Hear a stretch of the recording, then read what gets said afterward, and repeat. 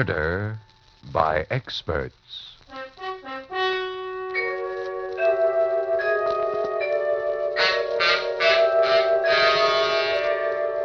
The Mutual Broadcasting System presents Murder by Experts, with your host and narrator, Mr. John Dixon Carr, world-famous mystery novelist and author of the recently published bestseller, The Life of Sir Arthur Conan Doyle. This is John Dixon Carr. Each evening at this time, Murder by Experts brings you a story of crime and mystery which has been chosen for your approval by one of the world's leading detective writers, those experts who are themselves masters of the art of murder and can hold tensity at its highest. Tonight's guest expert is Mr. Hugh Pentecost, author of many memorable thrillers, who has selected a story by a young newcomer you'll do well to watch, Andrew Evans. Be very careful as you listen, for, as Mr. Pentecost says of this thriller, the story has not only a twist, but an unforeseen double twist, which takes one completely by surprise. And now we present Summer Heat.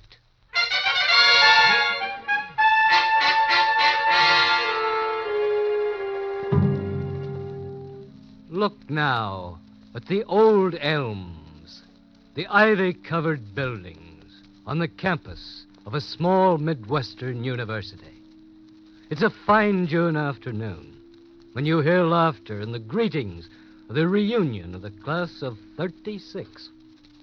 12 years have passed, but none of the members of the class seems much older to each other. There's the dark-haired Paul Baxter wandering rather strangely. There are two of his old friends, prosperous now, judged by their clothes, and boisterous in greeting. Paul Baxter, you old rascal. It's sure good to see you again. Hello, Steve. Bert, this is a surprise. Why didn't you have a right to us, Paul? You had our addresses. Why, sure. That's no way to treat old classmates. Just think, 12 years. Yeah. Oh, they sure have gone fast. Too fast to suit me. Say, Paul, you've turned awful gray for only 33. Well, he always did take things too seriously. I suppose by now, Paul, you're one of the biggest lawyers in the state, huh? How's Marcia? Yeah, you were all set to marry her after graduation, remember? Yes, and you were going to become her father's junior law partner. Oh, you sure had a sweet setup there. Well, things worked out a little differently. You see, that party we had graduation night, do you remember it? Remember it? Oh. How can we forget it? Oh, that was a real blowout. And were you tight, Paul? Well, you know, that party sort of changed my whole life. Change your life? Well, how? Well, I don't remember much about the party itself. I guess I had too many drinks. In fact, I don't remember anything until I woke up the next morning. I could hear old Trinity ringing. I awoke to find myself on the couch in my living room. It was noon, and the room was hot, stiflingly hot. I remembered I had a date with Marcia and her father at 1 o'clock. I got to my feet. My head ached. There were heat waves before my eyes. Feeling sick, I staggered toward my bedroom, and then I saw him. A man, asleep on my bed, his back to me. For a moment, I stood there, trying to remember if someone had come home from the party with me. But the night before was a total blank. I crossed to the bed, bent over, shook his shoulder. Hey, fella. Hey, it's noon. Wake up. Come on, wake up. As I shook him, he had flopped over and looked up at me with staring eyes. He was dead. And there was a knife in his chest. My hunting knife. I stood stunned, staring down at the body on my bed.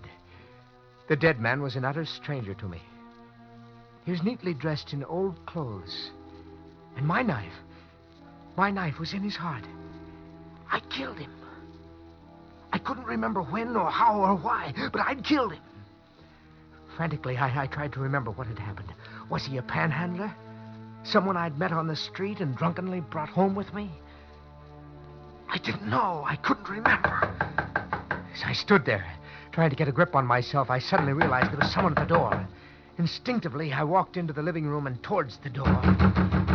Just as I was about to open it, I realized the danger of letting anyone into the apartment. I put my ear against the door and listened.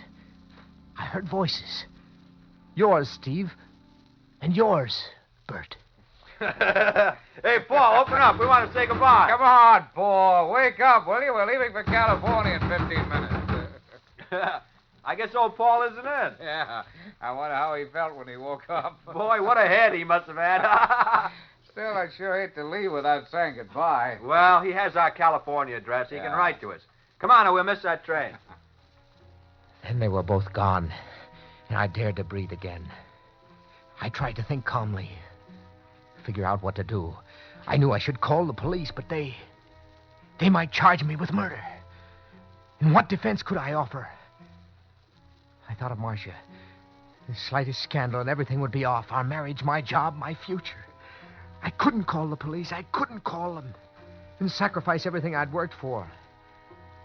Somehow I had to get the body out of my apartment, get rid of it before it was found. Then it came to me. My car was in the basement, garage. The dumbwaiter in the kitchen led down to the basement. I could put the dead man in the dumbwaiter, lower him to the basement, get him in my car, and then... Mr. Paul! Oh, Mr. Paul! It was Jenny, the cleaning woman. She'd let herself in with a key. I hurried into the living room, closing the bedroom door behind me. Oh, there you are. A fine time for a rising young lawyer to be getting up. Oh, hello, Jenny. I guess I overslept. I was at a party last night. A party, was it? Everyone on the campus is talking about it. And the complaints.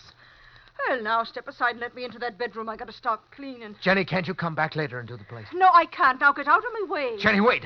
I don't want you to clean up yet.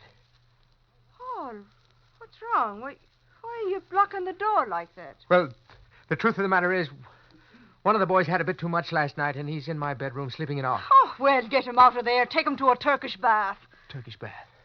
Oh, yes, that's a good idea. Look, Jenny, just give me half an hour to get him dressed and out of here.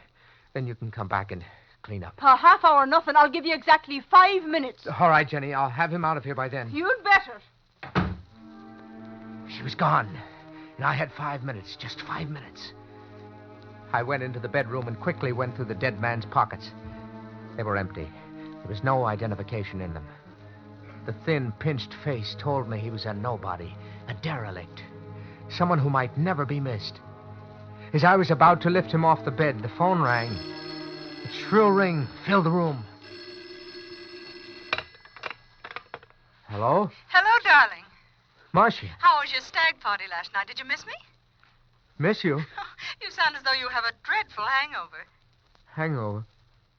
Oh, yes. Oh, excuse me a minute, Marcia. There's someone at the door. Yes? I'll be coming in to clean your room in another minute, Paul. Jenny. So get your friend out of there. Oh, yes, Jenny, yes. Just give me another minute and we'll be out of here.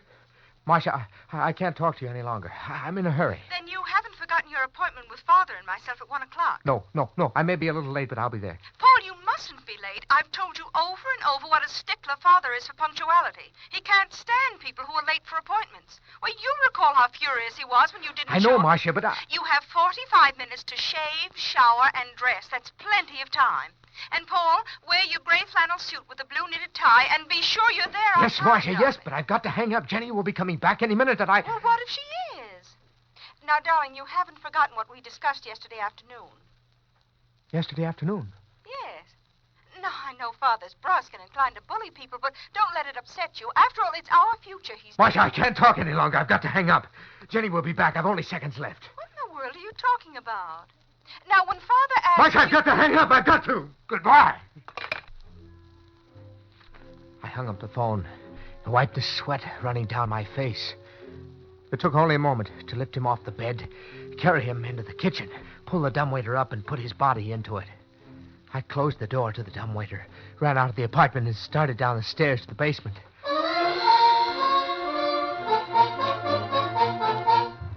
I got down to the basement to find Ben, the janitor, leisurely pulling on the dumbwaiter rope. Ben! Oh, Ben. Oh, hello, Paul.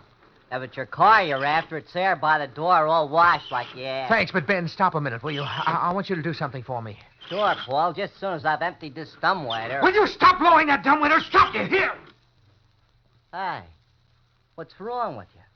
You're acting mighty strange. I'm sorry I shouted like that, Ben. It's just that there's a package up in my apartment that I'd like you to mail right away. There's $1 in it for you. All right. But there ain't no need to rush. Today's Sunday. The post office is closed. Closed? Sure. Say, what's the matter with you anyway? Must be the heat. Something awful heavy on this dumbwaiter. Ben, wait a minute. There's something else. How's that? Stop a minute, will you? How can I talk to you while you're lowering that dumbwaiter? Well, go ahead. I can hear everything you're saying. Let go of that rope. Let go, you hear it. Hey! You going crazy or something? I've half a mind to call the super and tell him what No, don't do that. Ben, up in my apartment, there's a bottle. Bottle? Yes, I brought it home last night. It's half full. I wanted you to have it for cleaning the car. Oh, thanks. I sure appreciate that, Paul. I'll go up and get it as soon as I've emptied this dumbwaiter. It's almost down now. But Ben, Jenny just went in to clean. You know how she feels about drinking? Jenny? Jumping grasshoppers. Why didn't you say so? That woman will pour it all down the drain if I don't get there first. As soon as Ben disappeared up the stairs, I pulled the dumbwaiter the rest of the way down, opened the door, and he fell into my arms. Slinging the body over my shoulder, I staggered with it to my car and swiftly dropped him on the floor in the back. It was an old touring car. The top was long since gone. To hide the body from view, I covered it with an old blanket. A moment later, I started the motor and rolled smoothly out of the basement and into the driveway. As I did, I heard Ben shouting to me from my window. Oh, hey, Paul, wait a minute. I got something to tell I you. pretended not to hear Ben calling. Instead, I stepped on the gas.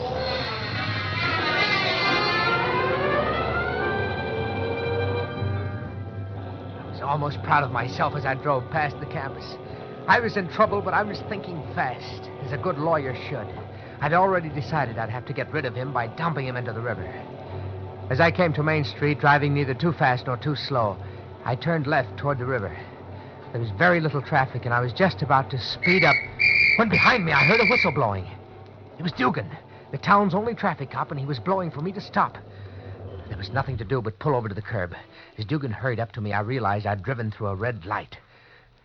Hello, Dugan. Never mind that hello, Dugan stuff. What's the matter? You colorblind? I'm sorry, Dugan. I just didn't notice the light. You just didn't notice the light. That's fine.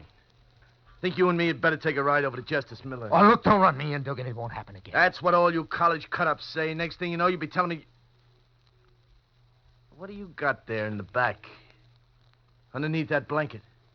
Under the blanket? You heard me. What's under it? Why, that's Roy Hamilton, one of my classmates. Yeah, well, what's he lying on the floor under a blanket on a hot day like this for? Last night at our farewell shindig, Roy had a few too many. He's still out. I'm taking him home. Where does he live? At Mrs. Randolph's boarding house. What are you handing me? That's in the other direction. Yes, I know, but first I'm taking him to the Turkish bath on Elm Street. Yeah, well, by the time you get him there, the poor guy will be dead. Ain't you got no sense? What do you mean? Look at the way you got the blanket over his head and in this heat, too. I better pull the blanket off his face so he can breathe. No. I covered his face on purpose. Suppose Dean Richards or somebody saw Roy like this. Yeah, that's right. But just the same, I better... Constable, can I see you for a minute? I'll be right with you, Jensen. Johnson. Where were we, Baxter?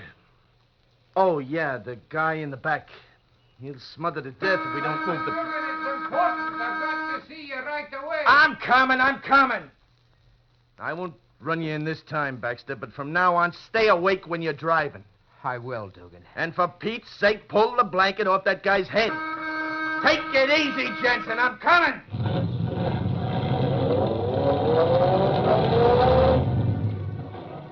As I stepped on the gas, I muttered a prayer of thanks for old Johnson, the janitor of the medical school building, who had called Dugan just as he was reaching for the blanket that covered my passenger. was a few minutes after 1 as I drove out of town. I could picture Marcia's father fuming in my lateness. The sun was scorching in my open car as I drove along River Road, looking for a place to hide the body. I needed one where there were trees to hide me.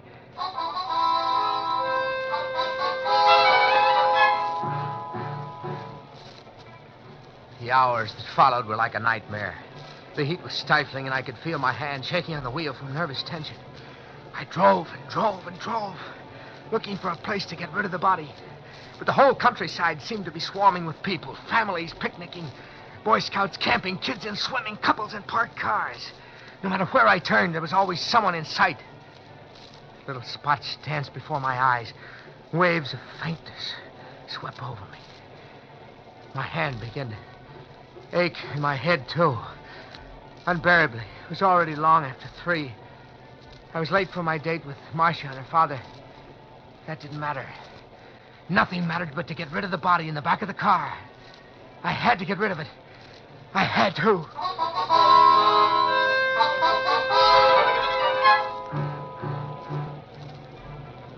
I drove, mile after mile, turning from one road to another, searching endlessly for a safe place to stop. Then I realized I was running out of gas. I saw a gas station ahead, and I decided to stop there.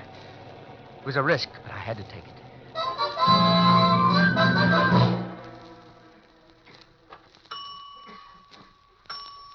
Okay, mister. It's 5 gallons. Want me to check your oil? No, thanks. How much? It's $1.15. Whew, boy, it's hot, isn't it? Yes, it's hot, all right. Here you are. That's $1.15 out of 5. Now get your change. Hey, this rear tire looks a little flat. It's all right. You want me to check it? Won't take but a minute. It's all right, I tell you. Okay, mister, just you say. Your rear door's open. I better shut that for you. Leave that door alone. But you don't want to drive along with your rear door open. That's funny. There's something in the car jamming it. I better have a... Leave that door alone and get my change. But you... All right, mister. Just as you say. I'll get your change. He hurried into the station. I looked in the back of the car and saw what had kept the door from closing. It was a hand. His hand sticking out from under the blanket. The attendant had seen it. He would be phoning the police.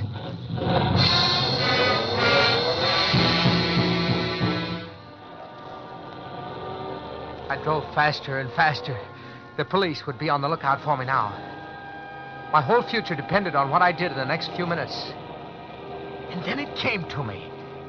In one brief moment, it came to me. The perfect way to get rid of the body. It was so simple, so perfect, that I laughed aloud with relief.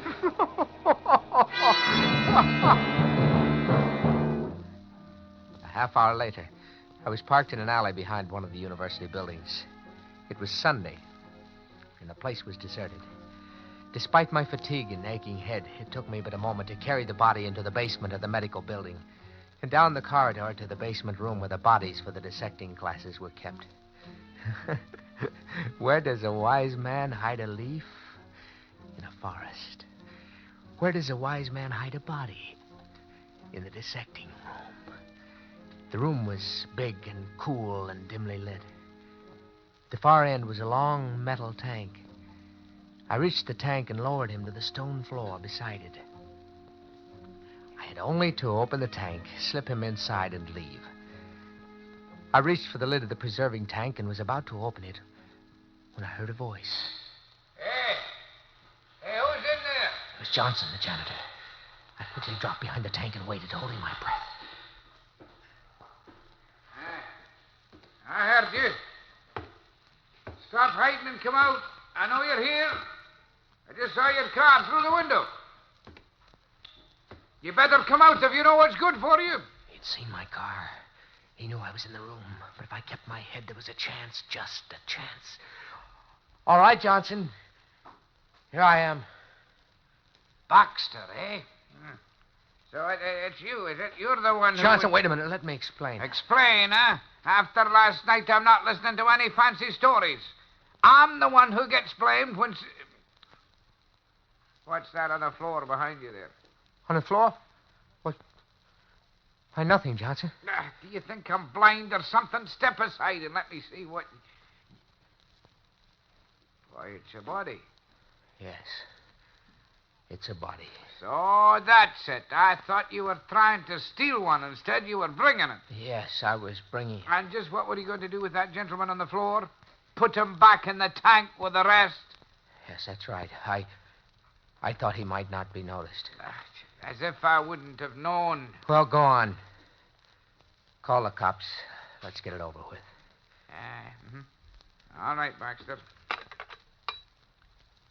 Of course, I don't have to call the cops. Nobody knows about this but you and me. What do you mean? Well, I was going to make a report, but this way there's no harm done, so I might be able to overlook the whole thing if I was persuaded properly. You might overlook it? That's right. You just leave this fella to me and there's no fuss because nobody's the wiser. You'd do that? You'd keep your mouth shut? I guess I could be persuaded to. How much? Well, suppose we say $50. $50?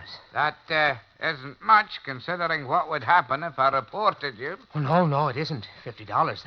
That's just very cheap to help me cover up a murder. Murder? More of your jokes. I'm not talking about murder. I'm talking about putting number 37 here back in his proper place. Number 37? Yes, 37. He just came in yesterday from the county poor farm, and last night he disappeared. Stolen by you and your drunken friends and dressed up for a joke. Well, I don't like jokes like that. I drove downtown a while back to tell Dugan the constable about it, but... Well, I didn't tell him anything. It would mean trouble for me for being asleep on the job. Number 37. He was stolen from here last night. Aye, that's what I said. As long as you've brought him back, there's no harm done. That's why I'm willing to keep it quiet. Then I didn't kill him. It was just a joke somebody played on me. Just a practical joke. Here. What's wrong with you? It's a joke. It's a very good joke on me. This whole afternoon driving in the heat, trying to get rid of him, it was just a joke. A joke! For goodness sakes, he's fainted.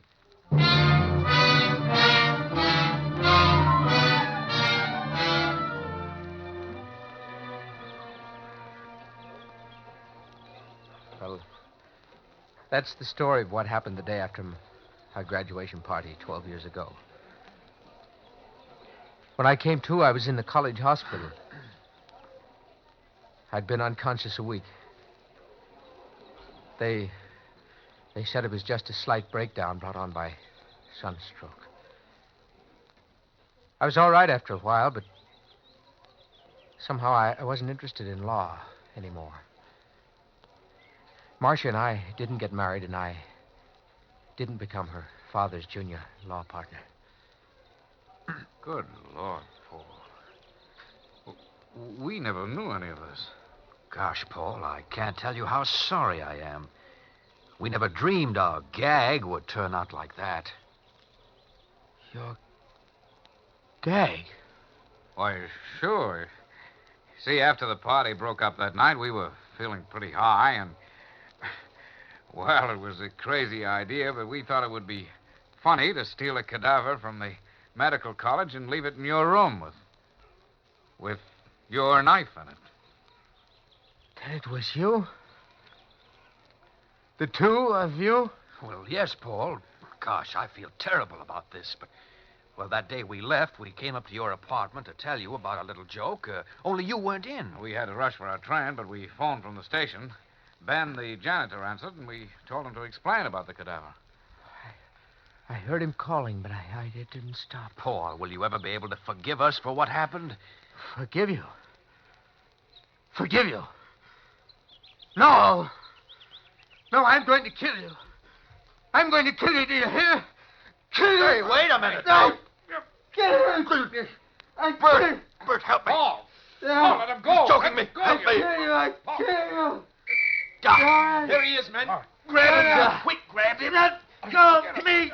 Let go. Quick, now, get him back to the hospital. I'll kill him. Take him out. I'll kill him. I'll kill him. I'll kill him. I'll kill him. Now, you hurt, mister? No, I'm all right. But you came just in time. He was trying to kill me. Why, he sure was. He just went crazy. Well, I'm sure sorry this happened. You see, he slipped away from the hospital this afternoon. We figured he'd head this way. The hospital? Yes. Poor fella had a bad breakdown just after he graduated 12 years ago. He's been locked up ever since. Locked up? Yeah. He's always been perfectly harmless, though. He just went around all the time looking for a place to hide something. This is the first time he ever got violent. I can't figure out what came over him.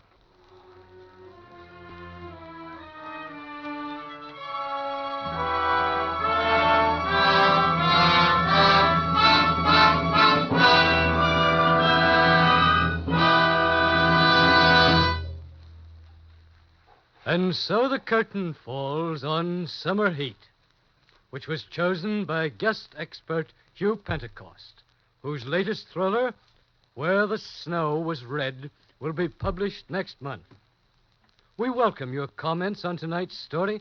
All letters should be addressed to Murder by Experts, care of Mutual Broadcasting System, New York 18, New York. Next week at this time, Murder by Experts brings you the story of a woman who pitted her wits against death.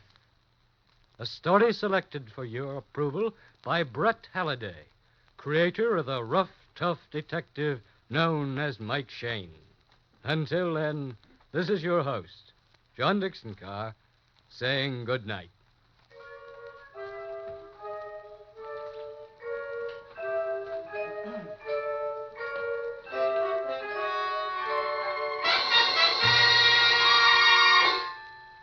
In our cast were Lawson Zerby, Bryna Rayburn, Ian Martin, Cameron Andrews, Bill Zuckert, and Frank Behrens. Summer Heat by Andrew Evans was adapted for radio by Robert A. Arthur and David Cogan. Original music was composed by Richard LePage.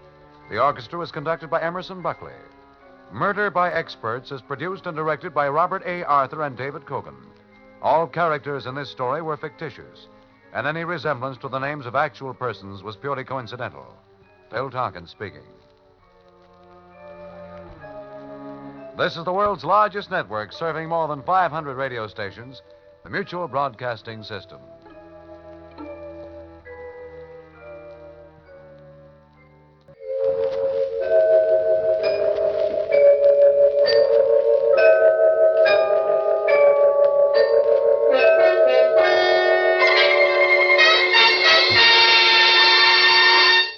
Murder by Experts.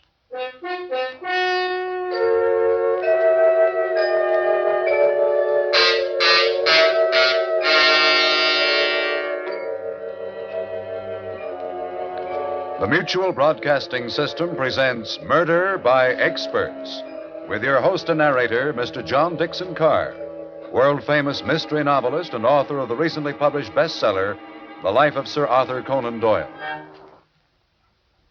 This is John Dixon Carr. Each week at this time, Murder by Experts brings you a story of crime and mystery which has been chosen for your approval by one of the world's leading detective writers. Those experts who are themselves masters of the art of murder and can hold tensity at its highest. This time, our guest expert is the noted mystery novelist, Kelly Roos. From the innumerable thrillers he has read and enjoyed, Mr. Roos has chosen a story by Robert Foster.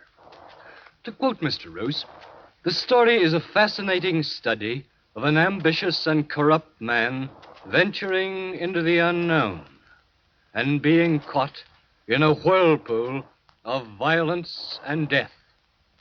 And now we present Carl Weber in 2 coffins to fill.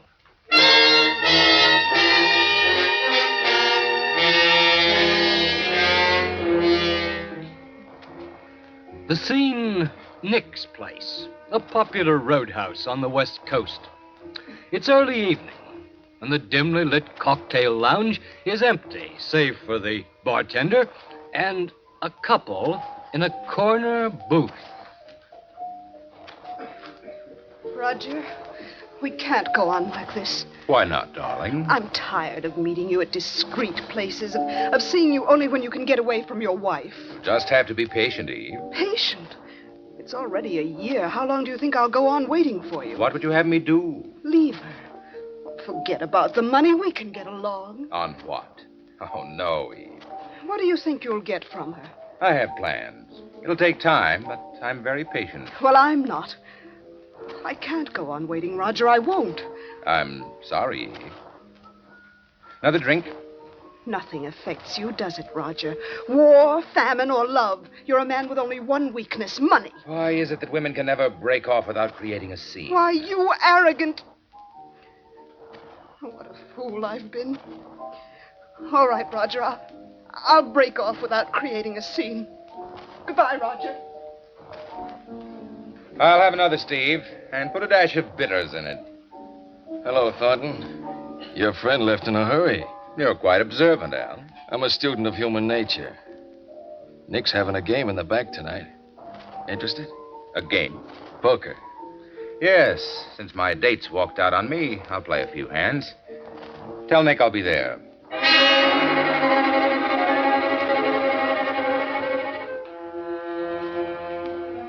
It's amazing how one small weakness can disrupt an otherwise orderly and well-thought-out plan.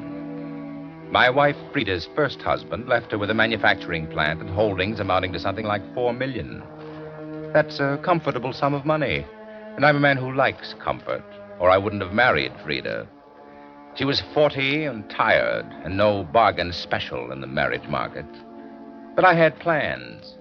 Plans that didn't include murder. Not then. I was a patient man. Patient until a weakness occurred, and I spent the night playing cards in a back room at Nick's place. That night cost me $30,000, all on my signature. Perhaps that's why Nick's gun-happy friend Al was so insistent a couple of weeks later. I was sitting at the bar in Nick's. Thornton. Yes? You busy? That depends. Nick wants to see you in his office. Wants to see me about what? I didn't ask him. Well, tell him I'll drop back after I finish this drink. Make it now. What? I said now, Thornton. All right. All right, let's have it your way.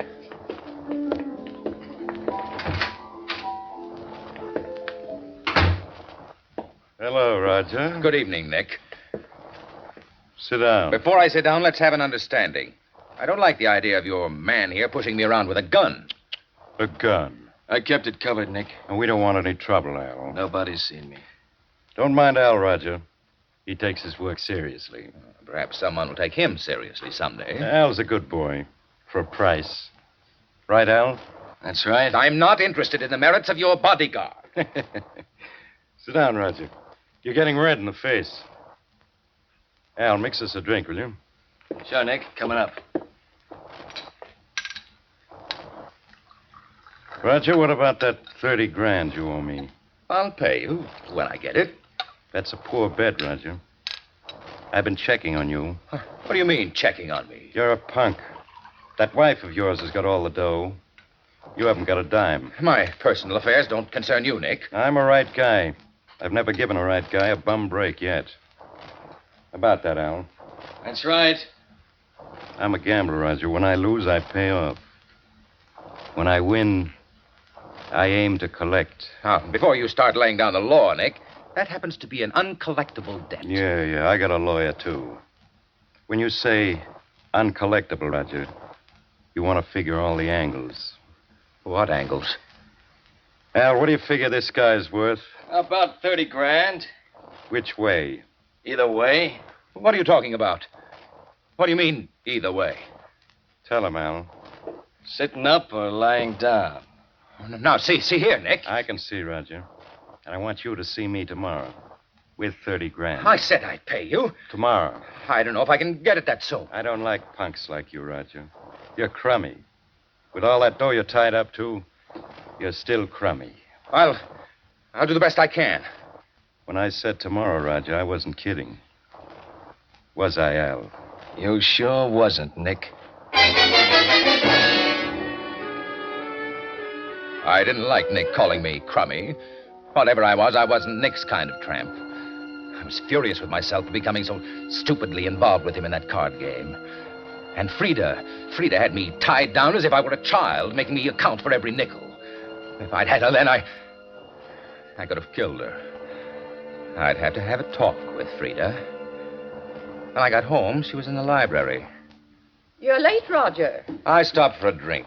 Won't you have your cocktails here at home? You said you were going to the doctor's. I did go. Well, I thought you'd be late. Oh, not this late. Is this going to be another session, Frida? No, it's not going to be another session. Roger, we're growing apart, aren't we? Oh, for heaven's Now, sakes. please, Roger. You'd stop treating me like a child. Do you know what someone called me today? Do you, Frida? No. Crummy.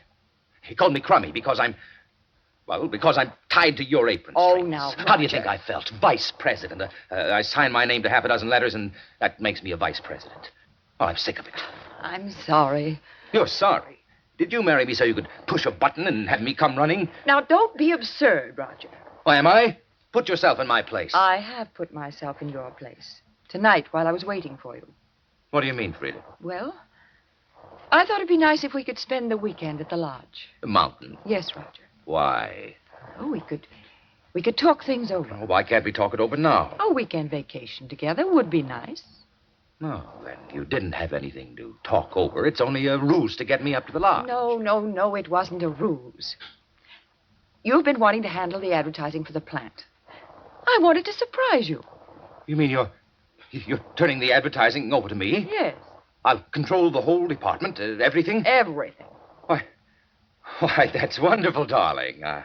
Of course it's a surprise, a charming surprise. Does it make you happy, Roger? Of course it does.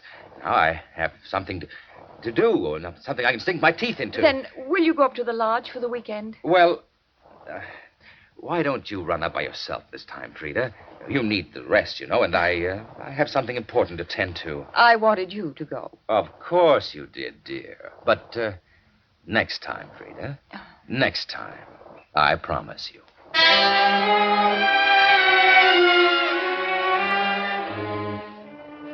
Frida's act was more considerate than she realized. Having access to some funds, I could pay Nick, write it off to advertising. For a moment, I felt almost kindly toward Frida. But then, as I stared at her, long and hard, wondering if I could care for her even remotely, my thoughts were revolted. I hated her for condescending to place me in charge of the advertising department. I knew I could no longer tolerate her, standing in the way of everything I was waiting for.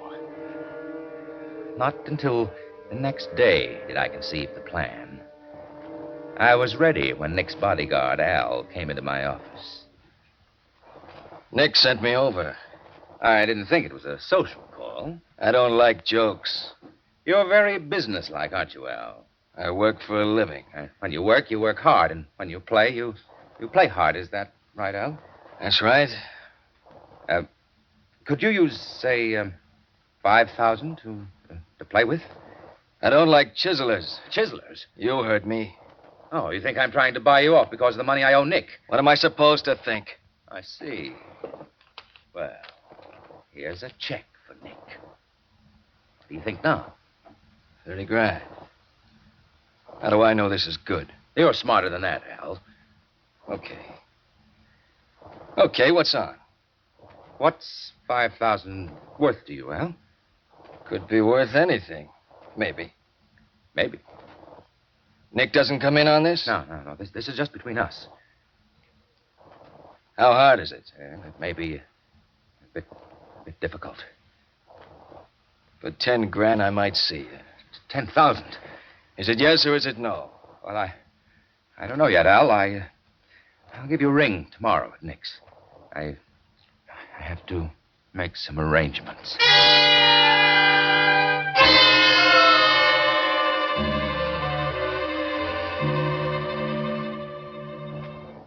Frida, Yes, Roger?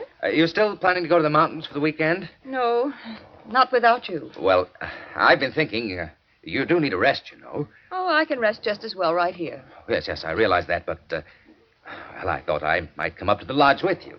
Oh, Roger, do you really mean it? Of course, dear. Oh, I'm so glad you decided to go with me. Oh, there's just one thing, Frida. Yes? I won't be able to come up until later Saturday evening. Oh, I don't mind driving up late. But you don't understand, Frida. I expect you to drive up early. Why, Roger? Well, you can check over the repair work that needs to be done on the lodge. Repair work. Yes, I ran into an old friend of mine today, Frida, a carpenter, Al Graves. He's a bit down on his luck, and, the lodge could stand some work. Well, that's perfectly all right with me, Roger, but must I go up early? Well, we don't want him hanging around, do we? No, of course not. Good. Then I'll ride up with Al.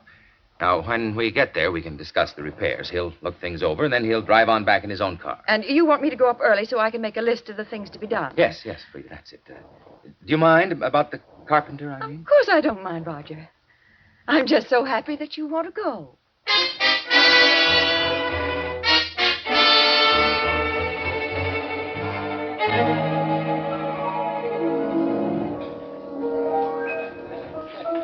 Thanks for the drink, Thornton. You haven't answered my question, Al. I'm thinking. Thinking what? Murder's quite a rap. You've had your proposition. If you want to forget it, I didn't say that. then you'll do it. When's the payoff? 1,000 now. 9,000 Saturday night. You want it done about 9 o'clock? Just so it happens before I get there. And I get a ride back with you. Yes. Maybe you try to pull something like the cops. I couldn't risk bringing the police in. You're smart enough to know that. Smarter than you think, Thornton.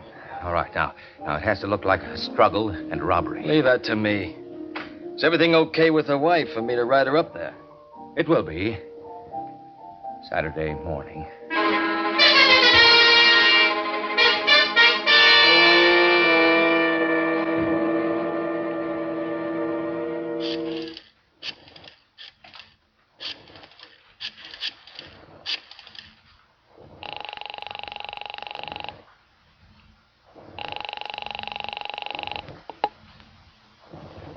Thornton residence? Oh, Charles, this is Mr. Thornton. Oh, good morning, sir. May I speak to Mrs. Thornton? Very well, sir. She's right here, sir. Roger? Oh, I was afraid you might have left for the lodge already. No, not for an hour yet. Frida, I wonder if you'd mind doing something. What is it? Well, Al Graves, the carpenter who is going to drive me up, Yes? his car is broken down. It's in the garage. Would you mind terribly taking Al up with you? Oh, Roger, really, He could look over the repairs himself that way. Well, when will you come up? As soon as I'm finished working at the office, I'm working on the new advertising program. Well, I suppose I could have Richard take Al and myself up in the sedan. Oh, you don't have to bother Richard. Why not take your convertible? Oh, couldn't we have that carpenter come up some other time, Roger? All right. Let's just forget the whole thing, Frida. If you wish, you can go on up alone. Now, Roger, you know that... Things must always go your way. Well, you'll drive up in your car? Yes. Al can use it to return to town in. Well, all right. Where'll I pick him up? On the corner of Hawthorne and Orange. Hawthorne and Orange. Yes, I'll tell him to watch for the convertible. All right, Roger. I'll see you at the lodge tonight, darling.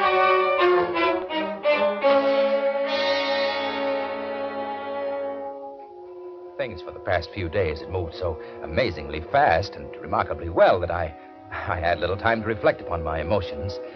Frida's surprising agreement to my wishes, I knew, was merely a new tack in her attempt to draw me closer to her. And yet, as I drove through the lane to the lodge in the evening, I had an unaccountable fear. The wind whined through the trees, and the eerie sound disturbed me.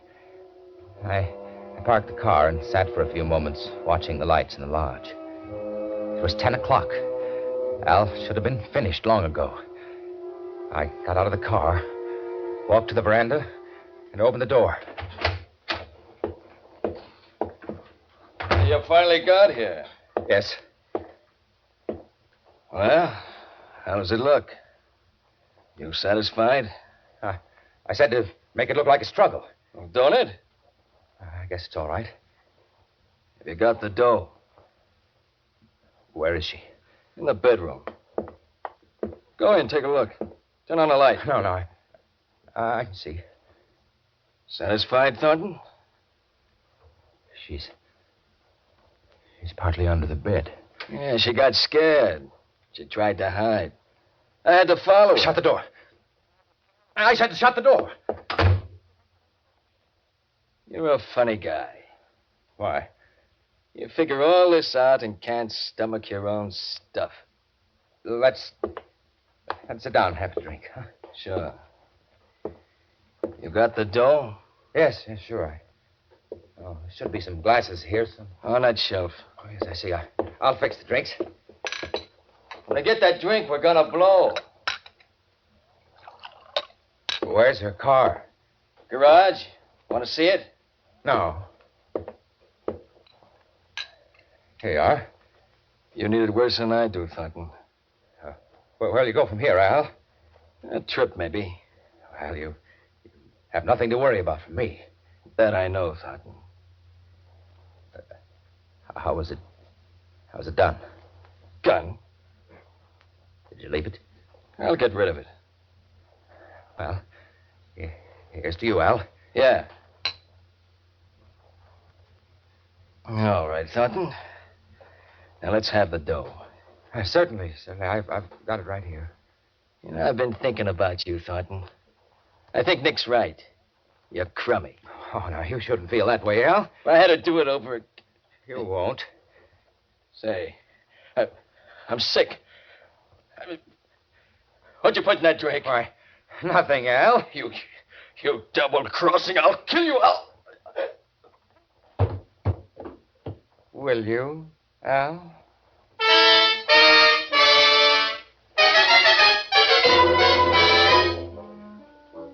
I poured some of the liquor on Al and tipped the bottle over. Then I carried him out of the lodge, across the carpet of pine needles, to the bluff 100 yards away. I placed one of Frida's expensive bracelets in his pocket, along with some money and articles of lesser value. I dropped him over the bluff and heard his body strike the rocky stream bed 300 feet below. I went quickly to my car and drove away. I drove rapidly for an hour till I passed an all-night diner. I wheeled the car around on the highway, pointing it back in the direction I'd come.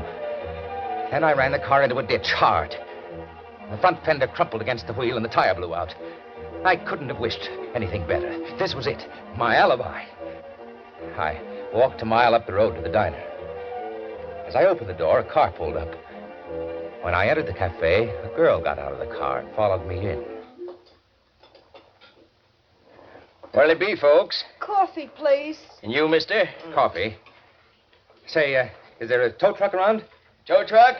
I blew out a tire and went into the ditch about a mile down the road. And Jim Parson has a tow truck. But him and the missus went into L.A. Won't be back till Monday. Here you are, miss. Monday. Thanks. Wreck your car bad? Smashed the wheel. I don't have a spare. Oh, that's too bad. Going far? My lodge, about 50 miles up. The Thornton place. Roger Thornton. Maybe you know it. Thornton? No, can't say I do. My wife's there. But I'm sure she's all right. You don't stand much of a chance of getting a ride going that way this time of night. I suppose not. You can use a phone there, reverse the charges. No, the phone's disconnected up at the lodge. You might be able to hitch to L.A. Once in a while, there's a car going that way. That's an idea. Anything else for you, miss? No, thanks. How much? 10 cents. Thank you. Good night. Good night. I reckon the young lady didn't want a passenger. So it seems. Say, I think I will use your phone. Help yourself.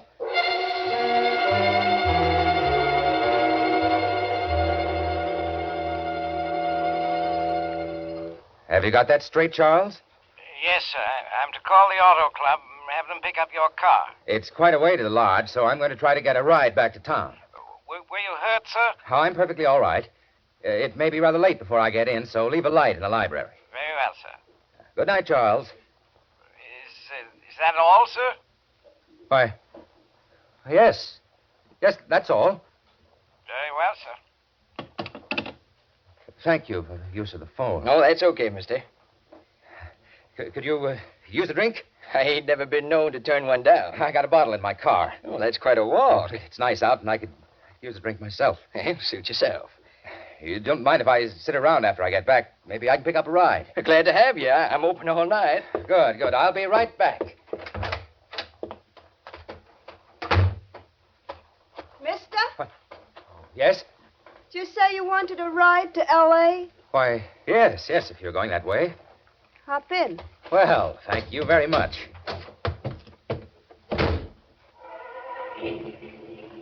I would have asked you in there, but I didn't want to give the counterman the wrong idea, Mr. Thornton.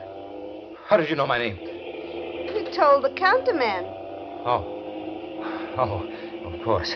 I was just going to get a bottle out of my car. I already got it. You got it? Sure. Nice car, thirsty girl. I had a hunch. How long were you at the car? Long enough to find the bottle and see your name on the steering post. I thought you heard me tell the counterman. I did. So then I knew you was a gentleman. Have you drunk much of that bottle? Enough. Hey, you shouldn't be driving if you've been drinking too much. Scared? Oh, no, it's for your own good. I'm celebrating. You might have waited till you got in Los Angeles. Mr. Thornton, Yes? why'd you turn your car around and run it into that ditch? What? I know all about you, Mr. Thornton. Who are you? What's your name? Della? Ella what? Just Della. Look out! You nearly turned us over. Either stop this car and let me drive, or Or what, Mr. Thornton? stop this car. When we get to Nick's. Did you say Nick's? I'm Al's girlfriend. No. Didn't you think Al could have a girlfriend? Why did you pick me up? Because I'm not half as tight as you think I am. Well, then, what do you want? Al was a punk, a nice punk, but punks come cheap, Mr. Thornton. I want that $9,000. Do you think I'd carry that kind of money around? And did you think Al was stupid enough not to have somebody cover him at the lodge? You were there? You saw it? Yes, I was there, and I saw. You're a very brave girl, Della. Threatening me. I don't scare easy. I know you're kind. Do you? This is a gun, Mr. Thornton. I'm not afraid to use it. You're a very stupid child. If you try anything, I'll wreck this car. Watch that curve. I'll take that gun. Oh, let go! Now, stop that car or I'll kill you. No, you won't. I'll hold that wheel. Let go! Let go of me! Let go! We're stopping right here. All right. Now, get out of the car. Get out. I'm willing to talk to you. Get out. My arm. Ow. Now, down this ravine. I was only kidding you. I wanted to scare you. I didn't mean it. Must I force you? I won't tell nobody. You're my only witness. My only witness. Please, let me tell you. Let me talk to you. This will do. Wait. You've got to let me explain it.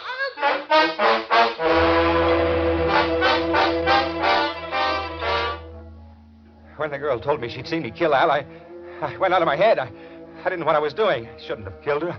I was stupid, but I couldn't help it. I couldn't stop. I drove the girl's car into town and left it on a side street. I dropped the gun down a sewer and caught a bus home. It was almost daylight. I was tired and sick. But it was all over. It was all over. I unlocked the front door and quietly entered the house. My house. I was too keyed up for sleep. What I needed was a bracer. I went into the library. Good morning, Roger. Frida! Who did you expect? Frida, what are you doing here? I've been waiting since you telephoned Charles. I killed them. I killed them both. You killed him? Al and the girl, and you're here. You're right here. Stop it. Stop it, Roger. Roger, stop it. I'm so sorry for you. I had it all figured out. I did. That man, Al, the carpenter, he told me everything, Rochester. I had to pay him. You paid him? You? Then it was the girl I saw. She was in the bedroom, pretending to be you, pretending to be dead.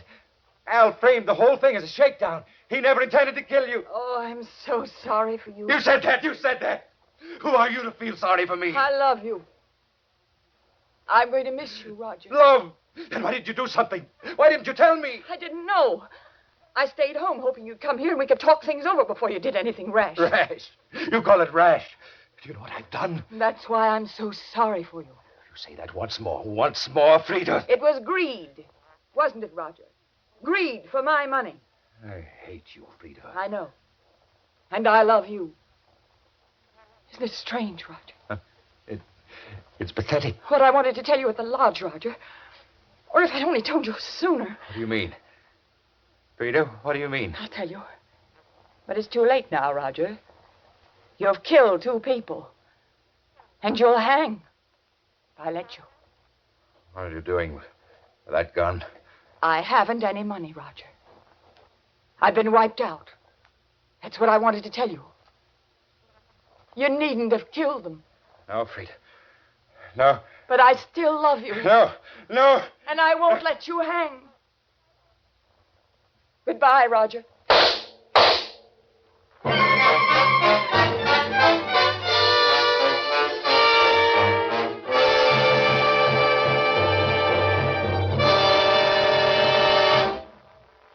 And so the curtain falls on 2 coffins to fill, which was chosen by guest expert Kelly Roos, whose latest mystery is Murder in Any Language. Next week at this time, Murder by Experts brings you a story of intrigue and surprise, of a beautiful Hollywood actress, and of a man who died twice. Selected for your approval by the famous mystery novelist, Miss Helen McCloy. Until then, this is your host, John Dixon Carr, hoping you'll be with us next week at this time.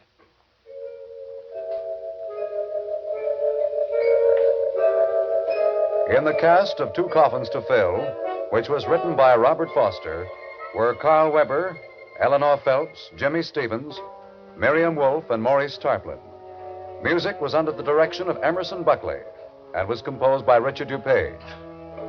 Murder by Experts is produced and directed by Robert A. Arthur and David Cogan. All characters in our story were fictitious, and any resemblance to the names of actual persons was purely coincidental. This is Phil Tonkin speaking.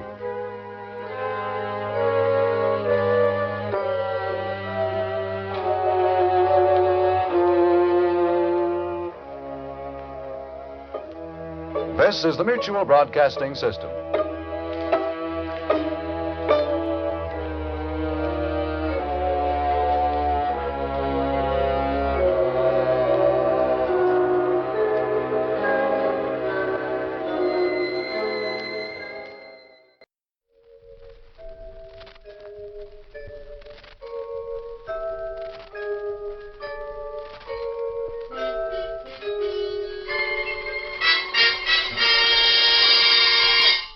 Murder by Experts.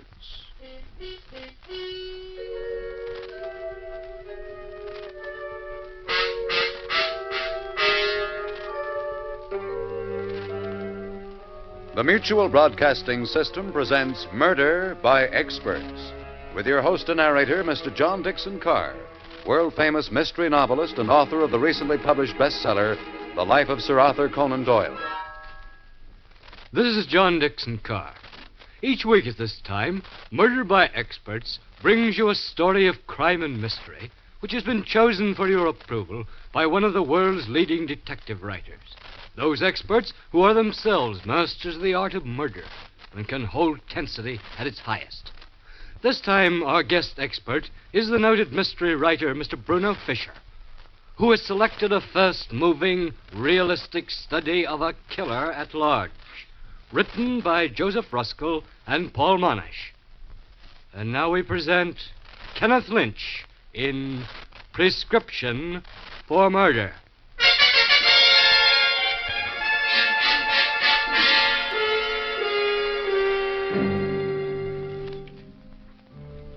On a Midwestern highway, a car bearing 2 men moves at a good speed through a dark and stormy night. The driver of the car has just turned on the car radio. Now for the local and state news. A giant manhunt is on tonight for escaped convict Curly Elkins, who who shot his way out of the state prison at Harmon a few hours ago, killing 2 guards in the getaway. Roads in the vicinity of Harmon have been blocked, and search parties are combing the woods for the escaped desperado. All citizens are asked to be on the alert for Elkins, who is armed and dangerous. Elkins is 6 feet 2, blue eyes, brown curly hair, pale complexion, with a horizontal scar on the left cheek. He was last seen wearing... Why did you turn it off, Doc? Well, that is, the fog's bad enough without news like that distracting me. Hey, what's that wheel, Doc? Your hand's shaking. Why are you so nervous? Nervous? Well, it's just this fog. I can't see an inch ahead of me. It gives me the jitters. Oh, yeah. Say, thanks for stopping to give me a lift. Oh, that's perfectly all right. Didn't think I'd ever get a lift tonight. No one likes to take on a hitchhiker. You from these parts? In a way. You said you were going into town? Yeah. Which town? Oh, same one you're headed for. Somerset? Yeah, Somerset, that's it. No, it's funny how you get chummy on the road and tell your life's history, huh? See, you're Dr. Richard Bennett. You're going to Somerset to take over some ailing old MD's practice. His daughter, too, huh? What's her name again? Marcia? Yes. What town did I pick you up at, friend? Harmon. So you've never seen Marcia or her old man, huh? Why, no. No, I haven't. Just exchanged letters with her from overseas Japan. Now here you are, coming to a strange town to take over. Life history. It's funny the way guys open up on the road, ain't it? Now you take me. You know all about me, too, huh? No, I don't. You sure? You didn't say a word. You didn't open your mouth till now, just now, and... When what? When you turned the radio off and stared at me? I stared at you? Yeah. Hey, watch the road, Doc. What was so interesting? Nothing. Nothing at all. No, come on, tell me, Doc. Why did you look at me like that? Why the sudden once-over? The once-over? What gave you that idea? Never mind my ideas, Doc. I'm wondering about yours. But listen, You suddenly got a bright idea, didn't you, Doc? You saw the light, huh? Maybe you can see this, too, this gun. Now, wait a second. Okay, Doc, just pull over to the side of the road. Come on, Doc, be smart. Pull over. Oh, no. No, I'm not going to pull over. I'm going faster. It's 55 now, 60. You can't shoot me, Elkins, not now. Not while I keep it going this fast. You got this figured all wrong, Doc. I can let you have it. After all, what have I got to lose?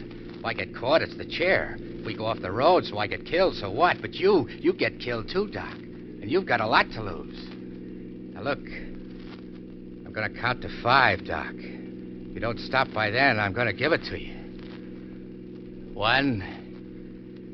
Listen, Doc, stop the car now and you'll be okay. 2, maybe I'll take your car, but what have I got to gain by killing you?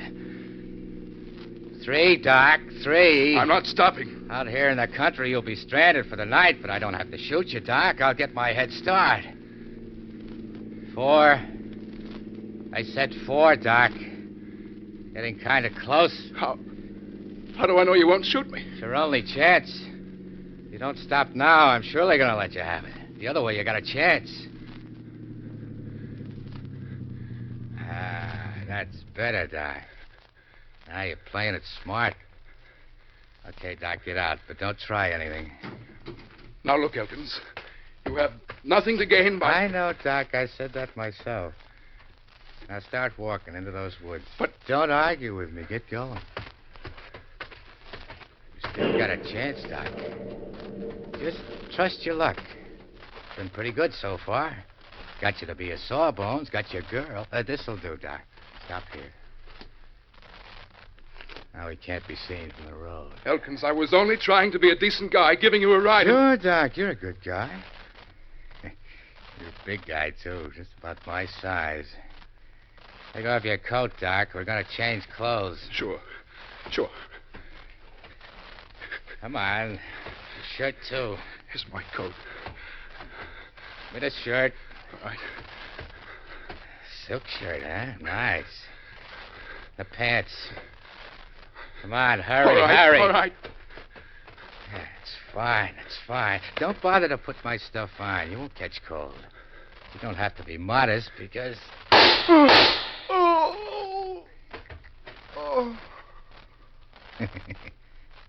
Blue darters. What do you know?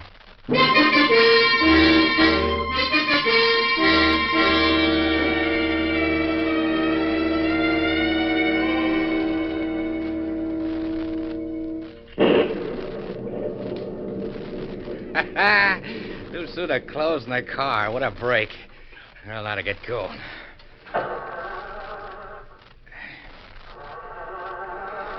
Spark plugs must be wet. Come on, baby, start. Hey, somebody coming. Motorcycle cop.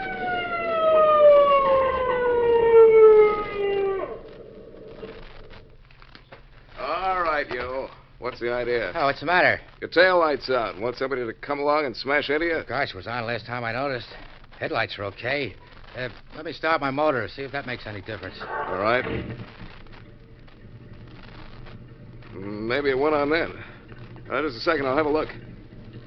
No, switch on your brights. See if it works that way.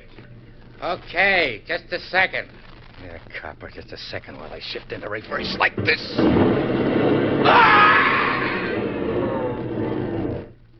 Dumb copper.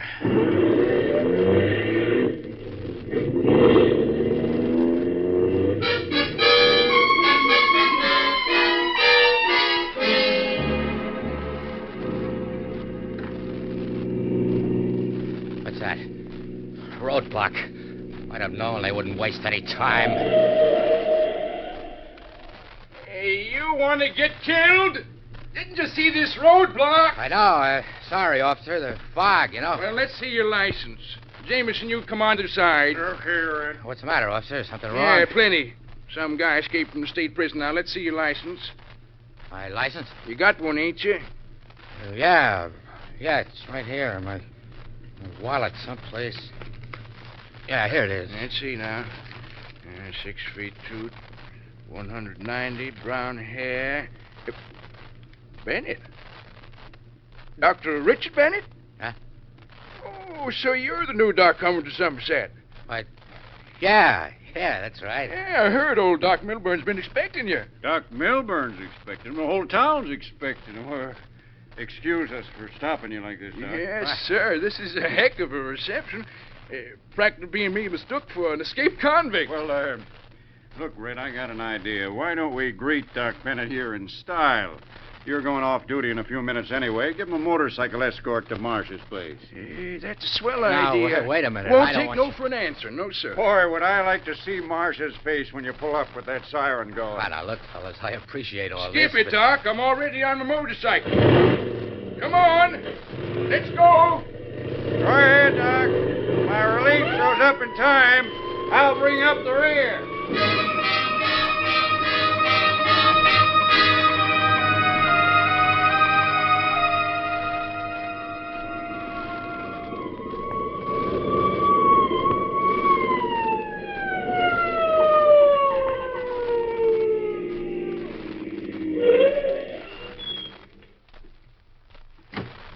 Yeah. Here we are, Doc. Here's the house. Well, thanks a lot, officer. I'll see you later. Sure, but let me get Marcia first. No, that's all right. You just run along. I don't mind at all. Hey, Marcia! Marcia! Hello, Red. Is something wrong? Wrong? Everything's fine. Look who I got with me. Who?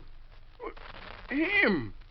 Don't you know him? Well, Red, I never saw that man before in my life. Hey, what goes? Look, didn't you say you was Dr. Richard Bennett? Why, yes. Dr. Richard Bennett. Oh, Dick, can you ever forgive me? Say, what is this? I thought you'd recognize me at first sight, Marcia, after all our letters. Oh, Dick, do come in, please. Don't stand out here. Now, look, Marcia, it's all right, Red, and thanks for showing him the way. You see, Red, we'd never really met. Well, anyway, it's all right. Leave it to a woman to foul things up, eh, Doc? Had me thinking you were that escaped convict or something for a minute. Oh, Red. Well, be seeing you. Goodbye, Red. Well, Dick, Yeah. Do come in, please. Oh, I'm so glad you're here. Well, don't stand out there. Come on. You know, we'd just about given you up. It's so late, and Dad and I thought that with the fog and all over the road, well, look, I'll call Dad. You know, I hoped you'd look like this, but I never thought. But I would have known. Oh, I think I'd have known you too, Dick, if you'd given me 1 second more. Tall, serious looking, but you didn't write me that you were wounded. Wounded? Well, that scar on your cheek. Oh, that.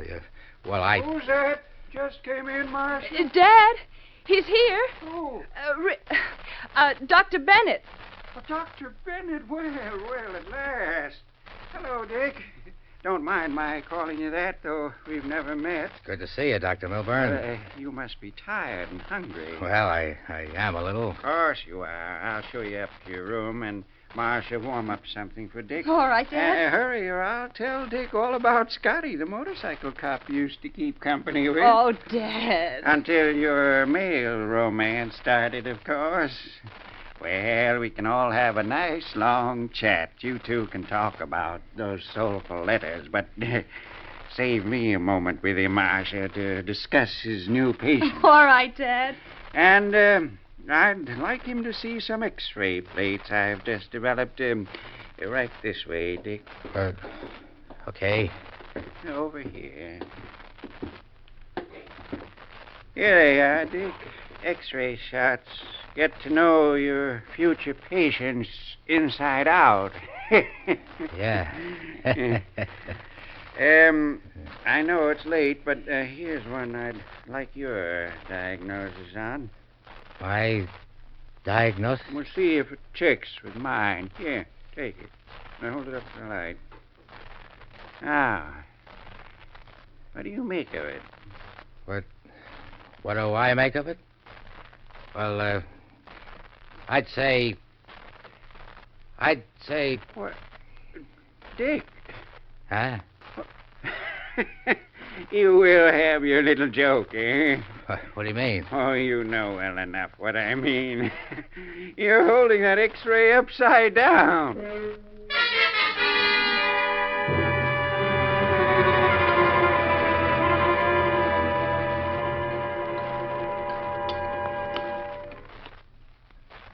Boy, I'm hungry. Never been hungrier in my life. Do you want any more, Dick? No, you just take it easy. Dick, you seem so jumpy. Is there anything wrong? Wrong? No, I'm just tired and, well, you know how it is, coming into a strange town, taking over a new practice, patients I don't even know. Got me sort of phased. But that's what I always like about you. Your attitude. Attitude? When things go wrong. Out of the night that covers me, black as the pit from pole to pole. You finish it, Dick. Finish it? I'd like to hear you say it. Say what? With the rest of the poem. Poem? I don't know it. Oh, stop kidding, Dick. It's Invictus. Yeah? Well, I still don't know it. Oh, that's strange. Why? Some people like one poem, others, well, they don't. What's strange? Because that was your favorite poem, Dick. You quoted it to me in one of your letters. Remember? How are you feeling now, Dick? Okay, I guess. I'll better get a good night's rest. Then you can start right in tomorrow. Tomorrow? You mean start treating patients tomorrow? Oh, yes. Sooner you take over, the better. Oh, but I'm all fagged out, Doc. I need a rest. Oh, by tomorrow, you'll be as fresh as daisies. No. Look, I need a couple of days. That's all. A couple of days, and then I'll be all set. Well, Dick... Let me get accustomed to things, and then... I'll see who it is, All right, Dad. yes. Excuse me, Dick. Is your dad in, Marcia? Yes, Red?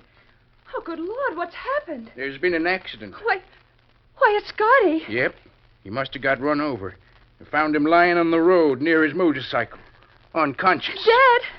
Dad! Come here, quick! What's happened? It's Scotty. He was run over. Oh, great heavens. Bring him into my office. Easy now. Easy. All right, Doc. Take it easy. Yeah. Put him down there. Here? Yeah, on the couch. Okay. Scotty? Oh, Scotty. Looks like hit and run, Doc. Yeah. I'm going down to headquarters and report it. Yes, Red, you do that. Call me at headquarters when you finish. Marcia, the scissors. Here, Dad. Got to Cut away his uniform. Scotty. Scotty, this is Marcia. Listen, Scotty. What happened? No nasal or oral hemorrhage. Good. Some guy. Car parked at the side of the road. Easy now. I want to listen to your heart. How is he, Father? He'll be all right. Oh, thank goodness. Multiple contusions and abrasions. Will you have Shock. to move him to the hospital, Dad? Not now. First aid right now. He ran over me on purpose. Meant to kill me. What? I think it was escaped killer. Curly Elkins. Curly Elkins? Did you get a good look at him? Scotty, describe him, and we'll notify headquarters. Well, his height was about... Dr. Milburn, I'll take over this Oh, patient. Dick. But, Dr. Bennett, I don't... Well, I thought you wanted to wait a few days. I know, but you were right. I got to begin sometime. It may as well be now. That voice. What is it, Scotty? That voice. Just now. Lost consciousness again. What did he say? I don't know. Something about a voice. Just leave him to me. I'll handle it. Well, let me explain the case. I know. It's an accident case. How did you know? Well, I'm a mind reader. Pretty obvious, isn't it? Well, my diagnosis... I'll make my own diagnosis. Well, all right, but I'll just stay around and help. No help. What? No one's going to help me when you're gone, so I want to handle my very first case in this town alone. Very well. But, Dick, can't I? I always help Father in cases like... No, Marcia. You go, too. Now, don't worry. I know he means a lot to you both. Rest easy. I'll take good care of him. Very good care of him. All right. Let's go, Marcia.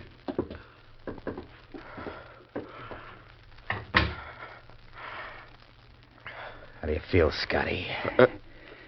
Who are you? Don't you know? Honest? How did you get run over? Did you get a good look at the driver? No. You sure? I want to see old Doc Milburn. Why? What do you want to tell him? You sure you can't identify that driver? No. I don't believe you. You're lying. You said that voice. What voice? What did you mean? I want to talk to Marcia and the doc. Let me see him. I'm taking care of you, Scotty. I'm going to fix you up good right now. This scalpel ought to do the trick. No, look. Take it easy, What Scotty. Lie still. Just a little insurance, see? To make sure you'll be all right.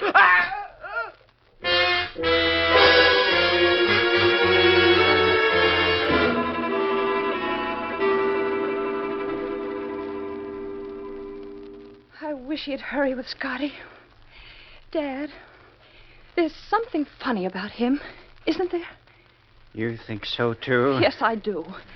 I recited a poem to him, one he had sent me, and, well, he didn't remember it. Oh. That's nothing to condemn a man for, but I don't know. Maybe we'd better check up while he's busy with Scotty. Yes, I can call his club in Los Angeles, get a description of him. Maybe you'd better. All right. Hello? Hello, operator? Operator? Put down that phone. I said put down that phone. That's better. We don't want the police now, do we? What have you done to Scotty? Get a box for him after I'm gone. Huh? Dr. Bennett.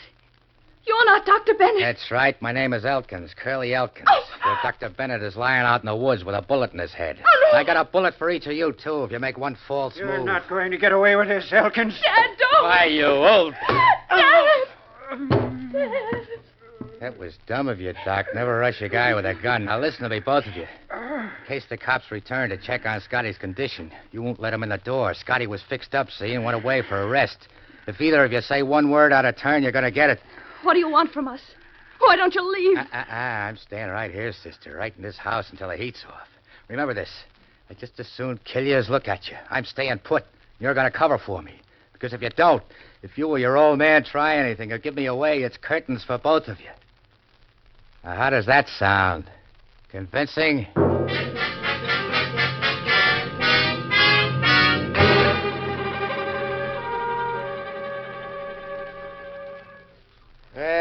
Well, that wasn't such a bad night now, was it? Cozy, just the three of us? Lot better than the pen, huh? You can't keep this up forever, Elkins. Someone's sure to find out. And then... Then it's flowers for you. Yeah, and for your Marcia, too. Get up, Doc.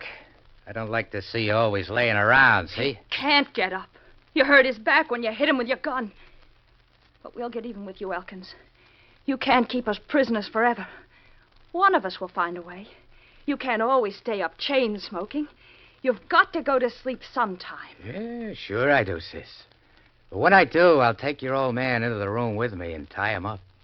Then I'll lock the door and sleep with a gun under my pillow. If anyone tries to get into that room... You've got it all figured out, haven't you, Elkins? But what are you going to do in a couple of hours when my patients come in? I thought of that, too, Doc. You'll tell them all you got kind of crippled falling down the stairs, see, and you'll send them away. But you won't let out one peep because all the time I'll be upstairs with Marcia. She'll stay alive as long as you play ball, Doc. That's just how long, no more.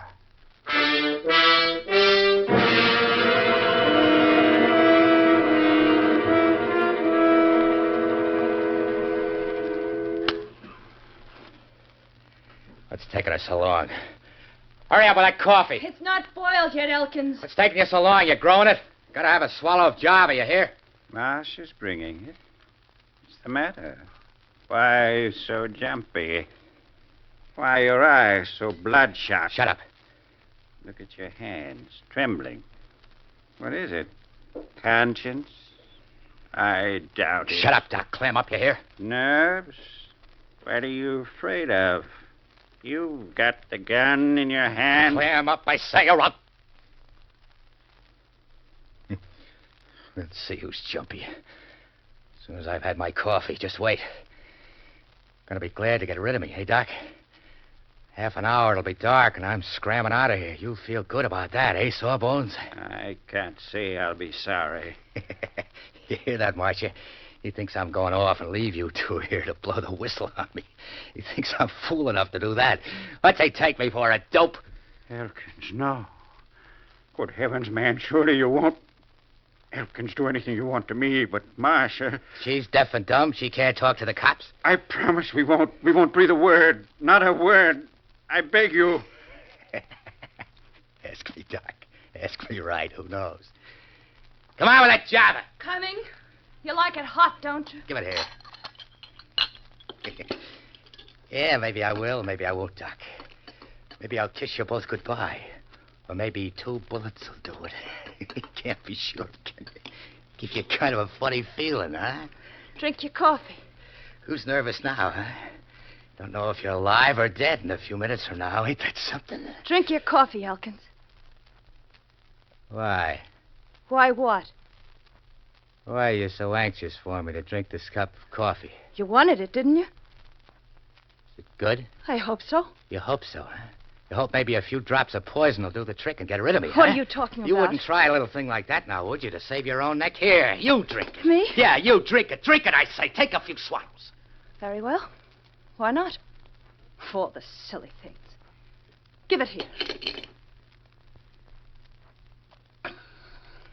There. Are you satisfied now? Okay. Wasn't taking any chances. Give me that coffee now. Dad. Dad. BCD. BCD. C2SO4, quick. What's all that? What was that double talk? Devil talk, Elkins? Come on, spill it. What was it all about? Where'd she run off to? She's gone to the next room, to the dispensary. What for? To get a drink. Drink? Of what? Of a certain liquid. What for? What is this? Tell me, you scheming old devil, or I'll kill you right now. What did she ask you? What did you answer? What?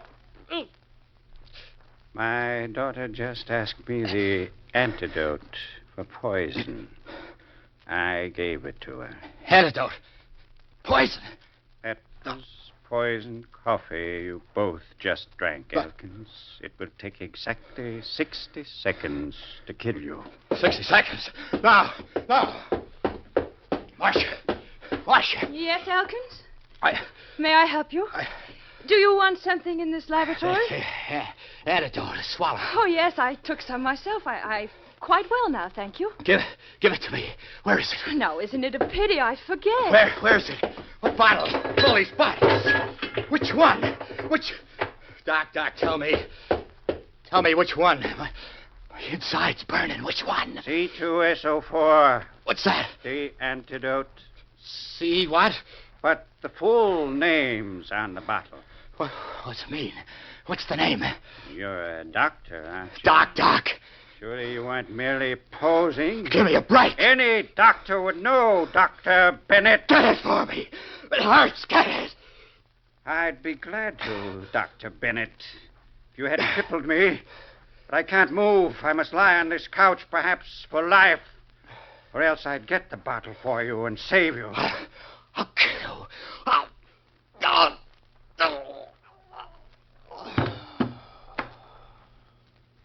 No, Dr. Bennett. There is no antidote to death.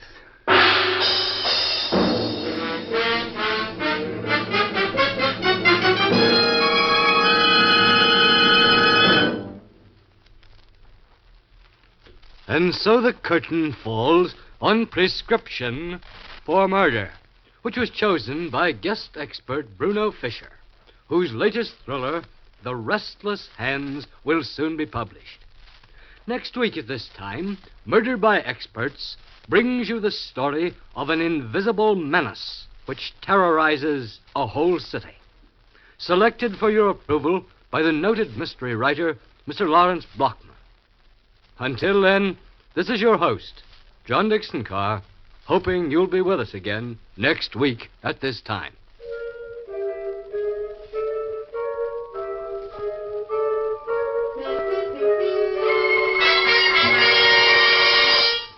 Prescription for Murder was written by Joseph Ruskell and Paul Monash. In the cast were Kenny Lynch, Kathy McGregor, Roger DeKoven, Bernie Grant, and Jack Curtis. Music is under the direction of Emerson Buckley, composed by Richard DuPage. Murder by Experts is produced and directed by Robert A. Arthur and David Cogan. All characters in our story were fictitious. Any resemblance to the names of actual persons was purely coincidental. This is Phil Tompkins speaking.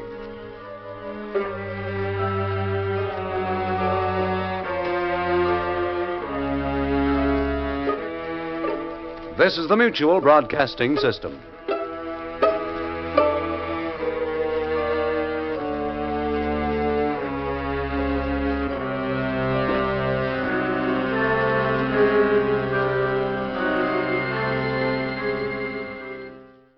WOR, New York, 710 on your dial.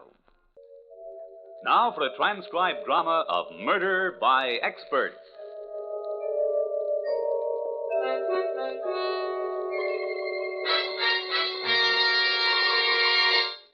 Murder by Experts.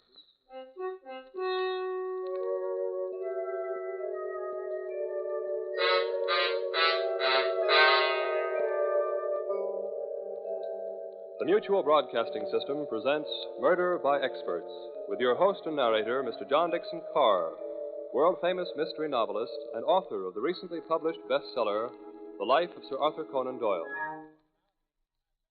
This is John Dixon Carr.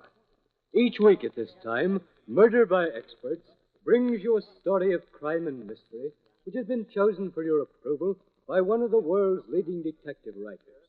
Those experts who are themselves masters of the art of murder and can hold tensity at its highest. This time, our guest expert is the noted mystery novelist Lawrence Blockman. From his vast knowledge of the mystery field, Mr. Blockman has chosen a radio classic written by Joseph Ruskell. And now we present Miss Marilyn Erskine in The Creeper.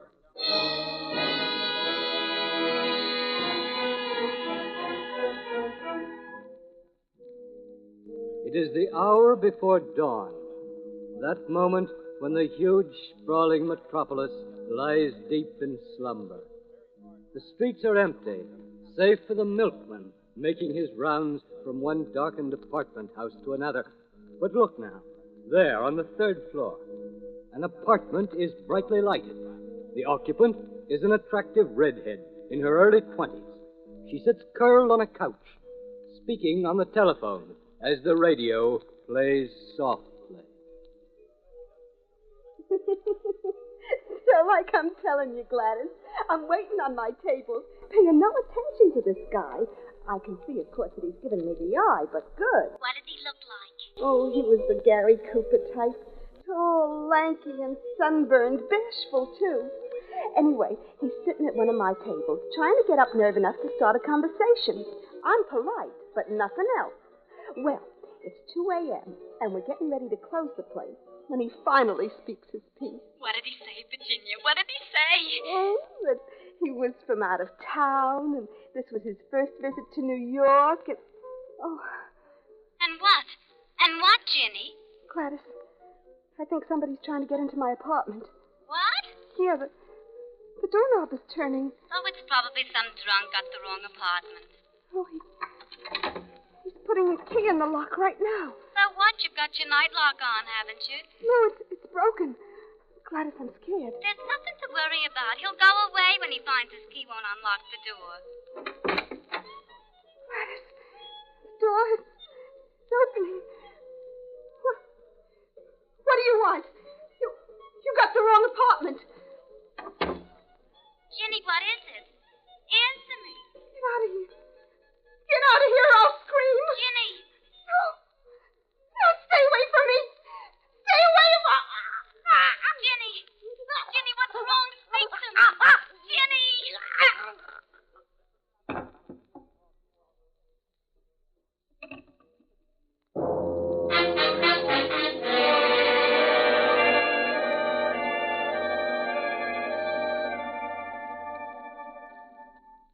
New York. The unknown killer, called the Creeper, has struck again, adding a third female victim to his toll. Virginia Peters, a comely waitress, was found strangled to death in her third-floor apartment early this morning while her radio blared. As in the previous murders, a note was found scrawled on the wall with the victim's lipstick and the plea, "For heaven's sake, catch me before I kill more. I cannot control myself." Police insist that... Oh, how awful, how awful. And in this very neighborhood. Why'd you turn it off? Because I can't stand to hear about it. How can you go on eating without batting an eye? No, let's hear the rest. Interest me. Oh, you. Don't go turning on that radio again, Steve Grant. I've heard enough. I'll go out of my mind, for heaven's sake. Shit. That's a good, solid clue. What is? For heaven's sake. How many men use that expression? Oh, shut up. Okay, Mrs. Grant. Pass the biscuits, my little pigeon. Pass the biscuits. Eat, eat, eat. 3 women in 3 days murdered in cold blood by a fiend right here in the Heights. I'm too sick to go out. Too scared to stay in. The lock's broken, and he sits there eating. Pass the biscuits, he said. Well, there's nothing wrong with my appetite, my love. Of course. That's what cost you your job on the police force. You were in a restaurant eating when you should have been answering a call. Well, some men drink to escape. I eat. Escape what? What? An ugly tongue, a beautiful face, and a roving eye. In short, a wife. Oh, so you're starting that again. You and your crazy jealousy.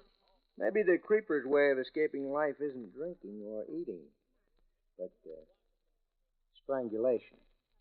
Who knows? Shut up. Go ahead and get a divorce. Go ahead. Can I help it if men look at me? I don't know why you come home at all. Where do you go? What do you do with yourself? Where were you this morning? Why did you come back? To eat. But someday I'll lose my appetite for that, too. And when I do, honey, there'll be no escape. Now, I'm off again. Kiss? Yeah. Still using stage lipstick, huh? Wipe it off. How many times must I tell you? You're married now, remember? Steve, wait. Yeah? At least go buy me my medicine. Sorry, no time. Don't leave me alone. Stay home today, please. I'm afraid. Oh, don't be silly, Pet. Nothing will happen to you. You've a doorman, an elevator boy, Mrs. Stone across the hall, a phone. Oh, you're safe. But the night lock, it doesn't work. Well, now you can't lock me out anymore. It doesn't catch. Something's happened to it since last night. Steve. Get a new one. I can't get a locksmith. They're all so busy. I've tried all morning. Steve, please. If I want to phone you, where will you be? Out. Goodbye, love. Take care of your cold.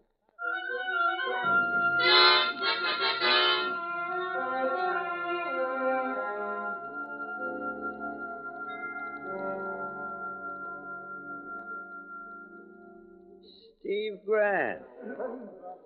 Why, if it isn't old Pearly Chase. Yeah, here you got thrown off the force, Steve. Yeah. Here you got thrown off the news, Pearly. Yeah, you heard wrong. I wasn't fired. I was just warned. I wasn't fired either, just suspended. For 3 days. My trouble is I eat too much. I drink too much. I hear you living up at the Heights, Steve. Yeah. That's funny, me too. Here you're married now to a gal that's a knockout. Has all the boys whistling. Yeah, you can say that again. Used to be on the stage, you know. Yeah, I think I knew her. Wasn't a stage name Vicky Duval? That's her. I love that wench, but women. How does a guy handle them? Maybe the creeper has the right method. Thank you for taking the words out of my mouth. Who is the creeper, Steve? You got any angles? You tell me, and I'll split the reward with you. One thing, though, and I don't think even the police force have put it together yet. Yeah?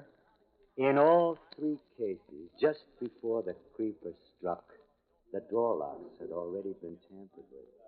You don't say. You got a theory? Well, sure. I mean, take that note on the wall written with lipstick. For heaven's sake, in every case, for heaven's sake, catch me before I kill more. I cannot control myself. Right. Now, what man uses an expression like that? The long and short of it is this. A creeper is a woman. A ruse. Just like the height of the message from the floor is a ruse. 6 feet. And yet I'll lay odds the creeper's no more than a guy your height, say. Or mine. 5'9". Yeah? Well, go on. Let's have the rest, Sherlock. Okay. That business of the 3 locks that were tampered with. They were tampered with from the inside. I don't get it. The creeper must have gotten into each of the apartments when no one was home and broken the night locks. That made it an easy setup when he came back later to knock off his victim. Well, how could he have gotten in to begin with? Those were solid locks. A pick lock would open them. You mean the creeper's a burglar? Maybe. Or else. Oh, nuts, you and your theory. Yeah? How do I know where the creeper's going to strike next? You do? Certainly. The creeper's not smart. He's just crazy. You play along crazy. Think the way he does. And you're one jump ahead of him. That's the trouble with the police, no imagination. How can you expect logical clues from a madman?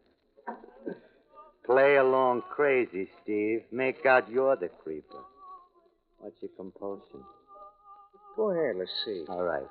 First, the victims are all redheads, every one. You noticed that, of course. 3 redheads in 3 days. Well, come to think of it, now that you mention Yeah, it. they all lived in the Heights, right? Frida Coffins, Claire Nixon, and Virginia Peters. Right. What was the number of the apartment in each case, huh? Frida lived in 1A. Claire, 2B. Virginia, 3C. Don't ask me the why or wherefore. Don't ask me the logic. Just play along crazy. You see what I mean. You'll see where he's going to strike next. I don't get what you mean. The next victim of the creeper lives in the Heights. She's a redhead. Her night lock's been tampered with. She's going to get hers today, and her apartment number's 4D. Well, why are you staring at me? You don't like my arithmetic? Why are you staring? My wife's a redhead, Pearl. We live on the Heights. Our apartment number's... Ah, you're just a boozy reporter.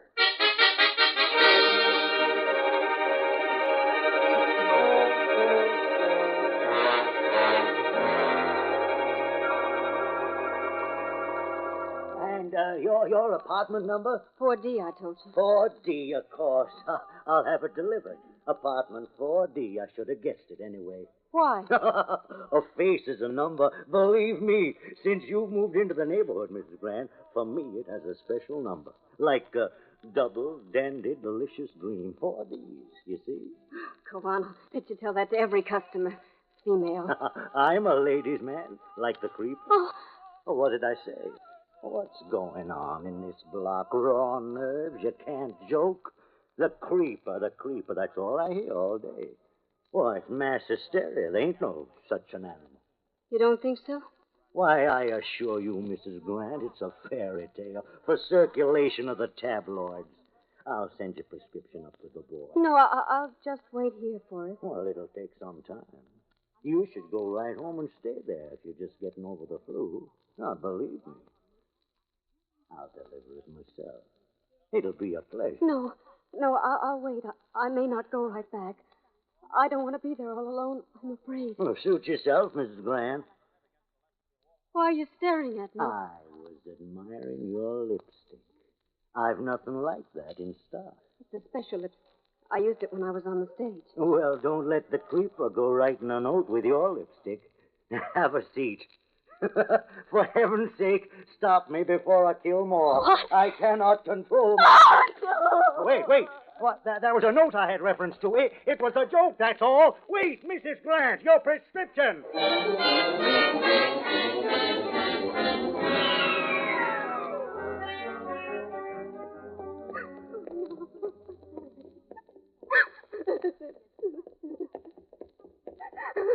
Mrs. Grant? Mrs. Grant! Oh, it's you, Mr. Stone. What's your hurry, dear? I just got such a scare.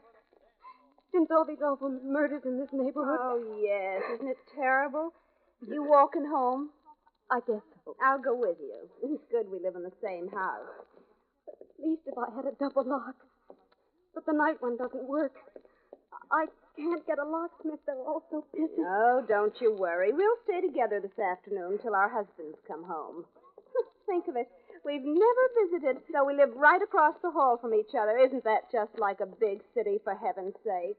Or would you rather I dropped in on you? Well, I don't... Oh, make it yours, then. Isn't it horrible, the ghastly things they're saying? The theories. One doesn't know what to think next. You believe the latest? The latest? That maybe it's a woman, the creeper. A woman? Can you beat it? I can't imagine how in the world the police figure that, for heaven's sake. Can you? Oh, I don't know. I was just thinking of something my husband said. Though I can see where a married woman now, if her husband was two-timing her, say, or perhaps only weak and no will of his own, and if the wife, say, was merely getting at those female homebreakers, well, I can understand that. Because you take my husband now. You've met Mr. Stone, haven't you? Well, Mrs. Grant, why on earth are you staring at me like that, for heaven's sake? I don't feel well. I must get home at once. I feel pain. But Mrs. Grant, for heaven's sake.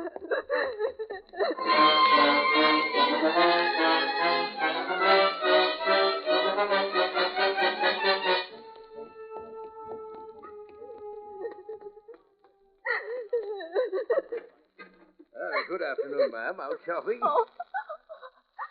I guess there's a new doorman. Just spilling Charlie. He's fixing the fuse box. Help you with your packages? No, thank you. Well, I don't mind a bit. You look out of breath. I can manage. Where's Jimmy, the elevator boy? He stepped out for a few minutes. I'll take you up, ma'am. But He mightn't be back for another 5-10 minutes. No point you're waiting for him. No, I suppose not. Apartment 4D, Why, yes. How did you know? Doesn't take long.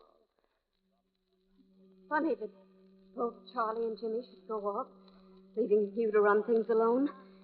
Particularly seeing you knew. Oh, I don't mind. The last place I worked, I was the only man. Where was that? 522 Smedley Avenue. 522 Smedley Avenue. Yes. Right next door to the apartment house where the creeper strangled Frida Corcus. Suppose you read about it. Yes. What's wrong? Why'd you stop? Wait. We seem to be stuck. Start this elevator. Start this elevator at once. There's no need to get excited, Mrs. Grant. Take it easy. You'll live long. Can't figure what went wrong. You don't fool me, not for a minute. I'll scream if you don't. Oh, there we are. Oh, Charlie must have cut off the current. Let me off. Let me off. Here we are. Want me to help you with your package? No, no.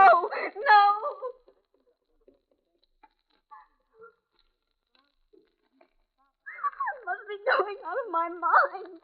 My key. Where's my key? Here it is. Oh, this darn lock. This darn lock.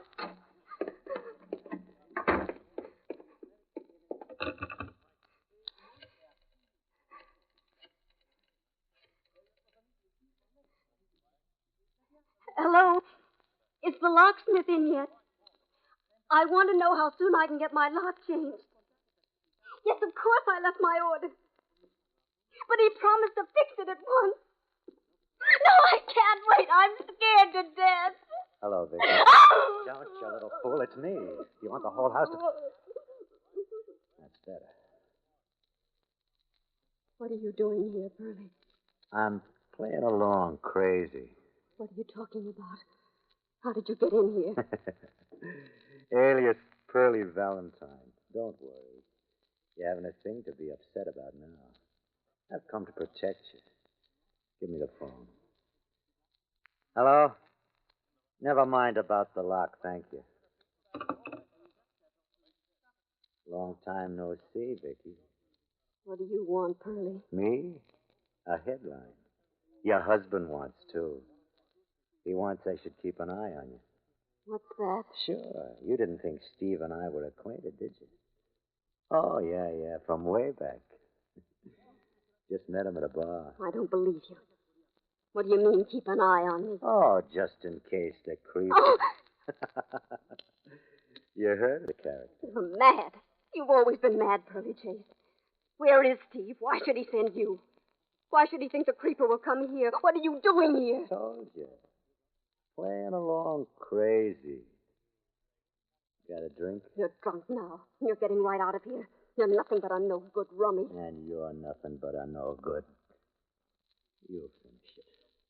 When I took to drink, it was to forget you, and you know it. A rum pot angel. Which means I haven't gotten over you. Yet. Get out. You little two-timing redhead. Now you're all the same, you redheads. Why, you... Haven't changed, have you? Even a wedding ring can't do that to you. Ah, don't play the innocent. My business is snooping. I make a living at it. Between drinks. So your new motto's love thy neighbor, huh? Mr. Stone across the hall. Poor dumb Steve. You dirty snooping. Sit down, darling. Just play along with me while I play along crazy. Sit down. That's it. Yeah, like we're expecting company. I must be crazy doing this. Why wait here for the creeper? Why not 100 other streets, 1,000 other apartments, 1,000,000 other dames? Because I'm riding my hunch. Yeah, let's have some music. Don't just sit. Let's have some music. Turn on the radio. Let's dance. It's been a long time, baby. A long time. That's it. Now let's dance. Give me your arm. Let's dance. Yeah. Like old times. Around and around, like my brain. Why are you trembling? I still love you, you little fool. Ask me why. I love you, you redhead. I could kill you and you deserve it. With the radio on, you could scream and no one would hear. I could put my hand on your throat like this and I could strangle you. Why are you crying? Stop it. I'm here to protect you. Stop crying. Cut it out. I say cut it out. I can't stand it. I never could. Okay, you want me to leave? All right, I will. It's your funeral. What am I saving you for, anyway? Where's my hat? In a few minutes, there'll be a knock or a ring, or the door will just open. And you'll be lying on the floor like the other three. Your face black, your eyes bulging. Goodbye, my worthless. Give my regards to the creeper. Oh, that look in his eyes. Like a madman. What if he comes back? He wants to kill me. Wants to kill me. Someone wants to kill me. Oh, I must lie down. My head. My sweating head. Trying to frighten me. Jealous.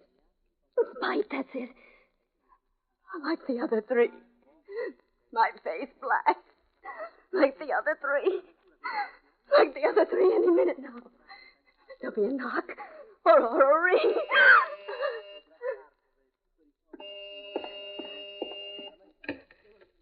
Yes? This is the doorman, Mrs. Grant. Yes? The druggist is here with the medicine. Shall I let him up? My medicine? Why, yes. No. No, don't let that man up. Want me to bring it up? No, I'm perfectly all right. I don't need it. You hear? Don't you dare come up. Don't anyone.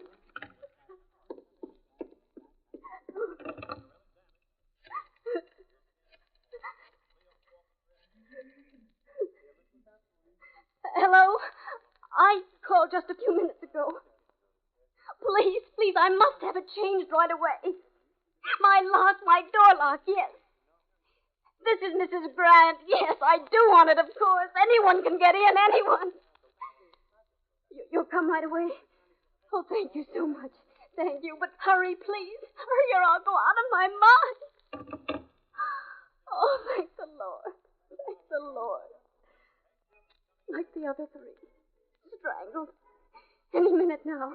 A knock or a ring. Oh, who's there? It's me, dear, Mrs. Stone. What do you want?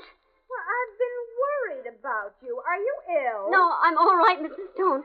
I'm feeling fine. Open up, dear. Don't you want me to keep you company? No, thank you. I was just... Oh, stop it! Oh, do let me in, silly. No, go away. I'm going to sleep. Please go away. Do you hear me? Go away. Hello. Hello, Vicky. Are you all right?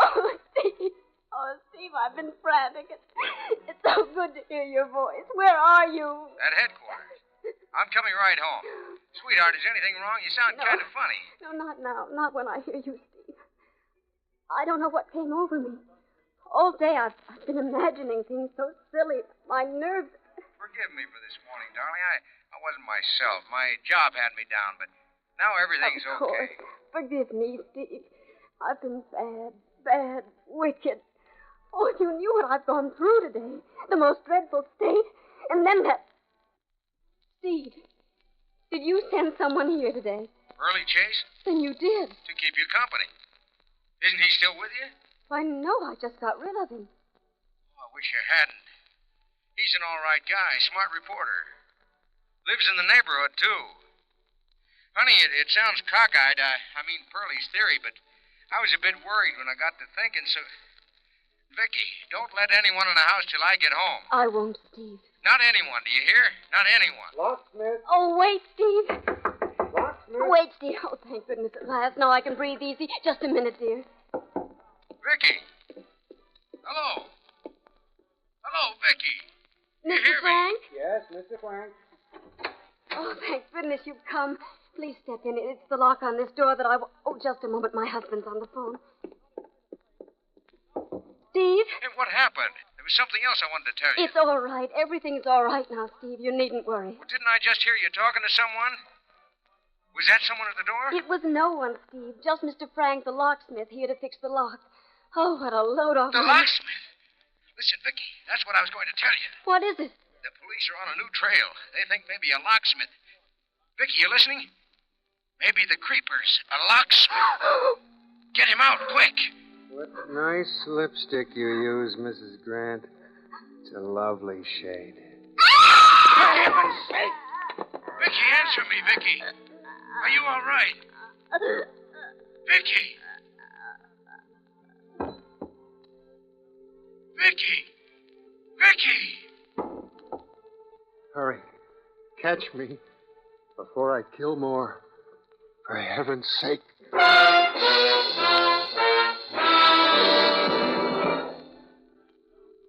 Hello. City desk? Yeah, Pearlie chased. Just shut up and listen. On that creeper story I just gave you, add this stuff. The reward for his capture goes to the elevator boy. He heard Vicky Grant scream and called a cop. The creeper was shot running from the building. Yeah, ironical, wasn't it? The locksmith was the killer. The one man Vicky thought would protect her. What an ending to a lovely, lovely redhead.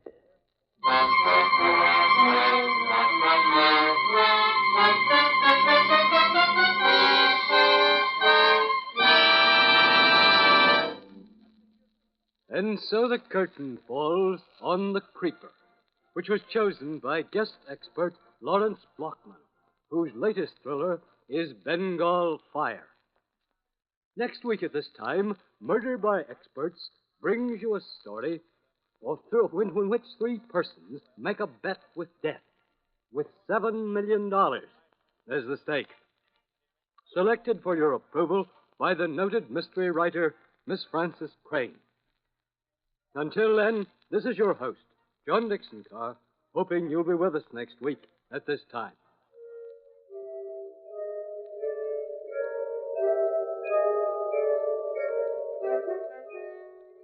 Starting a week from tomorrow, on Sunday, July 31st, Murder by Experts will be heard every Sunday night at 10 o'clock. And starting next Saturday at this time, between 2:30 and 3 in the afternoon, you'll hear a brand new show, the Damon Runyon Theater. Today's program came to you by transcription. This is the Mutual Broadcasting System. In 25 seconds, you'll hear International Airport.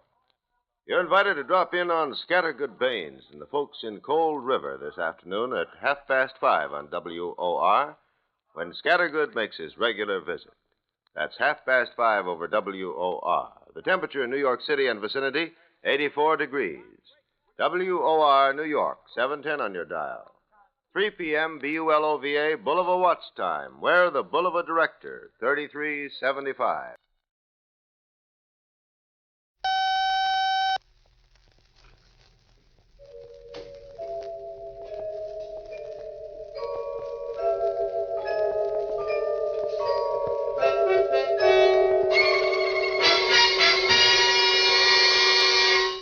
Murder by Experts.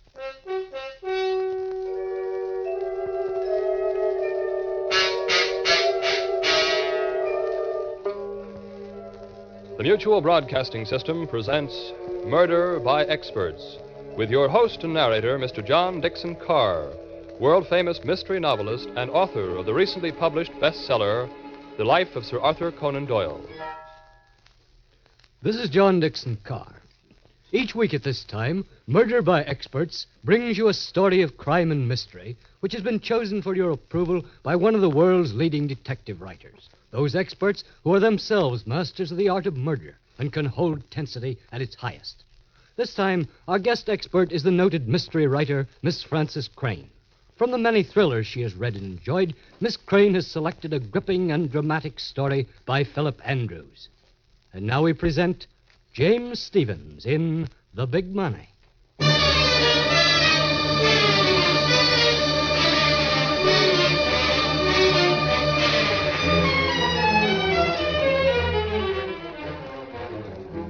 The Big Money.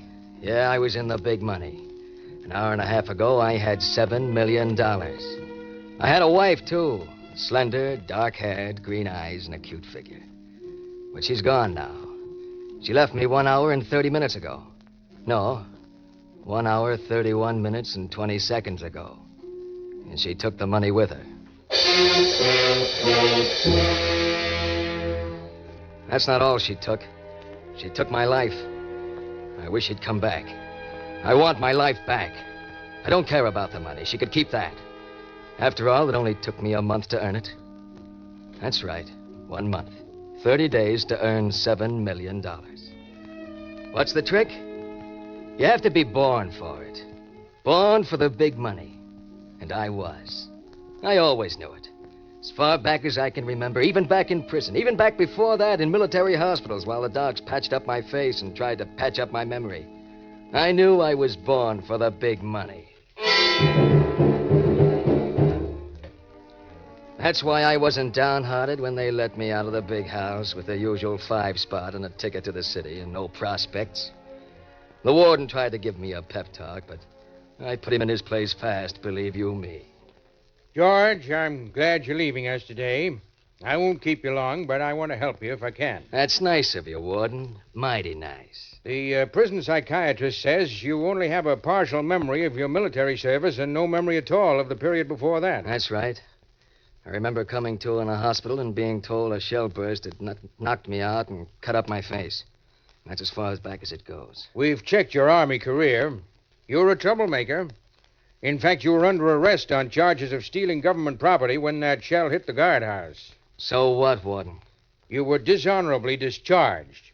But still, it might be possible to get medical treatment for your condition. Now, if you want me to contact the proper authorities... Skip it. Suppose I could remember everything that happened to me. I don't want to.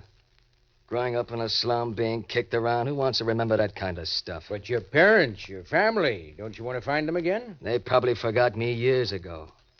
I'm looking ahead, not behind me. Take the average guy with a memory. He can't concentrate. He's distracted by all the things he remembers. Me, I can look straight ahead and stick to business. And that business is getting myself into the big money. Well, if that's how you feel, I won't say any more. Good luck anyway. Thanks, Warden. Thanks. Anyway.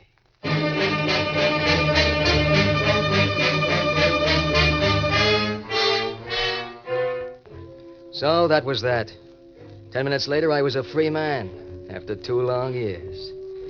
I hiked straight for the railroad station and caught the first express for New York. Then I ambled back to the club car and ordered a drink. I relaxed and sat back, feeling good. Very good. Across the aisle, a girl was reading a magazine. A knockout. Black hair, green eyes, and lips like rosebuds. Pretty soon she saw me watching her, but she was smooth.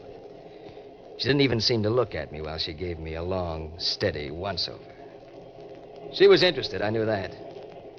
She turned to a short, plump, white-haired man beside her and whispered something. Whitehair gave me a long look, too. Then he got up and came across, smooth as butter. I beg your pardon. I have the feeling we're acquainted, but I can't quite bring your name to mind. My name's George Cook, if that's any help. Cook. No, I'm afraid I've mistaken you for someone else. Yes, of course. You remind me strongly of my old friend, Howard Vincent. Never heard of him. The likeness is striking. But my apologies. I didn't mean to intrude upon you. Oh, you're not intruding. Davenport is my name. Philo Davenport. Mr. Davenport? Trains are pretty dull when you're traveling alone, don't you think? Insufferably dull. Perhaps you'd care to join me and my niece for a drink, Mr. Cook.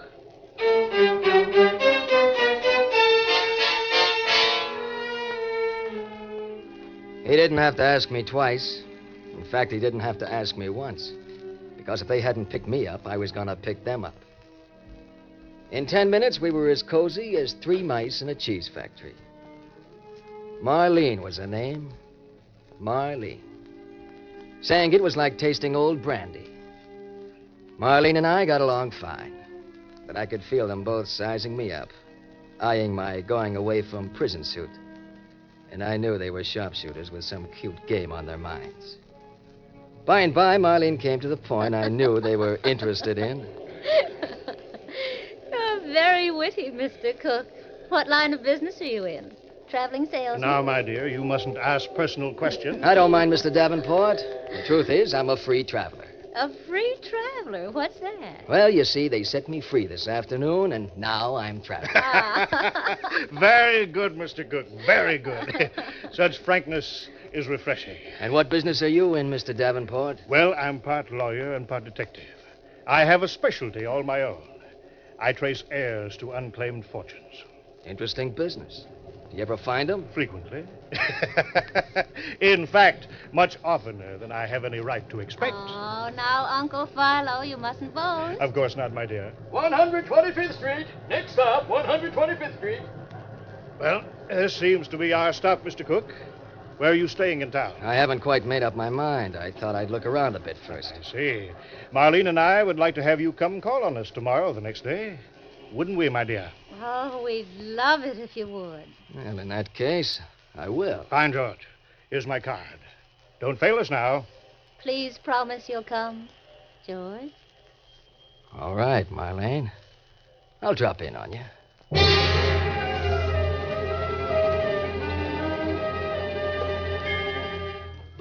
Sure, I was going to drop in on him. Philo obviously was up to some little game, and if I could find out what, it might pay me. So I dropped in the very next morning at 2 a.m. I didn't bother to wake Philo or Marlene. What kind of a friend would disturb them at that hour? I just let myself in with a pick lock, found the living room, and started going through it. I began with the drawers of a mahogany desk. And I was just getting going when the overhead light snapped on. And Philo's voice said... Good morning, George. So nice of you to come see us so soon. I turned, nice and carefully. And there was Philo in a dinner jacket and Marlene wearing a gown that started at the floor and stopped unexpectedly. Oh, now, Uncle Philo, don't make George think he isn't welcome. Put away that gun. Offer him a drink. Of course, my dear. George, if I put away this gun, will you sit down for a glass of brandy and a nice quiet chat? Why not, Philo? I'll sit here on the couch. I was just looking around the room while I waited for you. Admirable. Marlene, he's our man. I know he is. Congratulations, George. I'll get the brandy, Uncle Philo. You know, George, I made a bet with Marlene you'd show up tonight. Philo, I underestimated you. So you were waiting for me? Yes, we've been waiting for you. Since we left you on the train, I've checked your entire career. Your Army record, your being wounded, your prison sentence for robbery after your discharge, your loss of memory, everything. That's fast work. Well, it's my business. On the train, Marlene and I were startled at your resemblance to a certain Howard Vincent. Yeah, you mentioned him before. Who is he? I'll come to that in a moment. I said that my business is finding missing heirs who have fortunes waiting for them. I'm successful at it, George, because sometimes when an heir can't be found, I create one. Philo, I'm beginning to think you aren't honest. Which brings me now to Howard Vincent. He died in a train wreck in 1941. I saw his body, but only I know for certain that he is dead. I see. Go on. For 4 years, an estate of $7 million has been waiting for him to turn up to claim it. $7 million? And a few odd thousands. Here's the brandy, Uncle Philo. Thank you, my dear. Thank you. Here you are, George. Right. Now I propose a toast to Howard Vincent, formerly George Cook, and to $7 million, divided 50-50.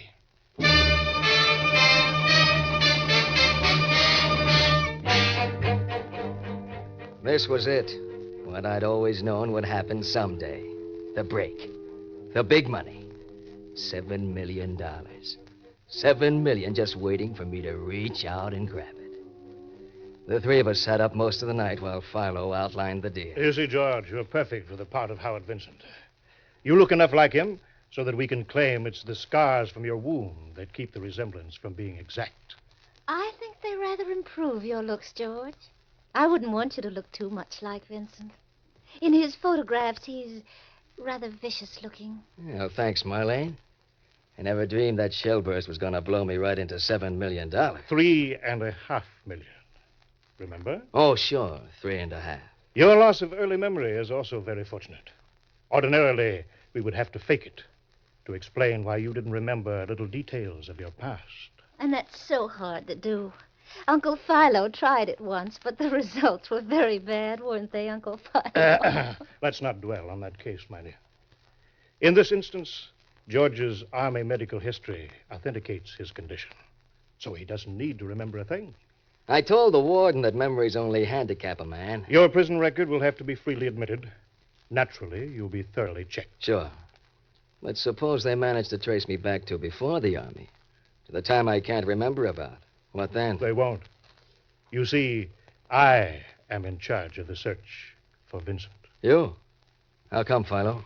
Howard Vincent was a typical rich man's son. Too much money, too much freedom. You know the story, George? Sure, I've read it a dozen times. Yes, back in 1941, he got mixed up in something really nasty and disappeared. Then the family got word he'd been killed in the wreck of the Western Flyer in Wyoming. You remember, 30 dead. Oh, but I forgot. You don't remember. I'll look it up in the papers. Go on. Uncle Philo flew out and found that a watch and a wallet belonging to Vincent had been recovered from the wreckage. There were also 3 bodies, any one of which might be Vincent. I get the picture. He was a little hard to identify by then. Yes, but I recognized one of the 3 as poor dear Howard Vincent all the same. However, I was already foreseeing, shall we say, future possibilities. Philo, now I know you're not honest. Well, I came back to report I hadn't been able to identify any of the dead as Howard. He might still be alive. So his father kept on hoping. When the old man died in 1945, he left his money to his son, provided Howard could be found within 7 years. And he left me an annual retainer to keep looking for him. And now, at last, you found him. No, my dear. Not for several weeks yet. You see, we have careful preparations to make. Very, very careful preparations.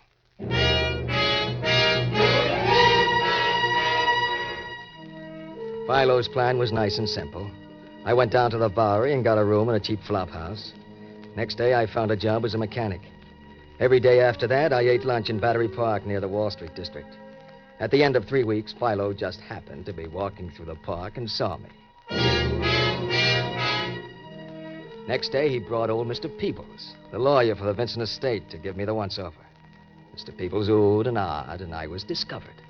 As easy as that. Of course, it didn't end there. They asked me a million questions. They traced my record, prison, army, hospital, wound, everything. They had high-priced docs check me over to be sure my lack of memory was on the level. But at the end of the month, they hadn't proved I wasn't Howard Vincent. And then Philo and I gave little Mr. Peebles the clincher. The old one, too. Well, Mr. Peebles, are you satisfied that we've really found Howard at last? Yeah, me, Mr. Davenport, I just can't seem to make up my mind whether he is Howard or not. I think he is, but be dreadful if we made a mistake. How completely right you are, Mr. Peebles. But I think I have the evidence that will settle our doubts for good and all. Why, it's a college history book. One of the books Howard used at Yale. Yesterday, I had an inspiration. I searched all of Howard's old books, and at last I found what I'd hoped for. See, here on page 98. Yes, a faded fingerprint in ink on the margin. Made one night 10 years ago when Howard was studying. The only fingerprint of his we've ever located. So it is.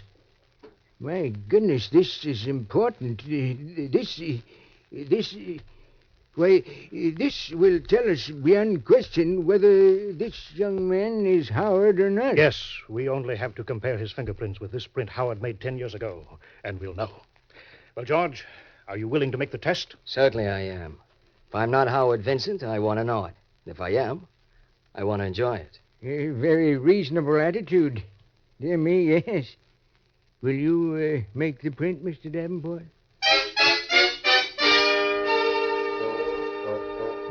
Well, Philo made a print of my index finger, and little Mr. Peebles squinted at it, then at the print in the history book. He spent at least 5 minutes doing it, mumbling to himself. This is an important moment. Very important moment. Dear me. Yes, I'm sure of it. The prints match. You are Howard Vincent. Congratulations, my boy. Congratulations. Of course the prints matched. Philo had faked that print in the history book a month before. I was in. The big money at last. $7 million. Yes, 7, not 3.5. I didn't have any more idea of splitting with Philo than of flying to the moon. Naturally, I didn't tell him that. Not yet. I sort of got the feel of things first. I settled into being Howard Vincent very, very quietly. You know how the big money works. Hush, hush. That's how I wanted it. But pretty soon I felt as if I'd been Howard Vincent all my life, and I began to enjoy it. But I couldn't put Philo off forever. And the showdown came one morning in my plushy private office at the very top of the Vincent building. Philo and Marlene were both there, and they got down to business fast. Well, George, you've adapted yourself to wealth very quickly. Enjoying yourself, eh? I certainly am, Philo. I always knew I was meant for this kind of life. It seems to come natural to me. I believe I could get used to it myself. Which brings up the matter of my split. Of course, Philo, but it'll take time. It has to be arranged. Very smoothly arranged. Oh, we understand that, George. It isn't that Uncle Philo distrusts you. He'd just hate to have a misunderstanding spoil our friendship. It's a big job, turning over half the estate without anyone getting suspicious. Of course it is, my boy. Of course it is. And I'm going to give you 2 years to do it in. 3, if you think necessary. But I will want monthly installments of at least $50,000 until the final settlement. $50,000 a month, but Philo... Oh, George, that isn't so very much. Out of all the millions you'd never have had but for Uncle Philo. Oh, all right. You win. $50,000 a month. I'm glad you're seeing it my way. And now that that is settled, we won't be meeting again, George. We won't? Why not? Uncle Philo means he'll feel safer if he's where you can't try to kill him, George. Kill him? That's ridiculous. I wouldn't dream of any such thing, Philo. You know that. Of course I do, my boy. Especially since as soon as I leave here, I intend to write out a complete account of this interesting affair and leave it with a friend to be forwarded to the police if anything violent should happen to me. Now, that's not necessary, Philo. Nevertheless, I shall feel better when it's done. Marlene, my dear, shall we go now? In a minute, Uncle Philo. I want to powder my nose first. I'll be right back. No hard feelings, I hope, George. It's only good business, you know, to take precautions. Of course there's no hard feelings. I'm still making out pretty good. Here, let me ring for the elevator for you. You might as well ride down in my private car. A private elevator? Well, great wealth has its privileges, as I hope to find out. Funny. I push the button, but I don't hear the car coming. Perhaps it's already at this floor. Try the door. All right, I will. Well, how do you like that? The door opens, but the elevator isn't here. The shaft is empty. Oh, that's very odd. There's something wrong with the mechanism. The door shouldn't open if the car... George, what are you doing? What are you grabbing me for? Let go of me, George! No! No!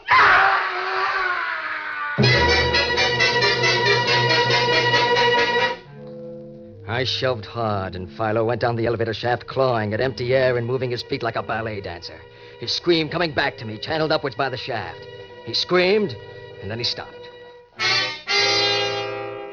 Yes, there was something wrong with the elevator, all right.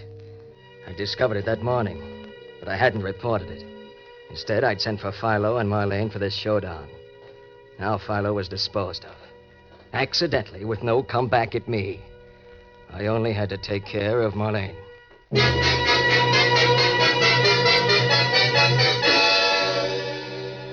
I closed the elevator door and stood there, trying to act calm, but the perspiration was popping out on my brow. They'd find Philo in a moment. Wasn't Marlene ever coming back? Then she came. Well, here I am. Well, George, where's Uncle Philo? Yeah, he's in the elevator. I'm going down with you. We'll stop at the bank. I'm making a small advance payment. In the elevator? Oh, all right. Open the door, George. Go on, open it. She wasn't close enough. I had to stall. Get her closer. Door seems to be stuck. Give me a hand, Marlene. No, thank you, George. I'd rather not. But, Marlene... Stay right there, George. Don't come any closer. You see, darling, I have a nice ladylike gun in my purse. Marlene, what is this? A gag? No, I didn't powder my nose, George. I found I'd forgotten my compact, and I came back. I was outside the door when I heard you talking about the elevator, and then Uncle Philo screamed. Poor Uncle Philo. I thought he was smarter than that. So did he. But he wasn't. A baby could have taken care of Philo. Well, go on. Grab the phone. Call the cops. I could. But what good would that do either of us? I don't get you. Uncle Philo is dead. I can't help him any. But you're not dead. And I can help you. Just what are you leading up to, Marlene? I know you murdered Uncle Philo. But you'd be safe And I couldn't testify against you.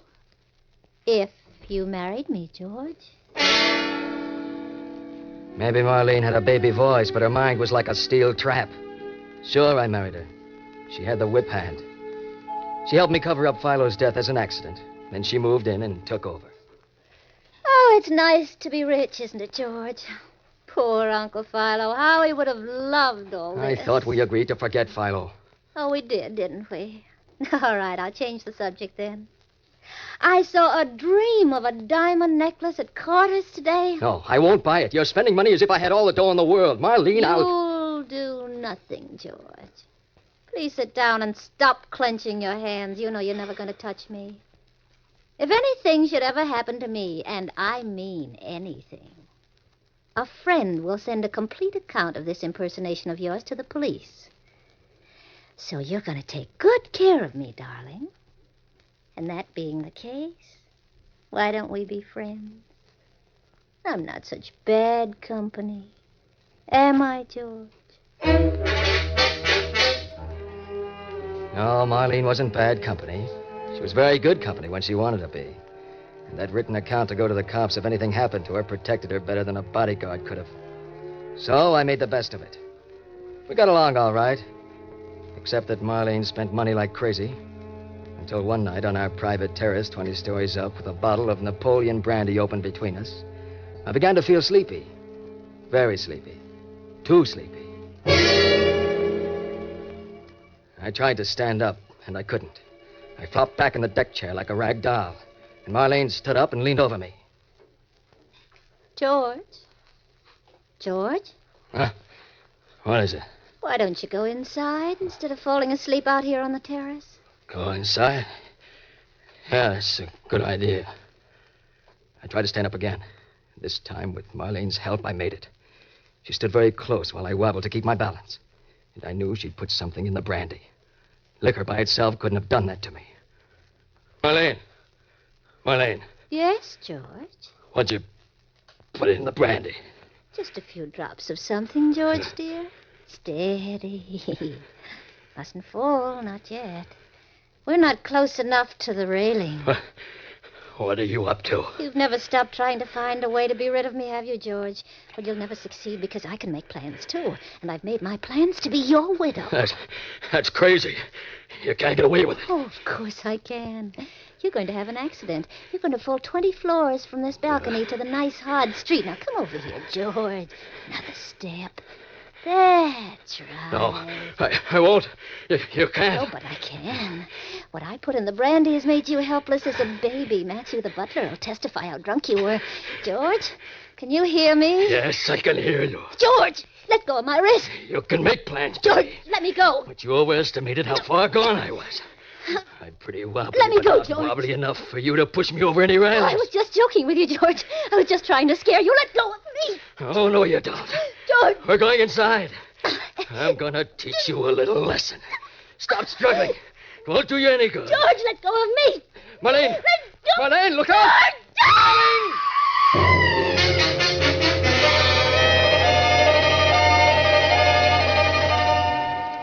She was gone. She went the same route Philo had taken. But this time I'd have given both arms to save her. I stood there trying to get hold of myself, and behind me I heard the French door open. I turned. It was Matthew, the butler, gargling at me. Mr. Vincent. Mr. Vincent. Matthew, you saw her try to push me over, didn't you? You saw her try to push me and slip and go over herself? Saw her try to push you over? Mr. Vincent, sir, I saw you murder your wife.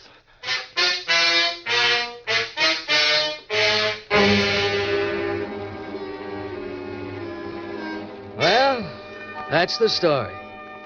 You, Mr. Peebles, and all you others. I sure had you fooled. Howard Vincent. That's a laugh. I was born in the gutters, but born for the big money, and I had it, even if it didn't last. After what Matthews told you, I know you'll never believe I didn't kill Marlene. And with those documents Marlene left to be turned over to the cops, well, I guess I've come to the end of the road. But you can't get the big money without paying for it somehow, can you? Oh, Howard. Howard, my boy. Yes, Mr. Peebles? Marlene didn't leave any documents. She didn't. But she said... Oh, that was just an effort to keep her hold over you. You see, shortly after we accepted you as Howard Vincent, we found a box of your boyhood toys. And among them was a paint box covered with fingerprints and dried paint. Then why didn't you nab me? Why'd you let me get away with it? Because they were your fingerprints. My boy, this was all so unnecessary. You are and always have been Howard Vincent.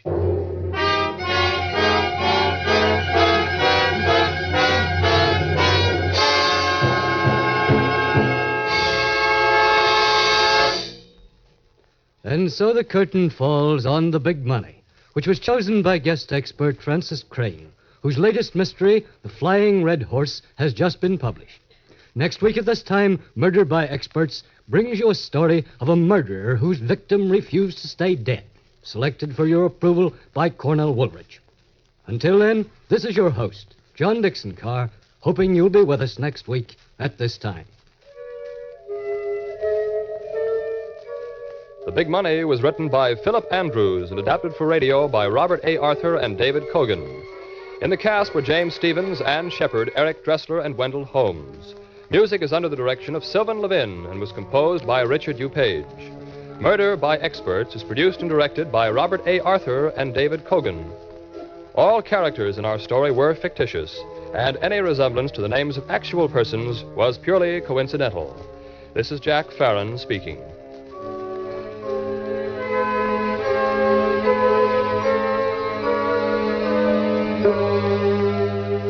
This is the Mutual Broadcasting System.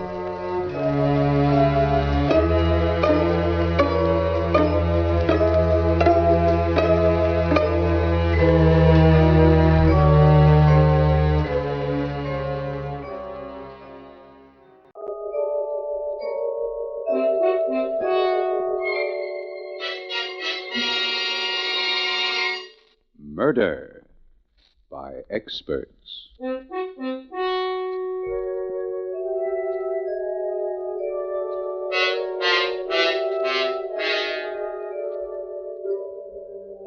The Mutual Broadcasting System presents Murder by Experts, with your host and narrator, Mr. John Dixon Carr, world-famous mystery novelist and author of the recently published bestseller, The Life of Sir Arthur Conan Doyle. Good evening. This is John Dixon Carr. Each week at this time, Murder by Experts brings you a story of crime and mystery which has been chosen for your approval by one of the world's leading detective writers. Tonight, our guest expert is the noted mystery novelist William Irish. From the many thrillers he has read and enjoyed, Mr. Irish has selected a most unusual story of mounting terror by Sidney Morris. And now we present Gertrude Warren and Bernard Grant in The Dark Island.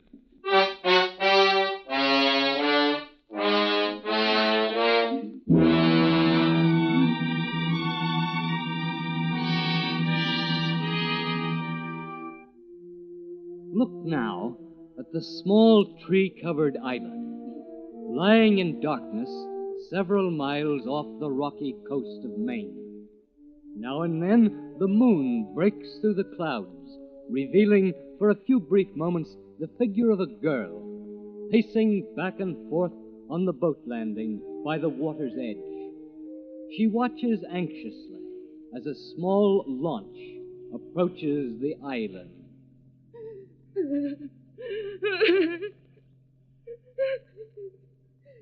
Why doesn't he hurry? Why doesn't he hurry? I won't stay on this island another moment. Not another moment.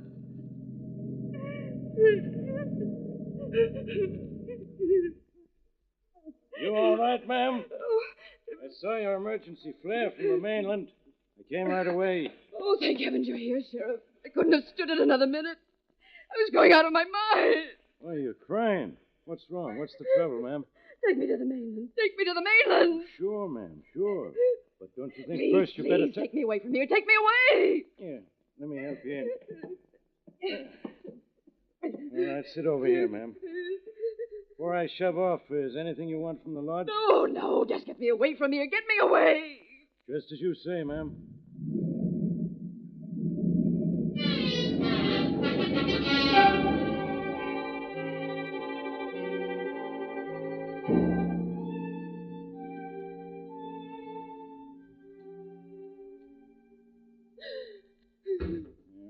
get the light. Yeah. Ma'am, this is my office. And have a seat.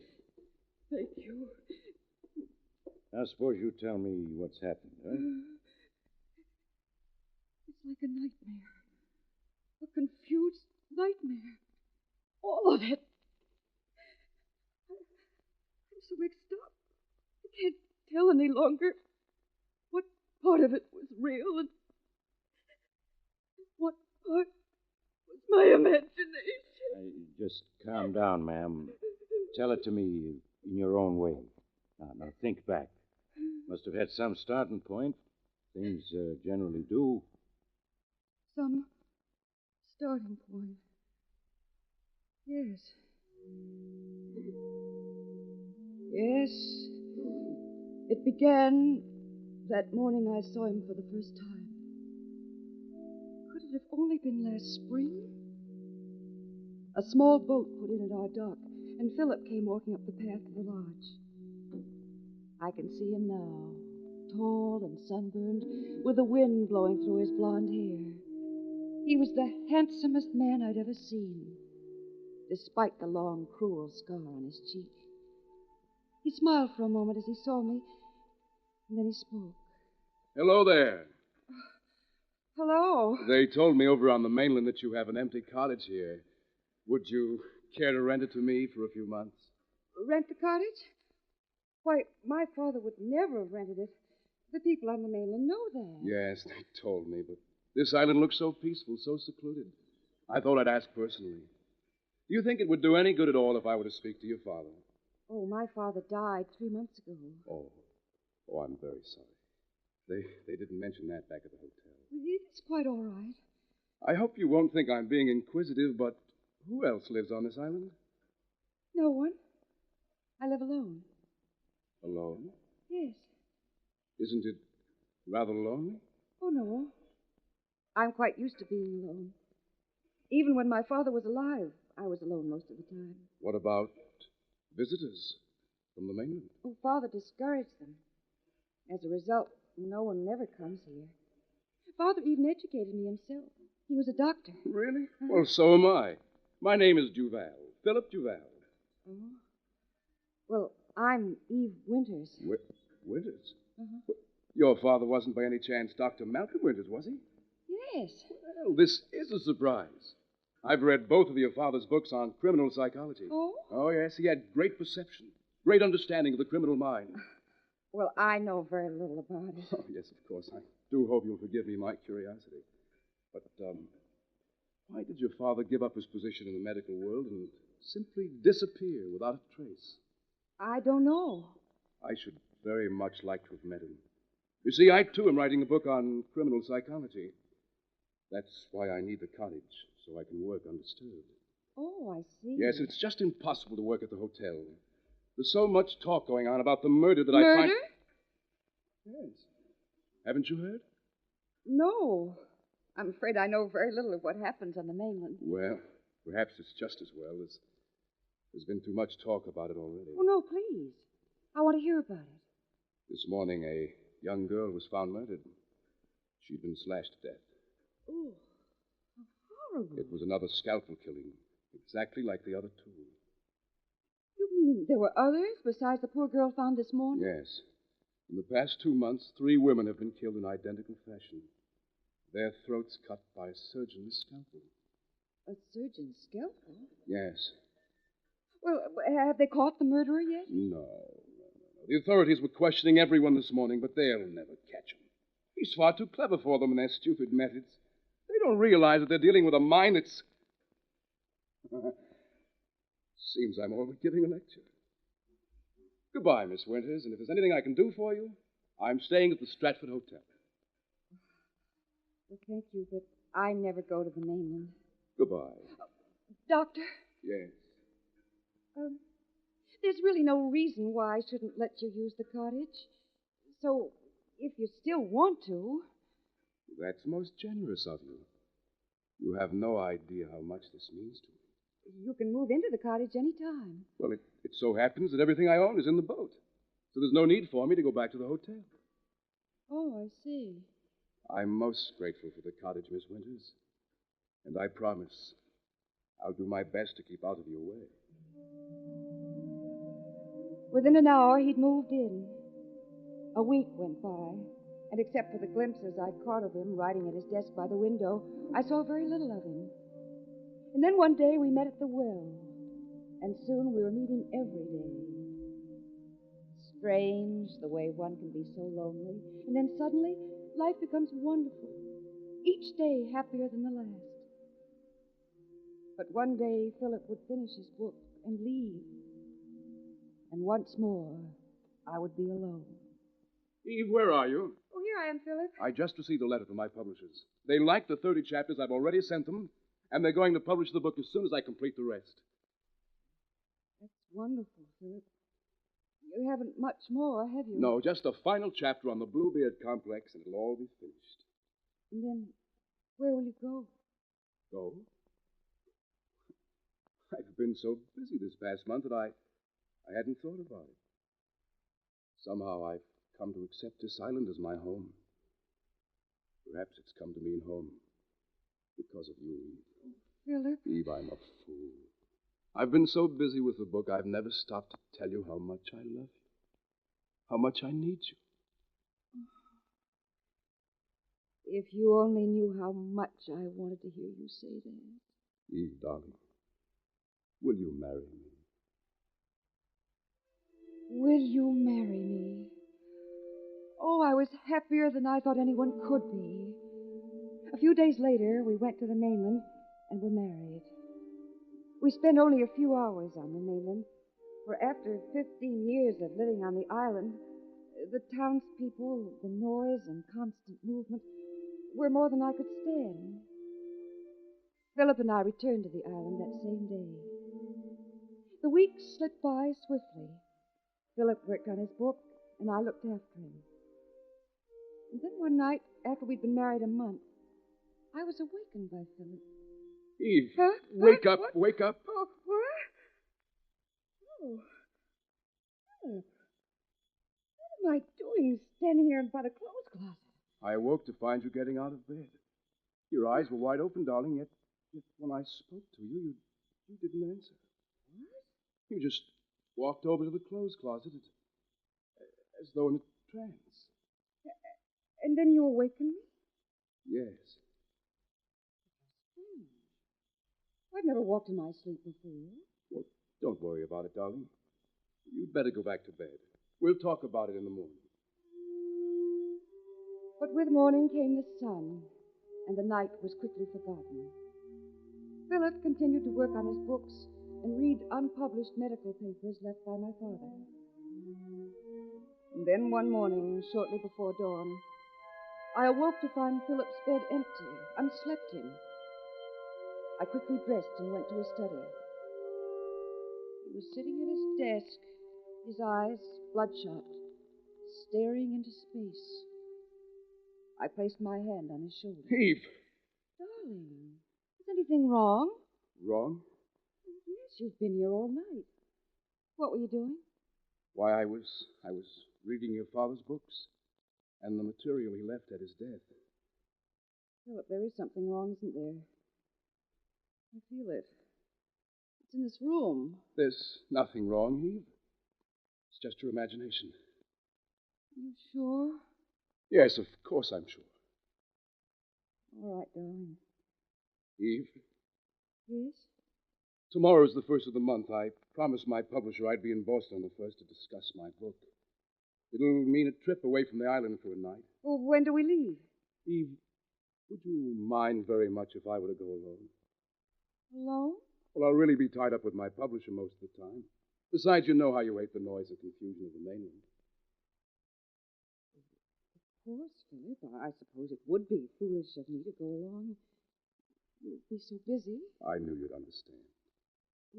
When do you think you'll leave? I'll have to take the noon train to Boston.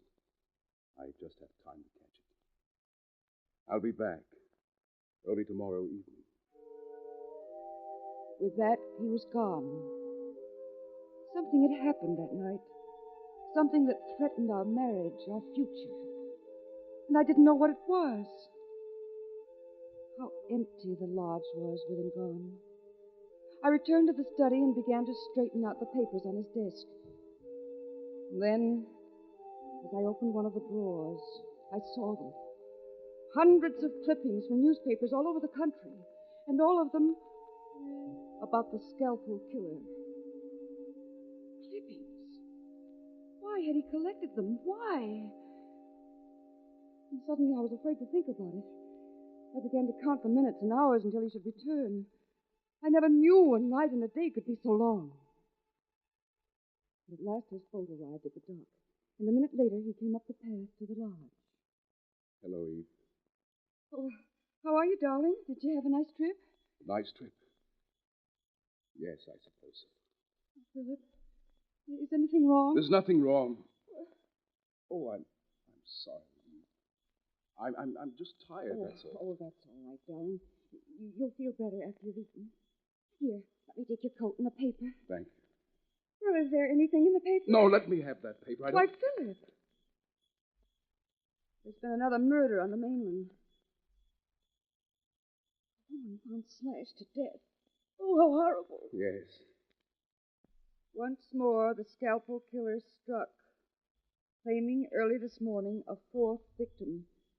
Police would make no statement other than to say that the use of a scalpel by the killer indicates that a doctor... Must you go on reading that? Isn't it enough that they're dead? Oh, I'm sorry, Eve, darling. I heard quite enough about it on the mainland. It was the only topic of discussion. Yes, I understand. I won't mention it again. Thank you, Eve. It's good to get away from all that talk. To me, this island represents escape. Escape from the mainland. And all that happens there. Escape? What was there to hide from? It couldn't be. It couldn't be. And yet, the clippings in his desk. The violent outburst when I'd read the newspaper story. His strange behavior in the past. A picture began to form. A picture I could no longer bear to look at. Weeks passed, and we were as strangers. And then one night, I was awakened by a pair of hands on my throat. Don't be frightened, Eve. It's nothing. Why did you put your hands on my throat? You were tossing in your sleep. I just wanted to see if you had a fever. No, I'm all right. Why are you trembling? I don't know. Oh, Philip, what's wrong? Nothing, Eve, nothing. It's just your imagination. No, it isn't. Is it anything to do with the murder of those 4 women? What makes you ask that? Is it because of the murder? No, I tell you no! You must stop talking about them. Do you hear me? It's all right, Philip. I've got to make another trip to Boston. See my publisher. Another trip to Boston? Yes. I just have time to catch the morning train. How long will you be gone? Just overnight. Philip, What were you going to say? Nothing. Here, let me help you pack. You needn't bother. I'm only taking a few things. Scalpel. Why, yes, I thought I'd take your father's instruments to town, have the instruments polished. Are all the scalpels in your bag? Yes. Why do you ask? Well, I just wanted to make sure you hadn't forgotten any. Oh, Philip, why do you look at me that way? I'm thinking of 4 women. 4 women who were slashed to death. Philip looked at me for a moment. Then without a word, he left. And suddenly I realized if a murder were committed that night, there would be no escaping the truth. I could do nothing but pray and wait. The day dragged into the night, and at last dawn came. Soon he'd return, and I'd know everything. Everything. Eve? Oh, here I am, Philip. How was the trip? Philip, what's happened? Last night, another woman was murdered on the mainland. Oh, no, not another. Yes. Her throat was cut. like the others. Don't tell me anymore. I don't want to hear about it. Then you know everything. I suspected it for months. Only I could never bring myself to believe it. Eve, there's only one thing left to us. One thing left to us? Yes. We must die together, so that innocent people may live in safety. Philip, what are you saying? I don't want to die. I know you don't, darling, nor do I, but can't you see it's the only way out? The police are bound to find them. The murderer. It's just a question of time. Look, let's not wait and live in fear. We'll go to the police and confess. No, I couldn't stand to go through all that. But I don't want to die, and I won't. Please, Eve, darling, don't make it difficult. You know I can't allow you to live. It's too dangerous. So that's it. Get rid of me so you can go on living in safety. You know better than that, Eve. I love you. When you die, I shall follow you. No! I won't let you kill me. I've got to, darling. I'll try not to hurt you. Philip, now you stay where you are. Stay where you are. I pray this wouldn't be necessary. But last night's murder leaves me no choice. You must die. You stop following me, Philip. I'm warning you. What are you getting from under that coat? Don't move, Philip. If you come any closer, I'll shoot. After what I've been through, a gun doesn't seem very fair. I'm warning you, Philip. I'll shoot. I'm not going to die for your crimes. My crimes? Yes. You've killed 5 women, but I shan't be the 6th. You believe I murdered those 5 women? Well, you've admitted as much. Eve, darling, put that gun down and listen to me, please. You know the reason your father brought you to this island as a child. No, I don't. I do. And haven't you ever wondered why he practically kept you a prisoner on this island? Educating you himself. Oh, you're trying to put me off my guard with this talk. Now, you stay where you are, Philip. Among the papers your father left upon his death, I found some which gave a clue as to the reason he retired to this island. What? Yes. It all began when you were 10 years old and lived in Boston. Your father found you one night walking through the house in a trance. Oh. Night after night, your father stayed up watching you. Then one night, while in a trance, you strangled your cat to death. Oh, you're lying. Think back to when you were 10 years old. Didn't you have a cat? And then one morning it was gone? Well, it had run away. Father told me He so. was hiding the truth from you. He destroyed the body. And then a few days later he got you another cat. And it disappeared. That cat also ran away. It didn't run away any more than the first one did. You killed it, Eve, in the same manner. Oh, you're clever, Philip. But I know something of psychology. You can't break me down with such a story and take this gun. Listen to me. After observing you for some time, your father realized you were a schizophrenic. Oh. A female Jekyll and Hyde, a split personality with uncontrollable homicidal tendencies. You won't break me down, no matter how clever you are. It was then that your father knew that no one was safe as long as you were free. So he gave up everything he valued and brought you to this island, virtually becoming your jailer. I'm afraid your story doesn't hold. I was always free to go where I pleased. Yes, for you weren't dangerous when you were awake. But when you went to sleep each night, didn't your father always see to it that you had a sleeping drug? No. Think. Wasn't there some special drink you took before you went to bed? Only hot milk. Then that was it. As long as your father lived, he was able to control your sleeping hours. But when he died, the drug was no longer administered. And you began to walk at night in a trance. No. The first murder occurred exactly a week after your father's death. You were following your subconscious will to kill. You've never explained where you were the night that first woman was killed. A month after the first murder, you left this island again. Your father's scalpel in your hand. And another girl was found dead on the mainland. Her throat cut. I never left this island from the day I returned from my father's funeral. You never remember having left this island, for when you woke up the following day, you were back in your own room. When I came to this island and told you about the murders, you were naturally shocked. Your conscious mind was not aware of what you had done. You tell a convincing story, Philip. But you haven't explained why you came to this island with all your baggage, just a few hours after a murder had been committed. Well, it's very and simple. Explain the hundreds of clippings you have, and why you tried to strangle me 2 nights ago. Strangle? And tell me why you took the scalpels with you yesterday. Oh, no, I know you're the murderer, and I'm going to turn you over to the police. I've sunk both boats. You'll never go to the police. You're mad. You're completely mad. I can't allow you to go on living. Philip, stop coming toward me. I don't want to shoot, but you're forcing me to. I've got to kill you. I've got to. Philip, don't, or I'll shoot. Oh.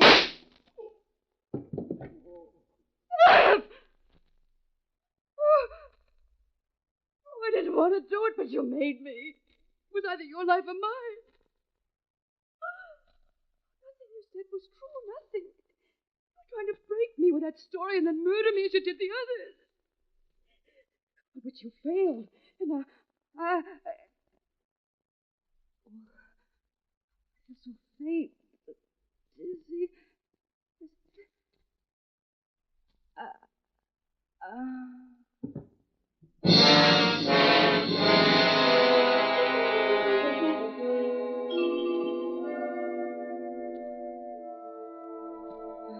When I recovered consciousness, I found myself in my own room. It was just dusk. There was a deathly stillness about the lodge. I got up and went into the living room. Philip's body was on the floor, barely discernible in the dark.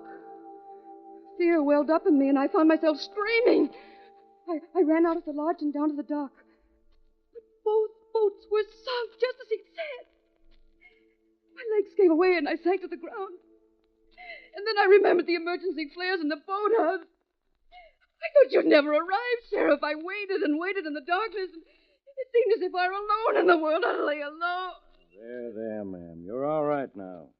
You gotta get a hold of yourself. It's all over now. I didn't mean to kill him. I didn't mean to kill him. Of course you didn't. It was either him or you. You say he was blond, 6 feet tall. He had a deep scar on his cheek. Yes. He once stayed at the Stratford Hotel, Yes. huh? I remember seeing him now. I recall he slipped off from the hotel when we started questioning the guests. I wondered about him a couple of times. Guess I should have followed him up. Might have saved the lives of a few innocent women. Oh, come now, ma'am. Crying won't do any good. It's all over now. You're safe. Here, lie down on this couch. Stretch out. Get a little rest. That's it. A couple hours, it'll be dawn. You'll feel better when you see the sun shining. You won't leave me, will you? No. I'll stay here with you. While you're getting a little sleep, I'll write out a report of what happened. I couldn't bear to be alone. No, you won't be. Close your eyes. Try to get some sleep. That's it. That's it. Poor girl. Well, it's all over now. She can sleep in peace.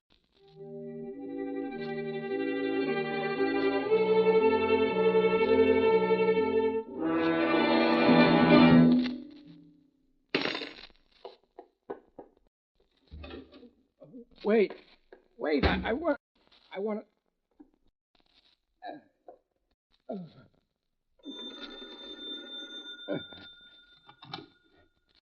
Number, please. Agnes, get me Judge Donnelly. Yes, Sheriff.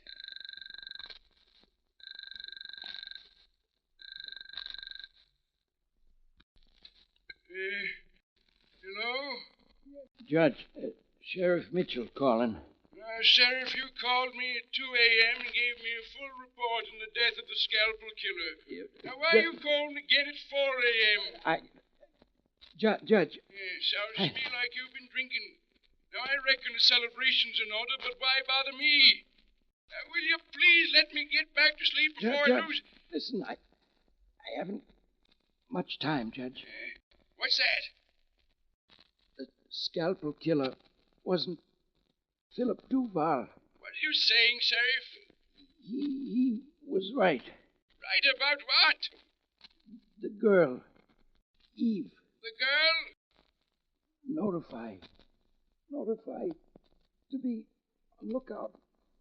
Brunette, 5 feet 4, gray eyes. You've had one too many, Sheriff. First you phone and tell me it was Duval. Then you say it's the girl. Now, what proof have you got she's guilty? There's a scalp on the floor, Judge. And my throat. I'll never live to finish.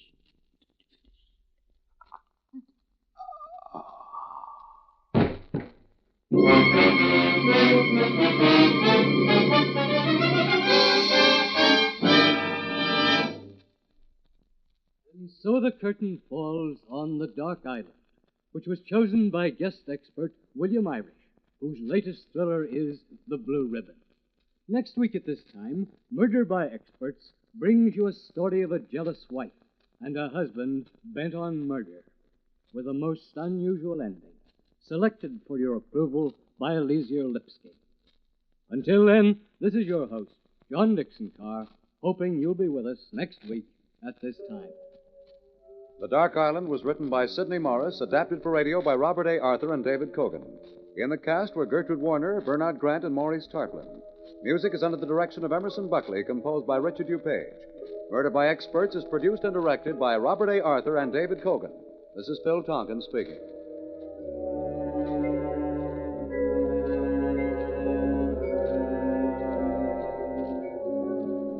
This is the Mutual Broadcasting System.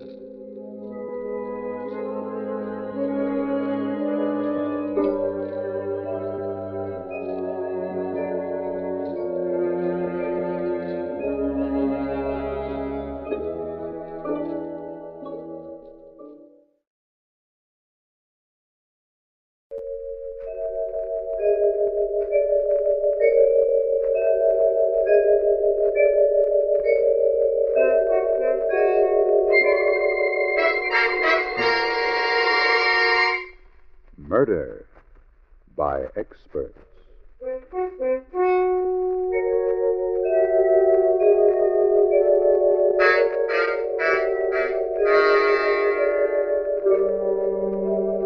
The Mutual Broadcasting System presents Murder by Experts, with your host and narrator, Mr. John Dixon Carr, world-famous mystery novelist and author of the recently published bestseller, The Life of Sir Arthur Conan Doyle.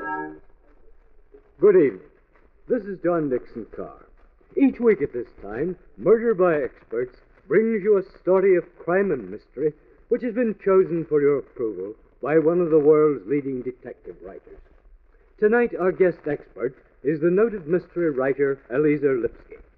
From the many thrillers he has read and enjoyed, Mr. Lipsky has selected a fast-moving, sardonic story by Joseph Roscoe. And now we present Kenneth Lynch in Dig Your Own Grave.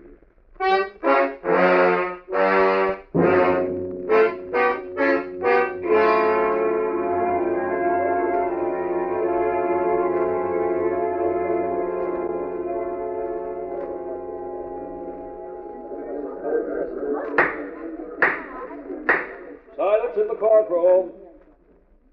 Eric Green, answer the question. Did you or did you not kill your wife?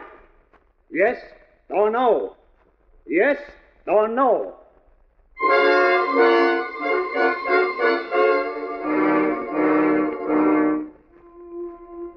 Yes or no? That's a good one. How can I answer it like that? Just plain yes or no. I've been wondering myself, who was the killer? Me or that crazy, suspicious mind of hers? My wife was a very strange woman, and I want to get you inside that mind of hers. You'll know then just how it is that a wife could dig her own grave.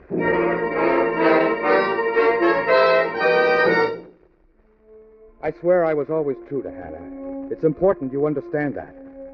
Up to this incident, I never even looked at another woman. She'd never believe me, though. Never. You don't fool me, Eric. You were quite a lady killer when I met you, and men don't change their spots. When she met me. But what the years had slapped me down to. Time and a nagging wife, all the jobs she cost me, all the future with her suspicions. Don't lie, Eric. You're clumsy at it. My mind works faster than yours. There's a woman in your life somewhere. She was driving me crazy. She didn't trust me. Why should I trust you? How about the times I phoned you at Charlie's poker parties and you weren't there? I won't be satisfied until I've found that other woman you're playing around with. I'm trying to get you inside that mind of hers, you understand? I swear there was never any other woman up till that time. And then one day, suddenly, through a silly circumstance, Hannah got the wild notion she'd at last discovered who her rival was. It's that young Betty Heath, that little actress who lives across the street. But, Hannah... Don't lie. I saw it with my own eyes, didn't I? You mean about the dog just now? Yes, about the dog just now. But I can explain that if you'll only You listen. can explain everything, can't you, Eric? But I'm one person you can't fool. Hannah, for heaven's sake, where are you going? I'm going across the street to scratch her eyes out. Hannah, you'll disgrace us before the neighbors. I swear I don't even know the lady. Hannah. Hannah.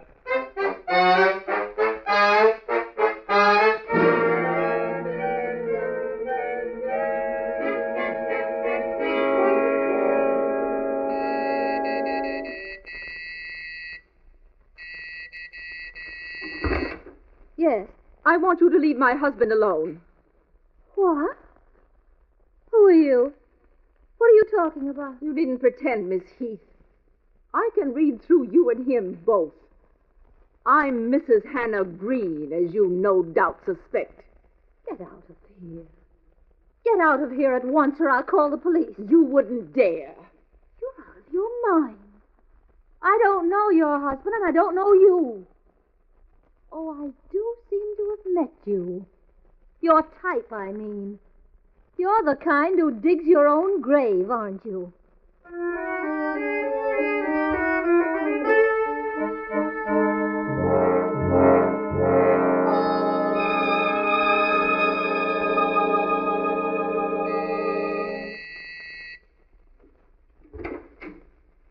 Miss Heath? Yes.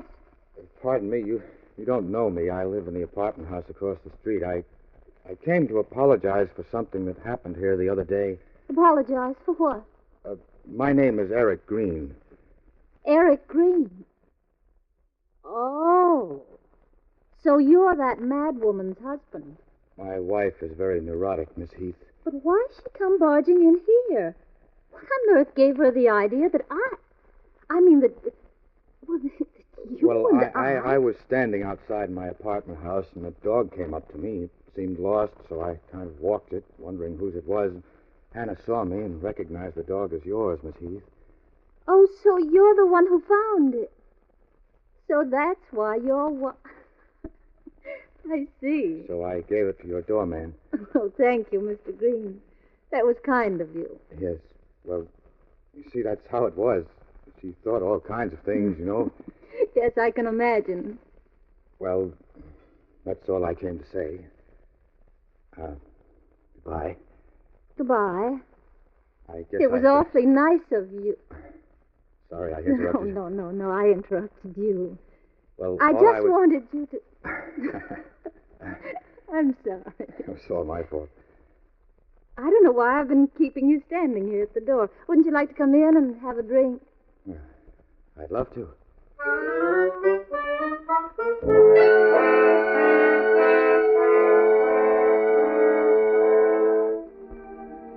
That's how it all began. For 8 years, I hadn't looked at another woman. Then fate, in the guise of an unwitting Hannah, had introduced me to Betty Heath. It became a secret love that never would have been born if the twisted mind of a jealous wife hadn't conjured it out of thin air. I missed the next 3 Saturday night poker sessions.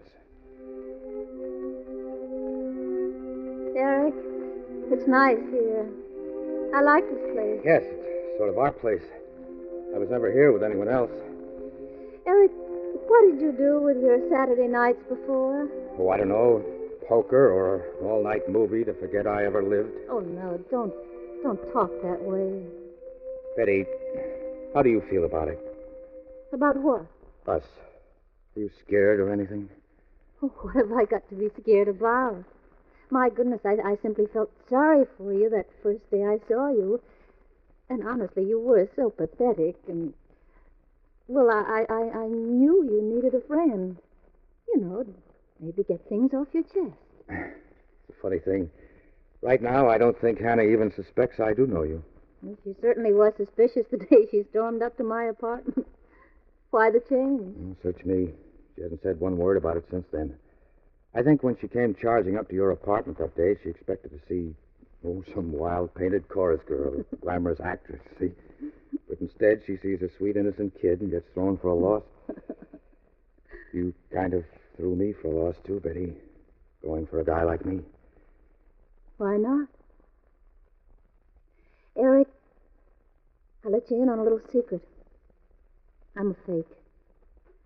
I've no acting talent whatsoever. Oh, Betty. I can't get jobs. I'll never get anywhere. What I really want is to get married.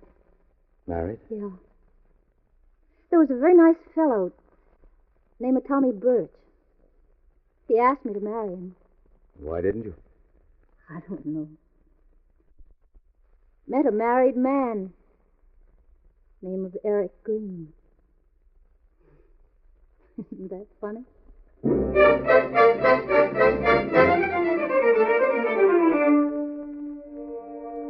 Yes, that's how it all began. A drink, we talked, saw each other a few times, and we were in love.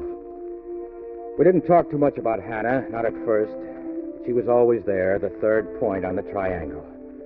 The longer Betty and I went on seeing each other, the more she crowded into my thoughts. Until the day came. It had to happen. Eric, it can't go on. It's got to stop.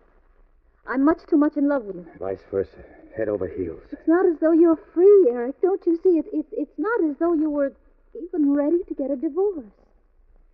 How many times have you gotten that off your chest to me? Bonds and ties.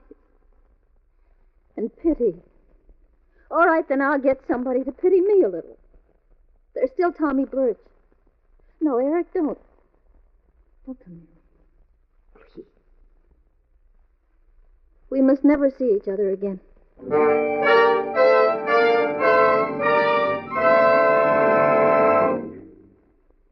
Eric, why are you sitting there so moody? Please, Hannah.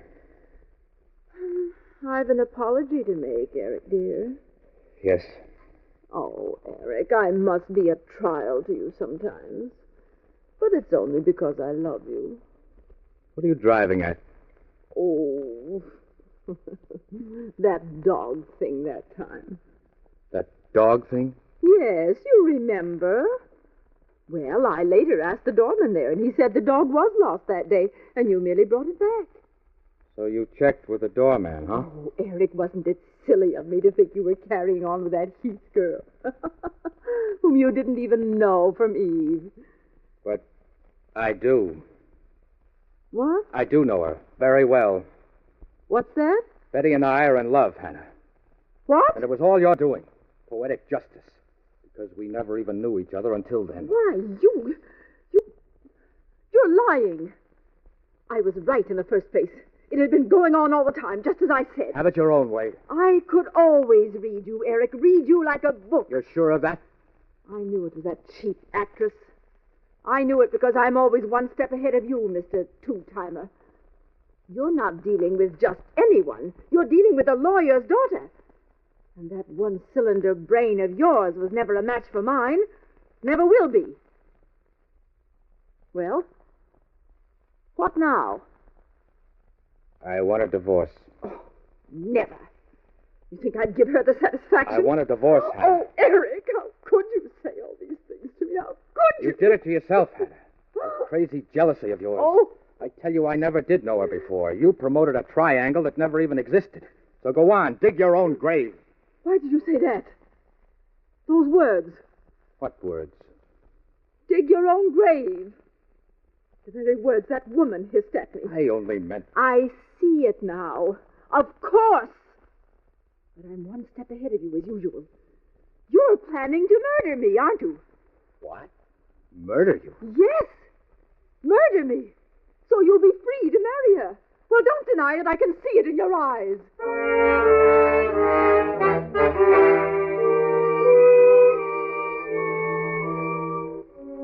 That was the seed.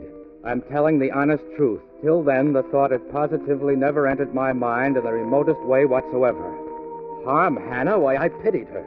Even still loved her in a way. But somehow... Yes, kill me. You want to kill me, don't you? You want to kill me. I know.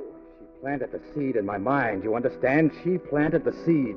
Young and pretty, eh? That's the way you want one when I'm out of the way. She hammered the thought into my brain. Always know what's in your mind, don't I? It'd be heaven, wouldn't it? Heaven, wouldn't it, when I'm dead? Good heavens, stop it, Hannah. Can't stand to hear your thoughts spoken aloud, can you? You don't fool me, Eric Green. I'm sharp enough to even see how you intend to murder me.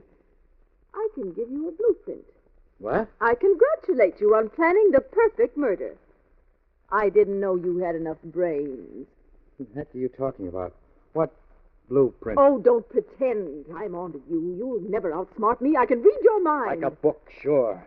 Oh, please, Hannah. Me and Betty have decided to give each other up, if you want to know. So why on earth would murder enter my mind? Who do you think you're kidding, Eric? If she only knew it, that suspicious mind of hers was digging her own grave. Because now I really began to ponder a murder. If only I could extract that foolproof method from her. If I could be sure Betty still wanted me. Eric? Hello, Betty. May I come in? Yes, of course. Thanks. Eric, I thought we weren't going to see each other again. I know, but Betty, I want you to wait. Give me a little time. A little time? Yes. I think Hannah is weakening. You mean she might give you a divorce? Yes. So if you still want me... Oh, Eric. Of course I still want you. But are you sure? Because I may as well tell you, Tommy Birch, well, he asked me again to marry him. Are you certain Hannah will give you a divorce? Yes, I swear it. Just wait a while longer, a little while longer, Betty, and you'll see. I have a plan to get her to divorce me.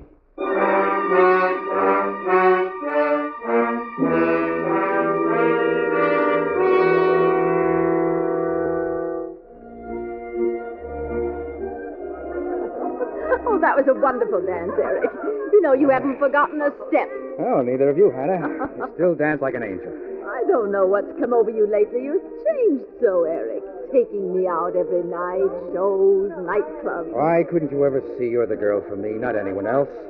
You and that busy mind of yours. Oh, I'm sorry, Eric. We went over all that, and I said I'm sorry. That woman across the street, for instance. Couldn't you see I was just pretending all that business to teach you a lesson? Oh.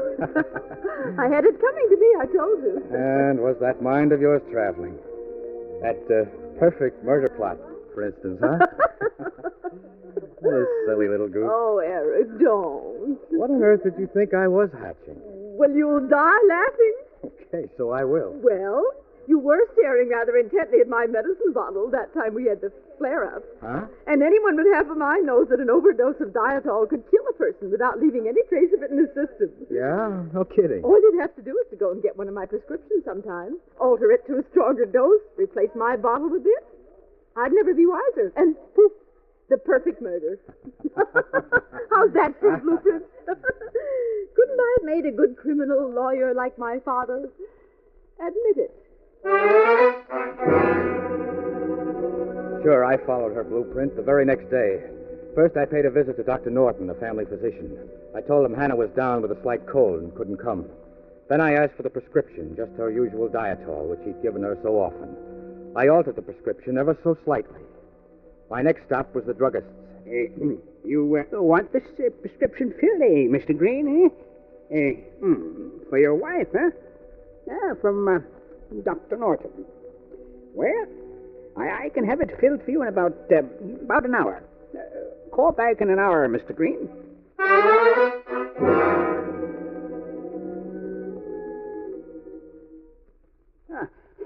I see you're back, Mr. Green. Yes, is my prescription ready? You mean your wife's prescription, Mr. Green? Yes. The dietol refill? Yes. Is it ready? Oh, what's the matter? Is it ready or isn't it? Are you asking about the prescription you left in this drugstore about an hour ago, Mr. Green? Why, yes. Why do you ask? What's wrong? Who are you? Detective Santini. Come with me, please. You're under arrest, Mr. Green.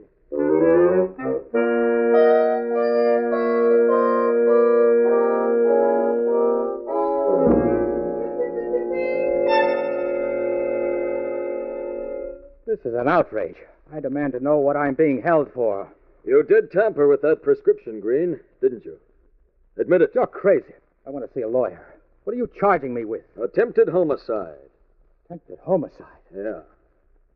You know, Green, when your wife reported her suspicions to us and demanded action, we thought she was crazy. What? We took routine action anyhow. She never at any time stopped suspecting about you and that other woman. Suspecting? That's right. What a head that woman has. Knowing you were going to kill her, she directed your efforts the better to foil. No. Oh, no. And now, Green, what was the name of that mouthpiece you wanted me to call in? Because, brother, you're sure going to need a good one.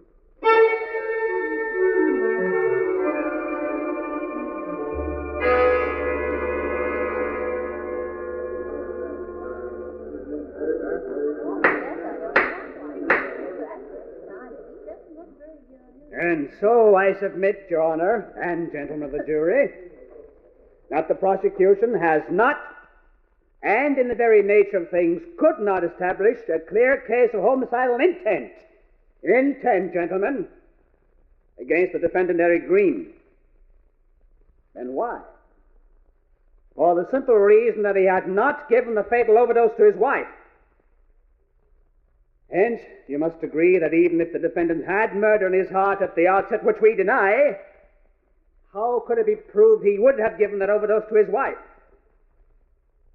Might he not have had a change of heart? Might he not have changed his mind and thrown that deadly liquid into the nearest gutter?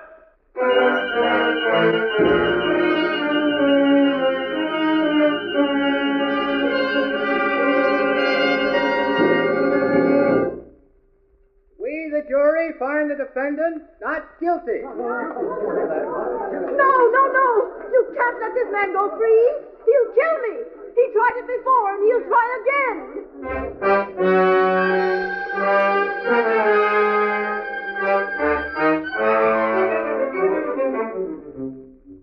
Congratulations, Mr. Green. We can't give you the electric treatment yet. But you'd better see that your wife stays healthy. Because from now on, if anything happens to her, brother, you're it. I was a ruined man from that moment. Acquitted, huh? That made a difference to people, huh? As far as the world was concerned, I was a would-be murderer, something black and evil, to be shunned like a leper. I lost my job. After 9 years with the same firm, I lost my job. And no one else would hire me. And my friends, even the guys that knew me all my life, none of them were in when I phoned. They crossed the street to avoid having to talk to me.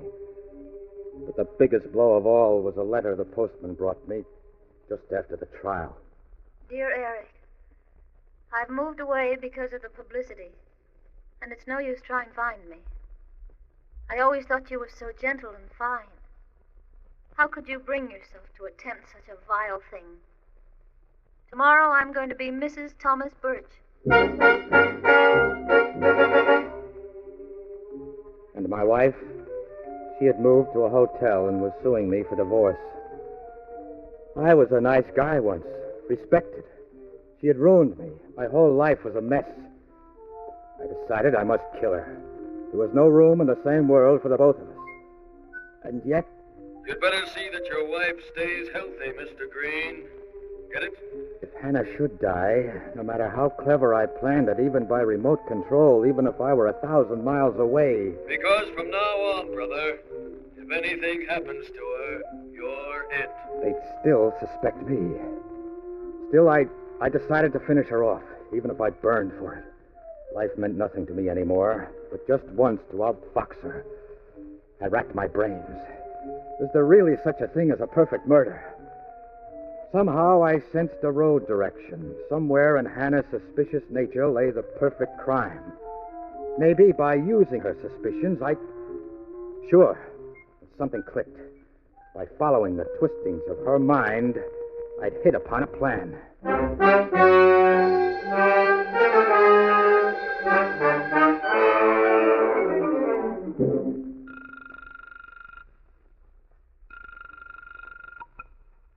Hello? Hannah, this is Eric. Hannah, don't hang up, please.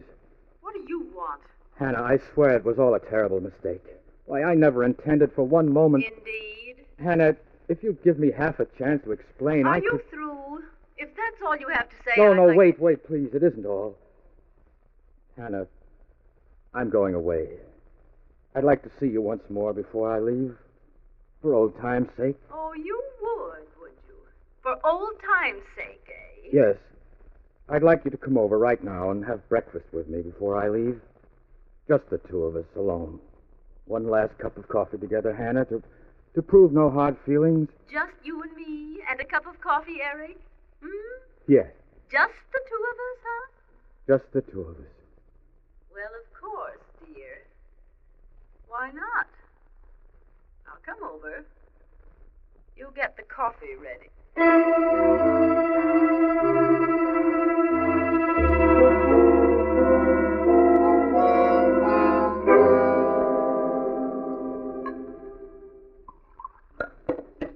There, one for you, Hannah, Thank you. and one for me. And now, I'll let you in on the real reason for our little get-together. Yes, Eric?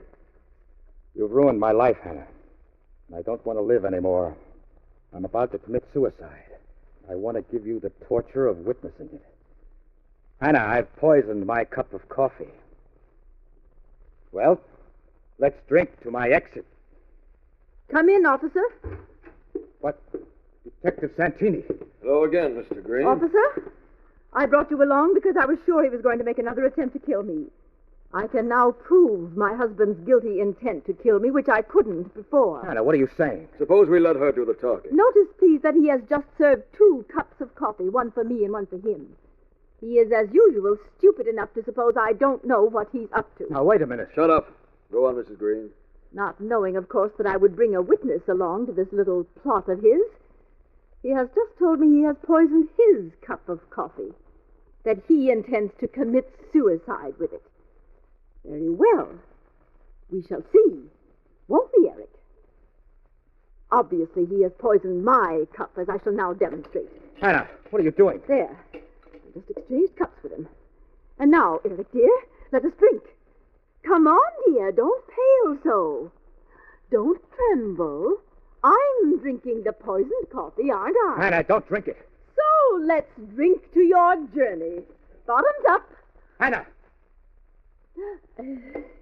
There, you see, Eric.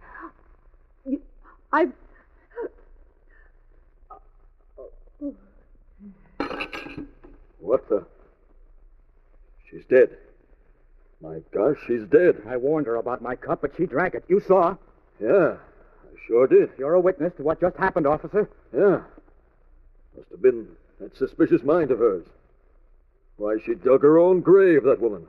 Why... Oh, yeah? You're not getting away with this, Green. What? I'm arresting you for the murder of your wife. What are you talking about? It was an unfortunate accident, that's all. Was it? I'm innocent. Are you? You were a witness? Now was I? An eyewitness. That crazy mind of hers dug her own grave, didn't she? She sure did. And that's just it. I've an idea, Mr. Green, you could have planned it all this way. Every step. Knowing how your wife's mind worked, you could have known what would happen. Exactly from the time you invited her over for coffee. Anyhow, suppose we let the jury decide.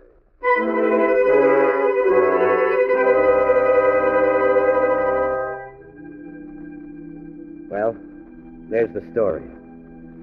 You asked me, did I kill my wife, yes or no? You see why I couldn't answer it like that? Yes or no? Who was the killer?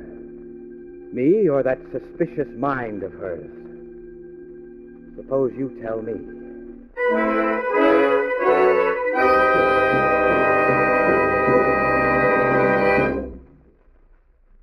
And so the curtain falls on Dig Your Own Grave, which was chosen by guest expert Eliezer Lipsky, a former assistant district attorney of New York and author of the memorable Hollywood film Kiss of Death.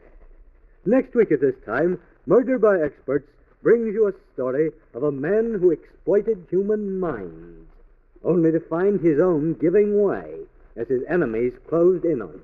A story selected for your approval by Patrick Quentin. Until then, this is your host, John Dixon Carr, hoping you'll be with us again next week at this time. Dig Your Own Grave was written by Joseph Rusko. In the cast were Kenneth Lynch, Ann Shepard, Hester Sundergaard, Ron Dawson, and Jimmy Stevens. Music is under the direction of Emerson Buckley. Music was composed by Richard DuPage. Murder by Experts is produced and directed by Robert A. Arthur and David Cogan. All characters in our story were fictitious, and any resemblance to the names of actual persons was purely coincidental. This is Phil Tonkin speaking.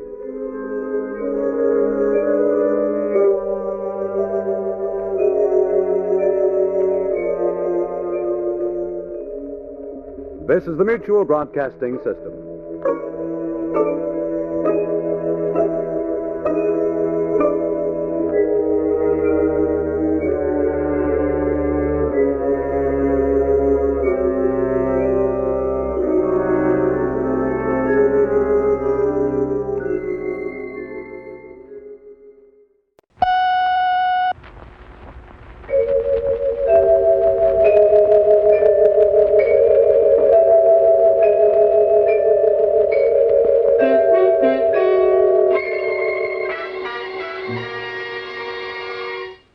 Murder by Experts.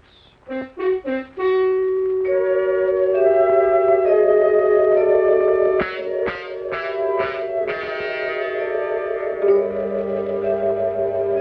Mutual Broadcasting System presents Murder by Experts with your host and narrator, Mr. John Dixon Carr, world-famous mystery novelist whose books have been published in 17 languages, have sold over 10 million copies, and who is author of the recently published detective novel, Below Suspicion.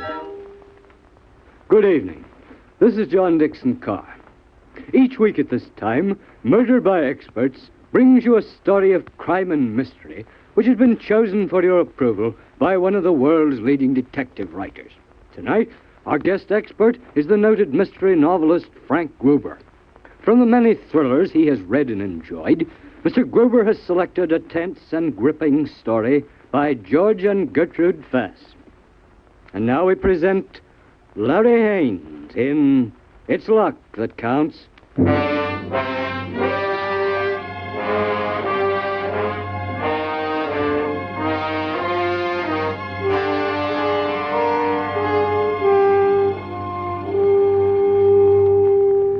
When you're down on your luck, you can't expect things to break right. You see a dime lying on the street, you go to pick it up and get swiped by an auto. Or you snatch a bag from a rich-looking dame and all you find in it is 6 cents and a lipstick. You know what I mean. So when the bartender in this Pittsville dive told me to scram, I guess I should have listened to him. Now, look, Crumb, keep your hooks out to free lunch. Quit bothering the customers. Nobody's going to buy you a drink. I'm not bothering anybody. Well, just you standing there bothers me. Just because I'm near the freight yards, every bindle stiff in the county thinks I run a club for hobos or something. If I told you once, I told you a dozen times to shove off. But hey, what's going on? What are the cops coming here for? All right, folks. Stand right where you are. Hey, what is this? Keep your shirt on, Delaney. This is a raid. Commissioner's orders. Hey, you there. Come over here. I didn't do nothing. All right, search him, Plucker. What for? What have I done? Never mind. Oh, but I... Hey, you. You in the brown suit. Get over there with the other one. And you there, Red. Go on, get over there. Hey, you. You're a new face. What's your name? Me? Yeah, you. Matthews, Dan Matthews. Where do you live? I'm just passing through. Get over with the others, Matthews. But I haven't done anything. Get!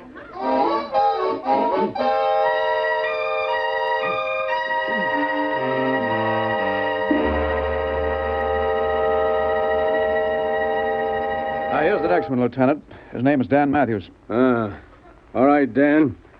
Now here's your chance to come clean. Why did you kill him? Kill?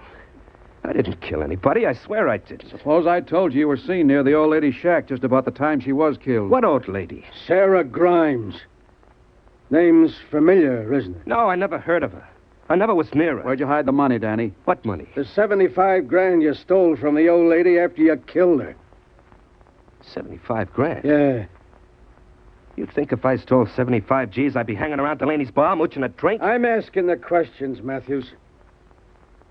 Now, where were you Tuesday night between 8 o'clock and midnight? Well, if that's when it happened, that lets me out, Lieutenant. I was in Delaney's bar all that time. Ask him if you don't believe me. He'll tell you. Oh. All right, Matthews.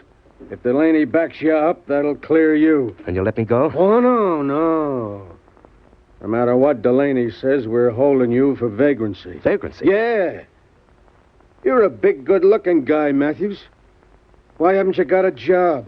Well, This city doesn't like bums, Matthews. Especially bums from out of town. We got enough of our own. Hey, Sergeant, take Matthews back to this cell and bring in the next one.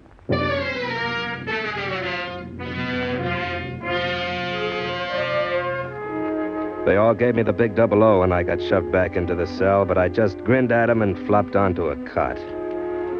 They still had it coming. All of them were guys like me, all except one. He was about 40, big, and he wore a neat pinstriped suit. I could see he was really sweating under the cool front he was putting up. Presently, he came over to me. Hey, fella. Yeah? What are they looking for? Listen, they question you. What are they trying to find? I don't even know why they arrested me. You mean they just picked you up and pulled you in without telling you what for? Yes. I was just opening up my pool parlor when the cops came. Hauled me up without a word. But what for? Why? You know what they want? Yeah, sure I know. They're looking for a murderer. Murderer? Who was killed? Some old crow named Grimes. Sarah Grimes? Yeah, you know her? Of course I know her. She was a friend of my old lady. Oh, well, she's dead. Head smashed in, blood all over everything. According to the cops, she had $75,000 hidden in that tumble-down shack of hers, maybe more. 75,000? Yeah. Well, what have I to do with this?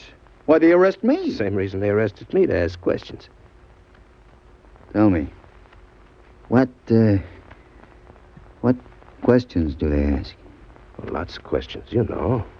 Do they do anything else? What do you mean? They search you? Examine your clothes?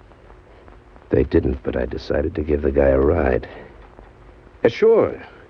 Sure, they go over you from head to foot. Examine your clothes under ultraviolet for blood stains, look into your cuffs, your shoes, socks, everything. Why? Nothing. Listen, fella. Danny's the name, Danny Matthews.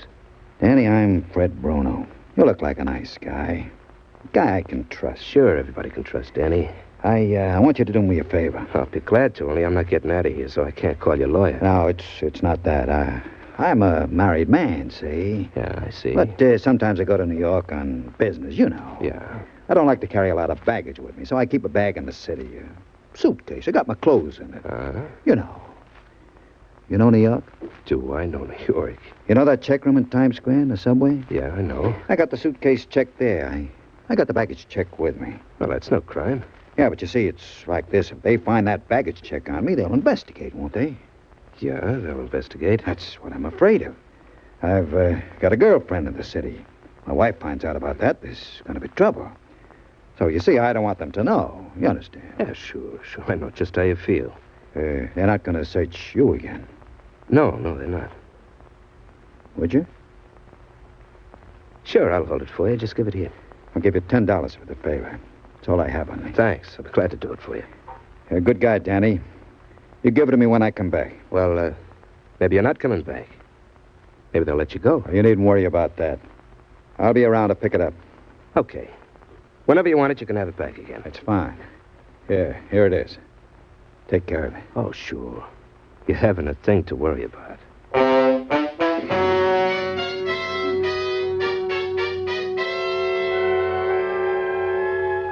Well, Fred Bruno didn't come back to the cell, so I knew the police didn't have enough on him to hold him. A couple of hours later, I was hauled into night court and was handed a 30-day stretch for vagrancy. I hadn't been in a week when they told me I had a visitor. Fred Bruno. He didn't waste any time getting down to business. Where is it? Where's what? The baggage check. What baggage check? I don't know what you're talking about. Don't fool around with me, Matthews. I tell you, I don't know what you're talking about. I warn you, Matthews. I want that check. If I don't get it, you're not going to like what happens to you. Maybe I better call the screw. You're threatening me. Maybe I'd better tell him you want a baggage check. Suppose they were to find that check, Bruno, and find the suitcase in your girl's picture in it. Your wife isn't going to like that. All right, Matthews. You're asking for it. And you're going to get it. Right in the neck.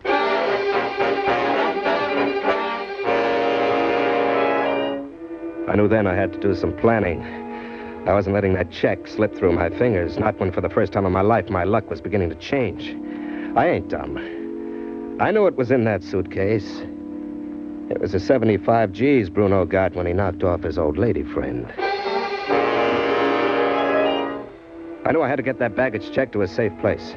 I got an envelope and a stamp and addressed it to Dan Andrews, care of General Delivery, New York. Then I got friendly with a Stu who was in for 10 days on a D&D charge. I gave him $10 to mail a letter for me when he got outside. I knew it was taking a chance, but what else could I do?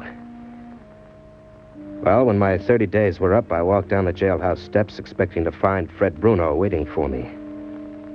He wasn't there. But that didn't mean he wasn't having me tailed. I walked down the street and then turned off toward the main highway out of town. As I hiked along, I kept thumbing cars. The fourth one slowed down and stopped.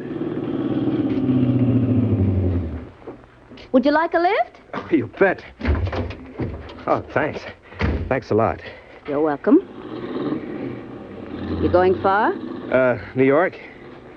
You going that far? Oh, no, I'm not. Sorry. But I can take you about 20 miles on your way. Well, every little bit helps. Yes, I guess it does. She smiled at me. She was a luscious blonde with blue eyes that really set you back on your heels. She looked to be about 25, and there was class written all over her. I sat next to her smelling that wonderful perfume and cursing my clothes and the luck that made us meet like this. You're not scared? Picking up a guy like me? I'm not dressed so well. Should I be scared? Oh, no. Well, I'm not. As a matter of fact, I didn't look at your clothes when I stopped for you. I looked at your face. Looked honest, huh? Not only that. Oh. Say, I sure wish you were going to New York. We could have a great time there. Could we? Well, you may think because I'm dressed like a tramp, I am a tramp. Broke, but that's where you're wrong. I've got lots of money waiting for me. I'll have it just as soon as I get to the city. Yes, sir, I've got a steak there waiting for me, a big steak. That's nice. Somebody die and leave you a fortune? I might say that. Sure, you might say that. Well, I'm sorry I'm not going to New York. I'm on my way to my country place. I've got a little place near Gloucester. Oh? You, staying there all alone? Most of the time. Isn't it lonely? Well, yes, it might be a bit lonely. Yeah, well, look, I don't have to get to New York today. I could get in tomorrow or the day after. Are you angling for an invitation? Well, I just thought if you wanted company. I don't know. Well, I guess you could come to lunch, maybe, and stay for a swim. I could. Yeah, that's swell. Yes, I think it is, too. And since we'll be spending the afternoon together, I guess we better get to know each other's names. I'm Alice. I'm Danny Matthews. Glad to know you, Danny. You're not half as glad as I am, Alice.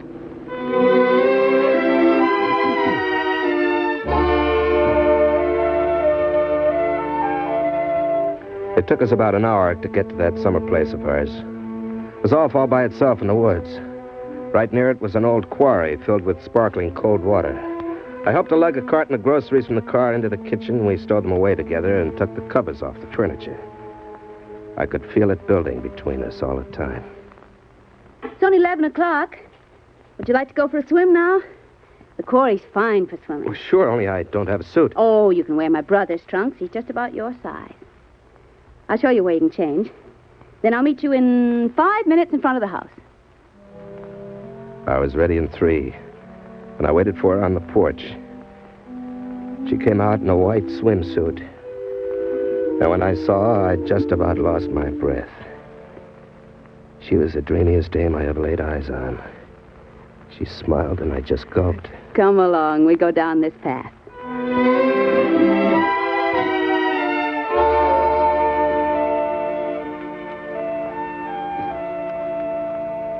Do you swim well? It's very, very deep. Oh, like a fish. Come on, let's get in. Yeah, this water's great. My goodness, you are a good swimmer. Oh, I was born near the East River. Can you dive? Oh, sure. Can you touch bottom? I don't know. How deep is it? 30 feet. Oh, wait till I get on the sledge. Now, watch me. The water was so clear I could see the bottom coming up at me as I kicked myself down. I grabbed a handful of gravel and started up. Here's a present for you. Thanks. I can't do that. I've tried, but I never can get all the way down. Ah, it's easy. Come on, stand here on this rock and catch your breath. Oh, isn't the water wonderful? You're wonderful. You're nice, too. She turned to face me. I let my arms float around her and closed them. And as she floated up close to me, her lips were soft and cool. And then suddenly the coolness was gone and she was warm and close. She looked at me for a long moment with those beautiful eyes, and then she slipped away and swam to the other end of the quarry. I swam after her. We climbed onto the rocks, and she sat down and pulled off a bathing cap. Alice, I... Oh, Danny. Alice, I know it's crazy just meeting you a couple of hours ago, but I'm nuts about you. You're very nice, Danny. You're so very nice. Now, listen, come to New York with me. I got a pile of dough there just waiting for me to pick it up. I know I'm talking like I'm out of my head, me without a cent in my pocket, dressed in rags, and... Well, it's true. But we'll really start living, get married, Alice. You don't know what you do to me. Don't. We've got to get back to the house now. Alice. No, Danny, please, not now. We went back to the house. I followed her inside into the living room. Somebody was standing there with a rod in his hand. Bruno. Don't move, Matthews. Don't move or I'll plug you. Danny? Danny, this is my husband. Oh, I get it. I get it now. Did you find it, Fred? No, it's not in his clothes. I took them apart. I haven't got it. Well, maybe he hid it in the bedroom. No, I looked everywhere. Talk, Matthews. Where is it? Talk or you'll be wishing you were dead. I haven't a thing to say. Brave, aren't you? Wait. Before I get through with you, you'll talk. Plenty. Save it. Give it to him, Danny. Give it to him and you can go. Nuts to you, gorgeous. Never mind the talk. Upstairs, Matthews. We went upstairs, and Bruno told her to tie me to a chair, and she did a good job, too. I was tied to that chair so tight I could hardly breathe. You go outside, Alice.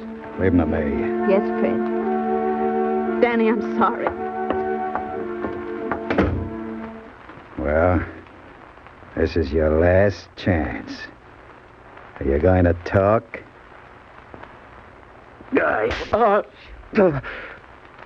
It's just the beginning.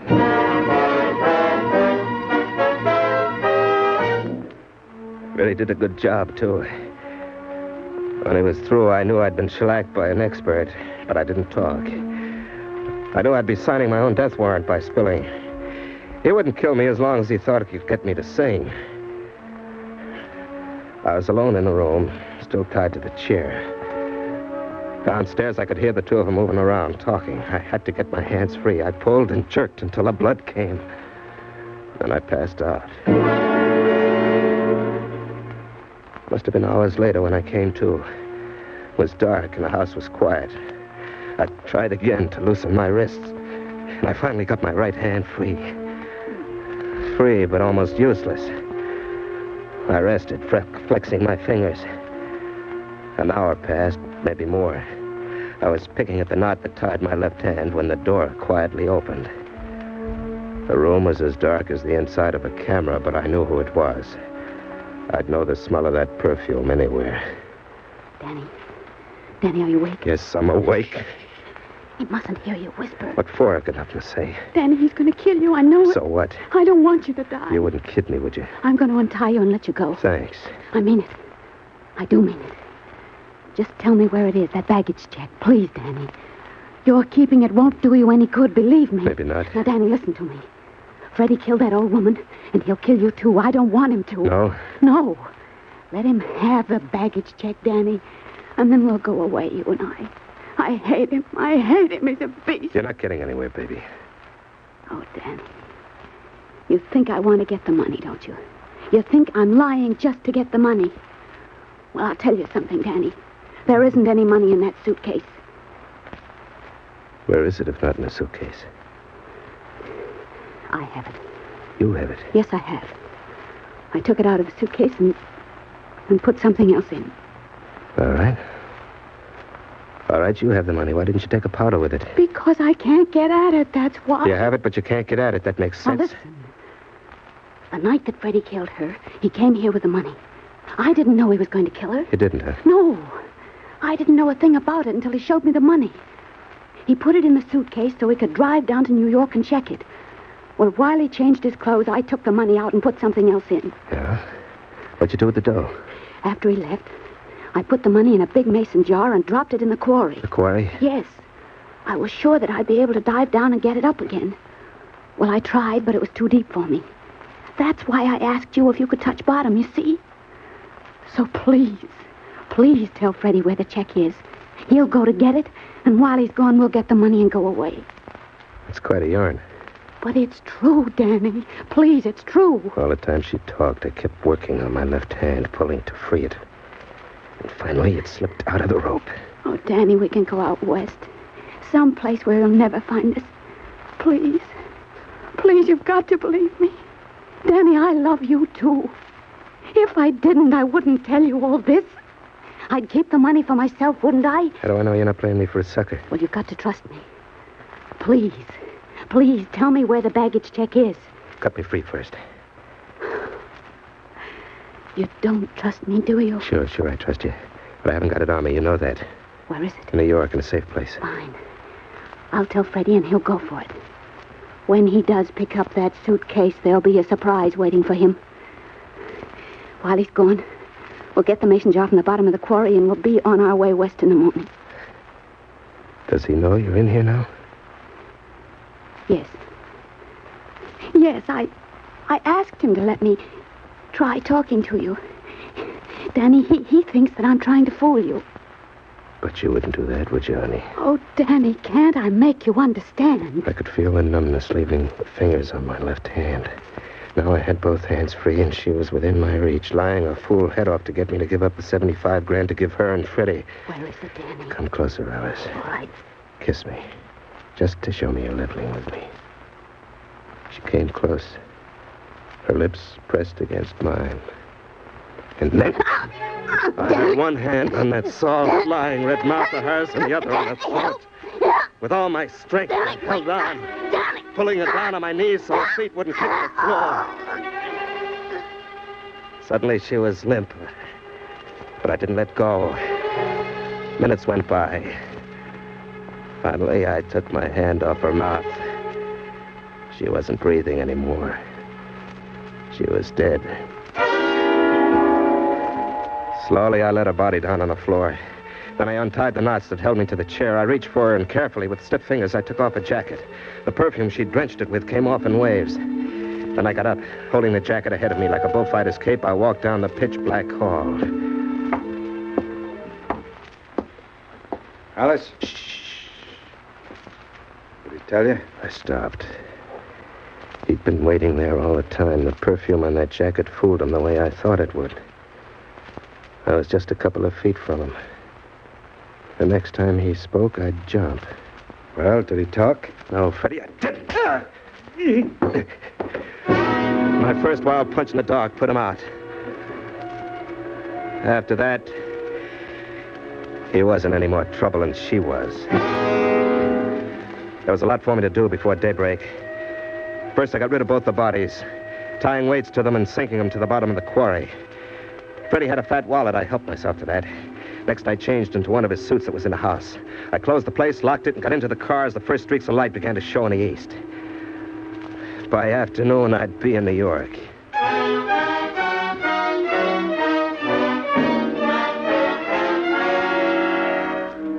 When I reached New York, I got a shave and a haircut and had some lunch. Then I went down to the main post office. The letter was there. And in 10 minutes, I was at the Times Square subway station with the baggage check in my hand. Here you are. One suitcase. Yes, sir. B-131. What are you waiting for? B-131. This was checked over 30 days ago. Oh, what of it? I'll pay the charges. We don't keep baggage up here. After 30 days, your suitcase is down in storage room B. This way, please. Yeah, sure. Just lead the way. We took the stairs down to one of the cellars, walked along some dark halls, and then stopped in front of a locked door.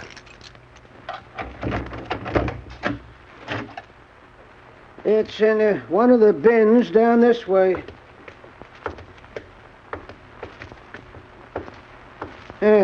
Here we are. B-131. This it? Yeah, looks like it. Okay, take it. Right. Oh, here, bud. This is for your trouble. No thanks. Come on, buy yourself a drink. No, I don't want it. All right, suit yourself. Let's go. As we walked back to the door, I wondered why the guy should refuse a tip. When we got to the door, I found out.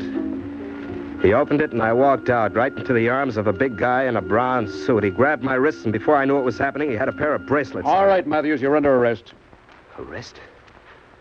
What for? For the murder of Sarah Grimes in Pittsville, Massachusetts. I didn't kill that old lady. Save it, brother. You can do all your talking down at headquarters.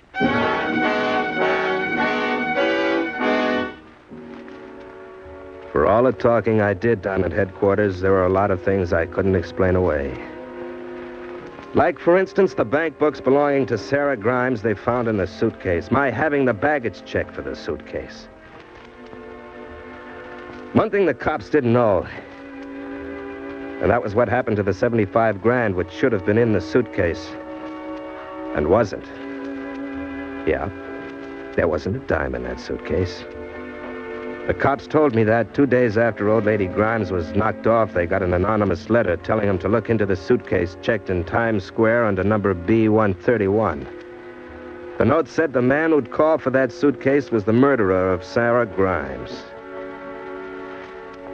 So, now they're hanging me in half an hour.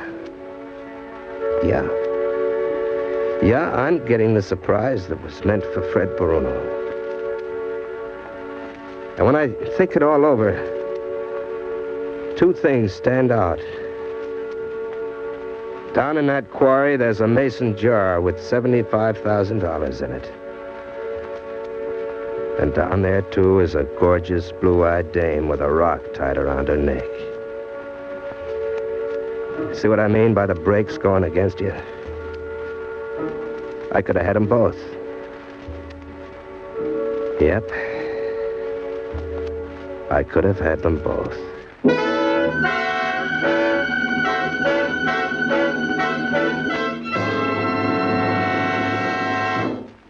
And so the curtain falls on It's Luck That Counts, which was chosen by guest expert Frank Gruber, whose latest mystery thriller is The Leather Duke. Next week at this time, Murder by Experts brings you the story of 4 people trapped in a bus in a driving blizzard and faced with the realization that one of them is a murderer. Selected for your approval by Helen Riley. Until then, this is your host, John Dixon Carr, hoping you'll be with us next week at this time. It's Luck That Counts was written by George and Gertrude Fass. In the cast were Larry Haynes, Miss Leslie Wood, Santos Ortega, Bill Smith, and Ed Latimer. Music is under the direction of Emerson Buckley and was composed by Richard DuPage. Murder by Experts is produced and directed by Robert A. Arthur and David Kogan.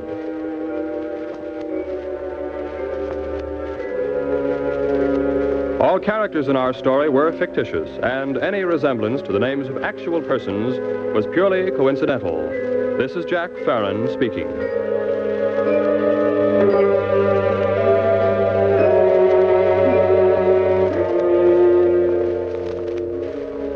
This is the Mutual Broadcasting System.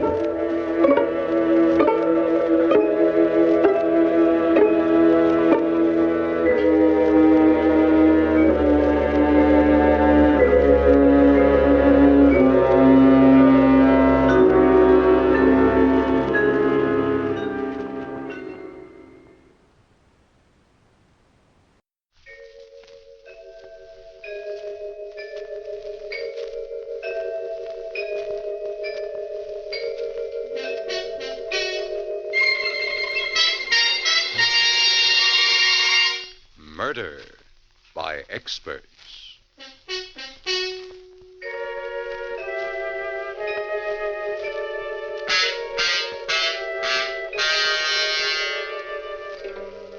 The Mutual Broadcasting System presents Murder by Experts, with your host and narrator, Mr. John Dixon Carr, world-famous mystery novelist, whose books have been translated into 17 languages and have sold over 10 million copies, and author of the recently published detective novel, Below Suspicion. Good evening. This is John Dixon Carr. Each week at this time, Murder by Experts brings you a story of crime and mystery which has been chosen for your approval by one of the world's leading detective writers. Tonight, our guest expert is the noted mystery writer, Miss Helen Riley. From her vast knowledge of the field of mystery, Miss Riley has selected a fast-moving taut drama by Maurice Zimm. And now we present William Zuckert in Return Trip.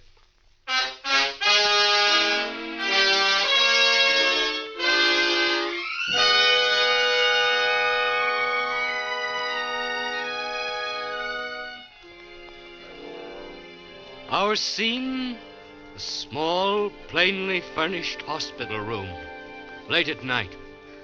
The patient, a man in his late 30s, is flat on his back, staring up with pain-filled eyes at the ceiling. He raises his head slowly as the door to his room is opened. Nurse? Yes, there's someone to see you. Yeah? This is Superintendent Andrews of the State Institution. Oh.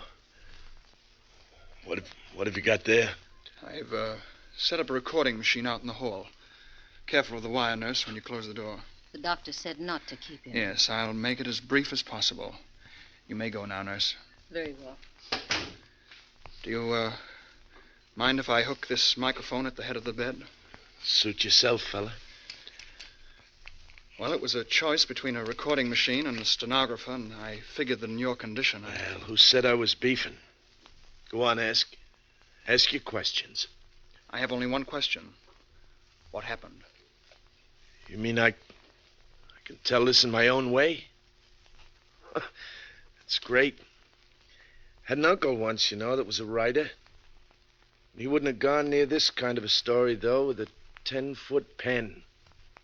No, he went in for happy endings.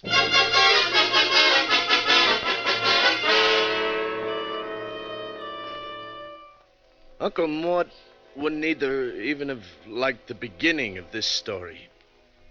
It was kind of dreary-like up there at the asylum that afternoon. There'd been quite a snowfall the week before, and as far as the eye could see, everything was a dirty gray, like a corpse that's been waiting too long for the undertaker. Well, around 4 o'clock, it got so dark the lights had to be turned on in the institution. Then the wind started moaning like a lonely banshee. Fine day for a murder, as the fella said. Well, there were 3 passengers sitting in the bus when I went outside for the return trip. 2 men and a woman. Maybe I ought to call her a girl, because she wasn't much more than that. Anyway, these 3 passengers all had return tickets, and I went down the aisle collecting them. Driver, how soon do we start? Right away, miss. We're 2 minutes late already. These little jerkwater bus lines never keep to their schedules. Now we'll never get out of these mountains before that blizzard lets loose. Can I have your ticket, please, mister? You really think there'll be a storm? Can't fail. Lady, when they have snow up in these godforsaken mountains.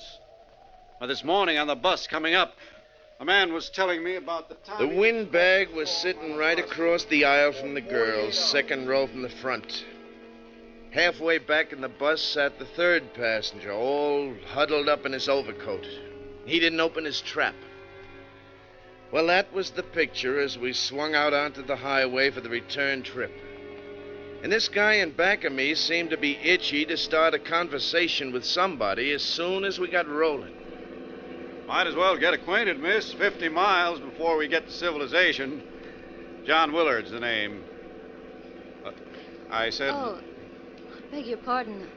Were you speaking to me? Oh, yes. I'm afraid I was thinking of... Oh, sure. Sure, these visits to the institution, always depressing, aren't they? This is my first time. Oh? Some friend? My husband. Oh. That's too bad. I hope... What's that? Some kind of siren. Yeah, that's the asylum alarm, all right. Well, that means he... One of the inmates must be playing hide and seek with the keepers. That happens every once in a while. Gosh, what if it's my brother? Oh? Is he the busting out kind? Oh, it sort of upsets him to see one of the family, but then we don't come to see him, and it upsets him even more. I see what you mean. Do they always catch them? Well, they tell me the place has never lost a customer yet. A moment ago, I was praying that it wasn't Jim. But now I don't know, even if they had to. Well, it would be better than seeing him as he was today. Anything would be better than seeing him. Hey, that's a police siren. Sounds like they're almost on top of us. Yeah, there they are. Look out, they're going to pass us. Pass nothing. They're flagging me down.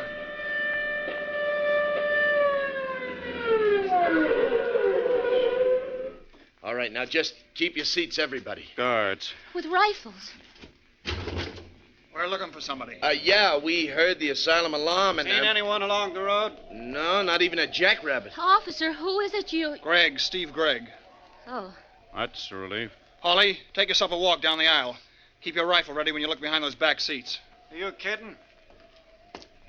Hey, when was this coming out party? I don't know. Maybe as much as a couple of hours ago. Oh? Does this Gregg have a gun? I can't guarantee he hasn't. But it was a file that sprung him. A tiny steel file. Must have been working away at the bar since the day he was committed, a month ago. His stay was short. Nobody back here. Now check the gents for identification. I know how it is, driver. Can't take chances. Well, of course not. Here's mine. Okay. I didn't really mean that. Your name, Frank Keniston? You can read, can't you? Friendly cuss, ain't you? You know, that's the first peep that passenger has let out. I was beginning to think he was a deaf mute. Yeah. Well, here, driver, you can have this stuff back. Oh, thanks. What about you, mister? It's okay, Hawley. His name's John Willard. I checked his identification. Okie doke. Come on, then, let's cram. We gotta find Gregg before he finds anybody. Yeah. Driver, you can turn around and go back. Go back? Go back why? Look, this Gregg is a killer. A ruthless, senseless killer. What I mean is, when the mood strikes him, he strikes. Well, what's that got to do with us turning back? Didn't I tell you this guy kills even without reason? Now he's got plenty of reason. He's got to get out of these mountains, but quick. If he's down the road, there are a lot of ways he could stop a bus. I say turn back. But that blizzard's liable to break any minute. We could be snowbound up here for days. If I had to spend even one night in that institution, so help me, they'd have to keep me there. Listen, driver. Now, just a second, Mr. Willard. You're just one passenger. There are three. What about you, miss? Well, whatever you say. Mr. Keniston? I say keep going. That settles it. Hurry up, Denton. No, wait. What does this killer Gregg look like? Height about 5'10", weight about 165. Dark hair, brown eyes, 37 years old. Denton, get the lead out of your britches. But I still think they We warned them, didn't we? Now, if they meet up with him, it's their funeral. Yeah. Well, we can take care of ourselves, fellas.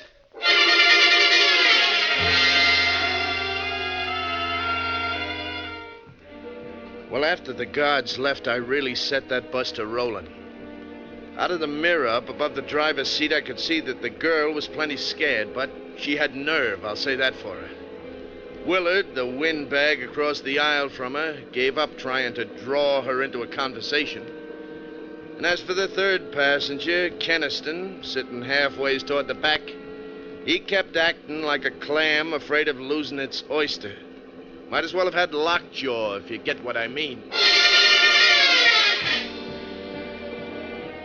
Well, we hadn't gone more than another mile or two before the wind started to rise. Kept it up until you'd have thought all the devils in hell were trying to break loose. Got black as the inside of a tomb until the snow started to fall. But with that wind whipping it around, it didn't exactly fall. It was a real howling blizzard. This is getting on my nerves. What have we got here anyway? A collection of zombies? Somebody say something. Well, I was just going to say... You were going to say the weather is rotten. Yeah, and she can say that again. No, that isn't what I was going to say. No? Hurrah! That'll give us 2 topics of conversation. We'll save the weather for later. Well, go ahead, lady. I can't think of a better antidote for the screaming Mimis right now than your voice. It occurred to me why the guards asked for identification. Yeah? The description of Killer Greg. 5'10", 165 pounds. Dark hair, brown eyes, 37 years old. So what? It's a remarkable thing. That description would fit you, Mr. Willard. Oh? And Mr. Keniston. What's that? Me? And, for that matter, the driver. Say, now look. Hey, come to think of it, all 3 of us could fit that description. So could a million other men. Forget it. Forget it. Hey, Keniston, what's eating you anyway? First you sit back there like a mummy, then when you finally do one... I don't happen to feel like talking. Yeah? Well, personally, the more I think of what she said, the more remarkable it becomes. Yeah. She's got something there. Only remarkable isn't the word. Mr. Willard, what are you thinking? This man, Greg, may be insane, but he's not dumb. Oh, no. Put yourself in his place. He knows he hasn't got a ghost of a chance making his getaway in that hospital clothing, see? So he borrows the wardrobe and identification of some stranger. You follow me? We're way ahead of you, Willard. It wouldn't be difficult for a killer. Say not. But that still isn't the end of his problem, see? He's fighting against time. He's got to get out of these godforsaken mountains down to civilization before they can throw a noose around the whole area. And he knows that if he's brought back alive, he'll be wearing a straitjacket until he's as old as Methuselah. Well, you've got quite an imagination, Willard. Thanks. Now, the odds that Greg will be able to get himself transportation are mighty slim, except for this bus line. So let's suppose... Yeah, you got a great imagination, all right. You got it all figured out. It's a bit too pat, if you ask me. Remember, please, you're the one who was so dead set against turning back. Really, Keniston? Well, I'll leave it to the lady here and the driver. Do I look insane? Well? Search me.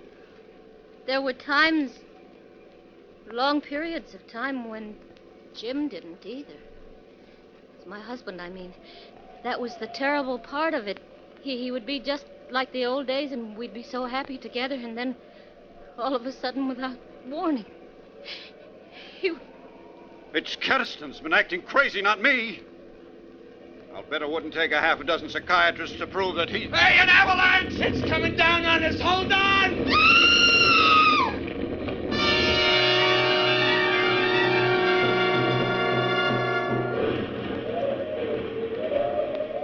After the avalanche struck, I sat there, gripping the steering wheel, sort of stunned. And there wasn't a sound except for the wind.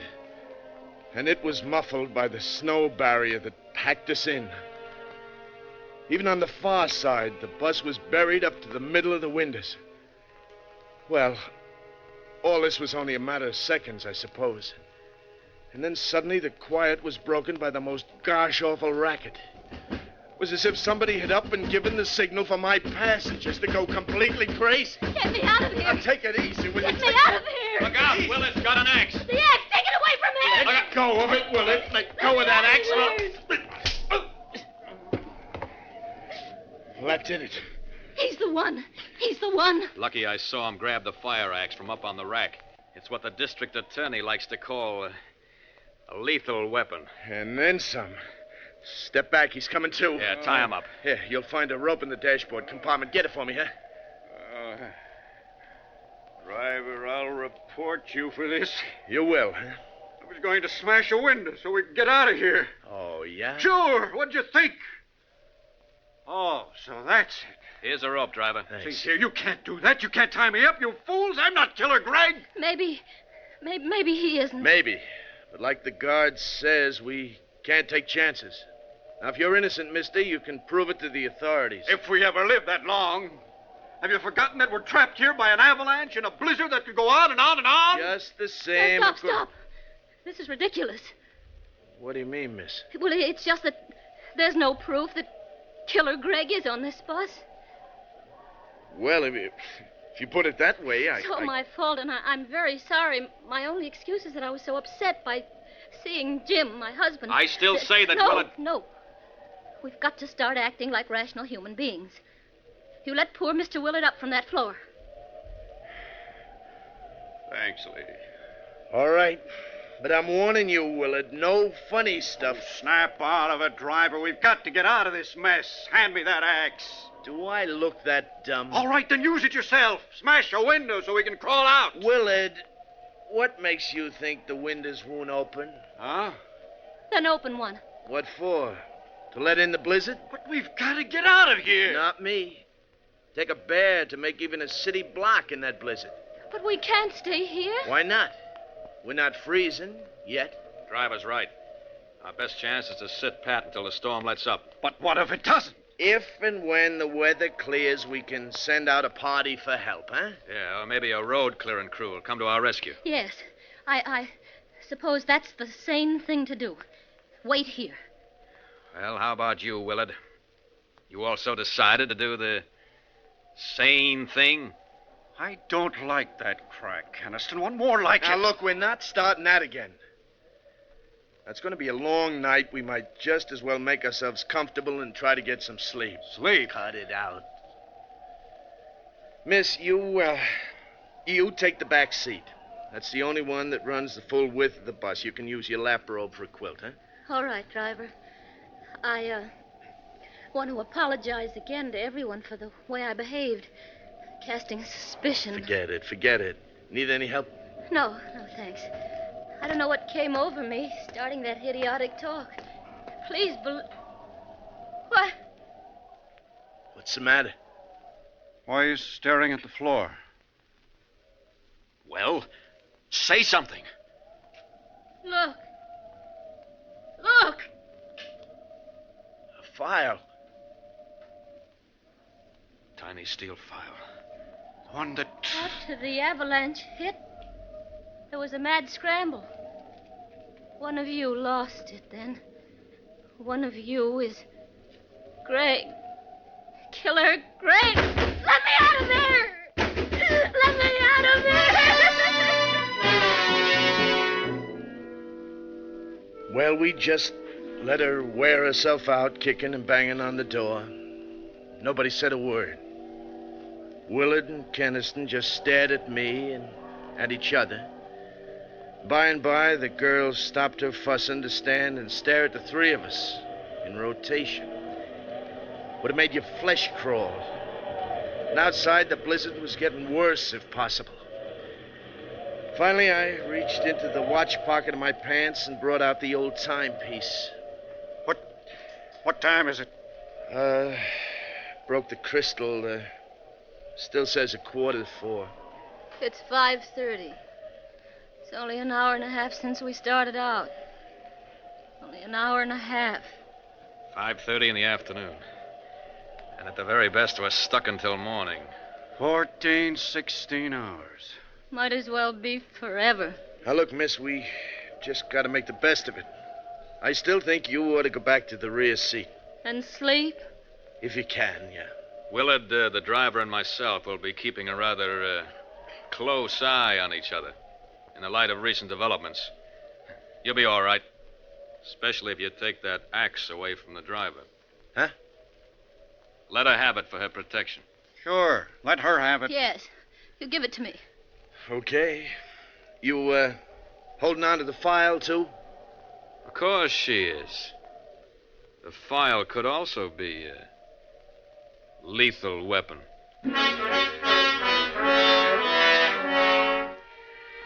Well, she took the axe and the file back to the rear seat with her, and we all sat down to wait.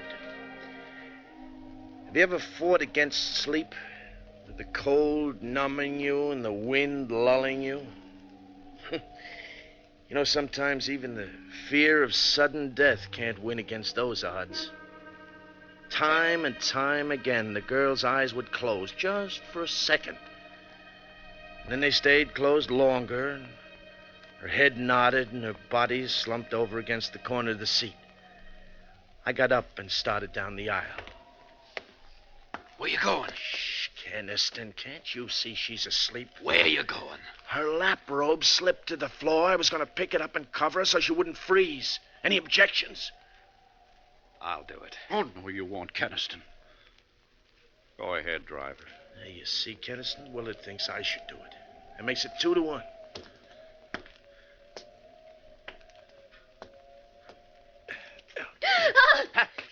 Help me! Help me with this wildcat! Get that file away from me before she jabs my eyes out! She was like a devil on a pinwheel. I was lucky to tear loose before she did any more than nick me about the face. Afterwards, when Willard told her what I was up to, she apologized, but I didn't go near her again all the rest of that night. Well, about 5 o'clock, the blizzard stopped, and at 7, the sun managed to break through. We held a council of war. We can't send out for help. Why not? Don't you see, Mr. Willard? If we split up the men, whichever of you is Greg would have too good an opportunity. Whether he goes or stays. Well, you could go. Alone. I'd never make it. We could all go together. How about that, driver? Well, I'd rather stick with the bus, Keniston. But before we decide anything, let's get out and look around. We got a window open on the far side of the bus and crawled through. The girl first. She was still clutching the axe and the file. Come here and look. Another few yards and we'd have escaped the avalanche entirely. We can shovel our way out. I'm sure we can. Well, there were 2 shovels in the tool compartment at the tail guard of the bus. That only let 2 men shovel at a time, with the 3rd man getting a breather meanwhile. And it took a lot of shoveling. What's the matter, driver? Did you hurt your hand? Nothing much. Feels good just to take off these stiff leather gloves. Looks to me like you've got some blisters on that right hand. Thumb and first 2 fingers. Say, Keniston, are you shoveling or talking? We'll never get out of here at this rate. Well, it's your turn anyway. I'm tired. Not as tired as Willard looks. I'll relieve him. No. That's all right. I can keep going yet for a while. Okay, then, Keniston. Here. Let me take a turn. I know I won't be much help, but I can at least try. No, you're a mounting guard. I'm sure you could do as well as Kenneth. Where is Keniston? Why... Keniston was making a mad dash through the snow. Willard dropped his shovel and tore after him. I yelled for Willard to let him go, but I don't think he even heard me. For a while, it looked like Keniston was going to make it, but then he floundered and fell in the snowdrift. And before he could get underway again, Willard nailed him. You'll stay put for a while. What did you do? Knock him out? What else was there to do? Is he? Oh. I knew all the time it was Keniston. You think his running away proves it? It's the same as if he'd confessed. He knew it was his last and only chance. What are we going to do with him now? Tie him up. And we're getting him and the bus out of here. Say, I wonder if there's a reward. In no time at all, we had the bus clear and headed for civilization. Those snow-covered mountain roads weren't exactly my idea of a speedway, but I gave the motor the gun. Willard and the girl didn't take their eyes off Keniston. I kept watching him, too, out of the mirror over the driver's seat. He looks like he's coming to. Don't worry, driver. Those knots I made in the rope won't give.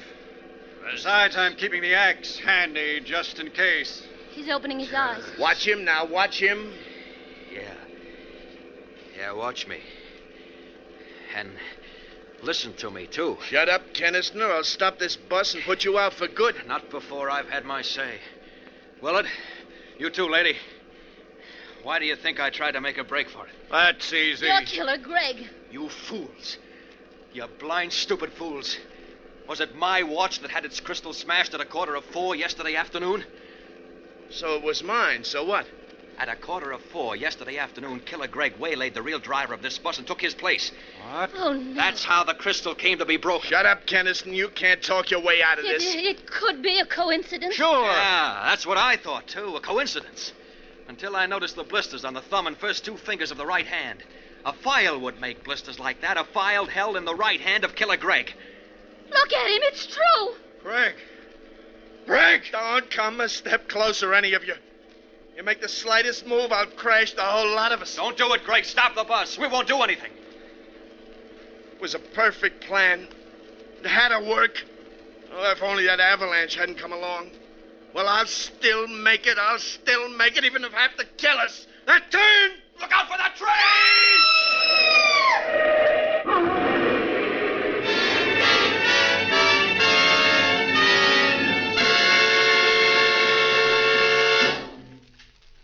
You got all I said on your recording machine, huh, Super? You got it all, huh? Yeah, I'm right back where I started from. The asylum. Anyway, I outlived those three. I outlived those three, didn't I, Super? Killer Greg, that's me. Killer Greg.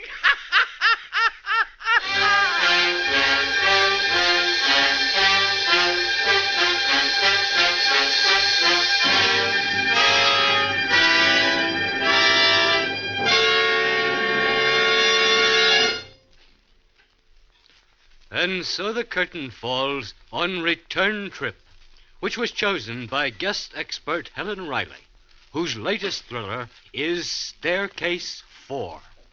Next week at this time, Murder by Experts brings you a story of a woman who awakened from a nightmare to find reality even more frightening, as selected for your approval by one of America's leading detective writers. Until then, this is your host, John Dixon Carr, hoping you'll be with us next week at this time.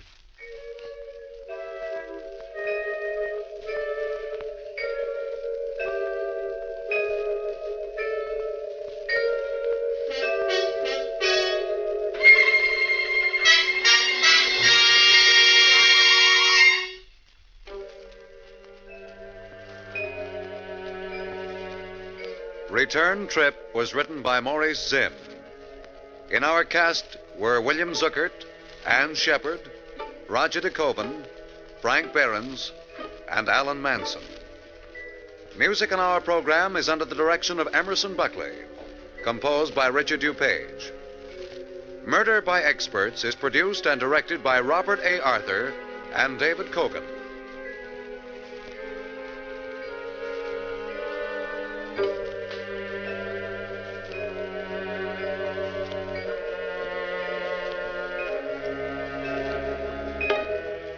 All characters in this week's story were fictitious. Any resemblance to the names of actual persons living or dead was purely coincidental. This is Phil Tonkin speaking.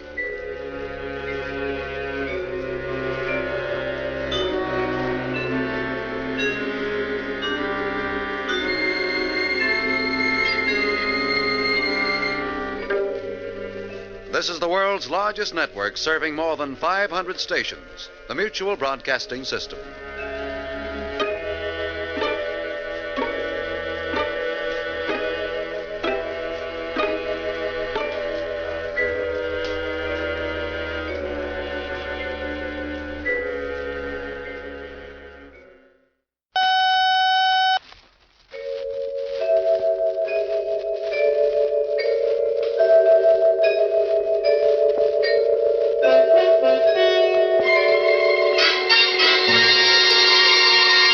Murder by Experts.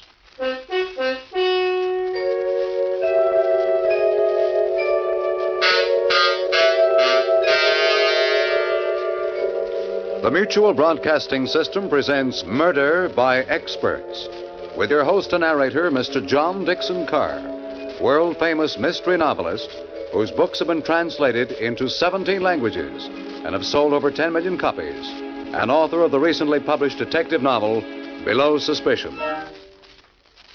Good evening. This is John Dixon Carr. Each week at this time, Murder by Experts brings you a story of crime and mystery which has been chosen for your approval by one of the world's leading detective story writers. Tonight, our guest expert is the noted mystery writer, Mr. Hugh Pentecost. From the thousands of thrillers he has read and enjoyed, Mr. Pentecost has chosen a most unusual and gripping drama by Joseph Ruskell. And now we present Miss Anne Shepard and Mr. Larry Haynes in I Dreamt, I Died.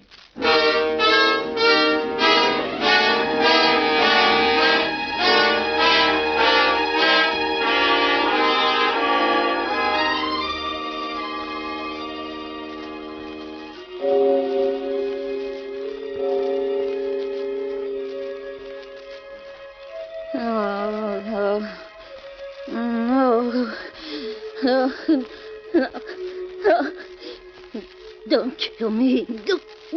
Don't kill me. No, don't kill me. Huh? What? Helen, what's the matter?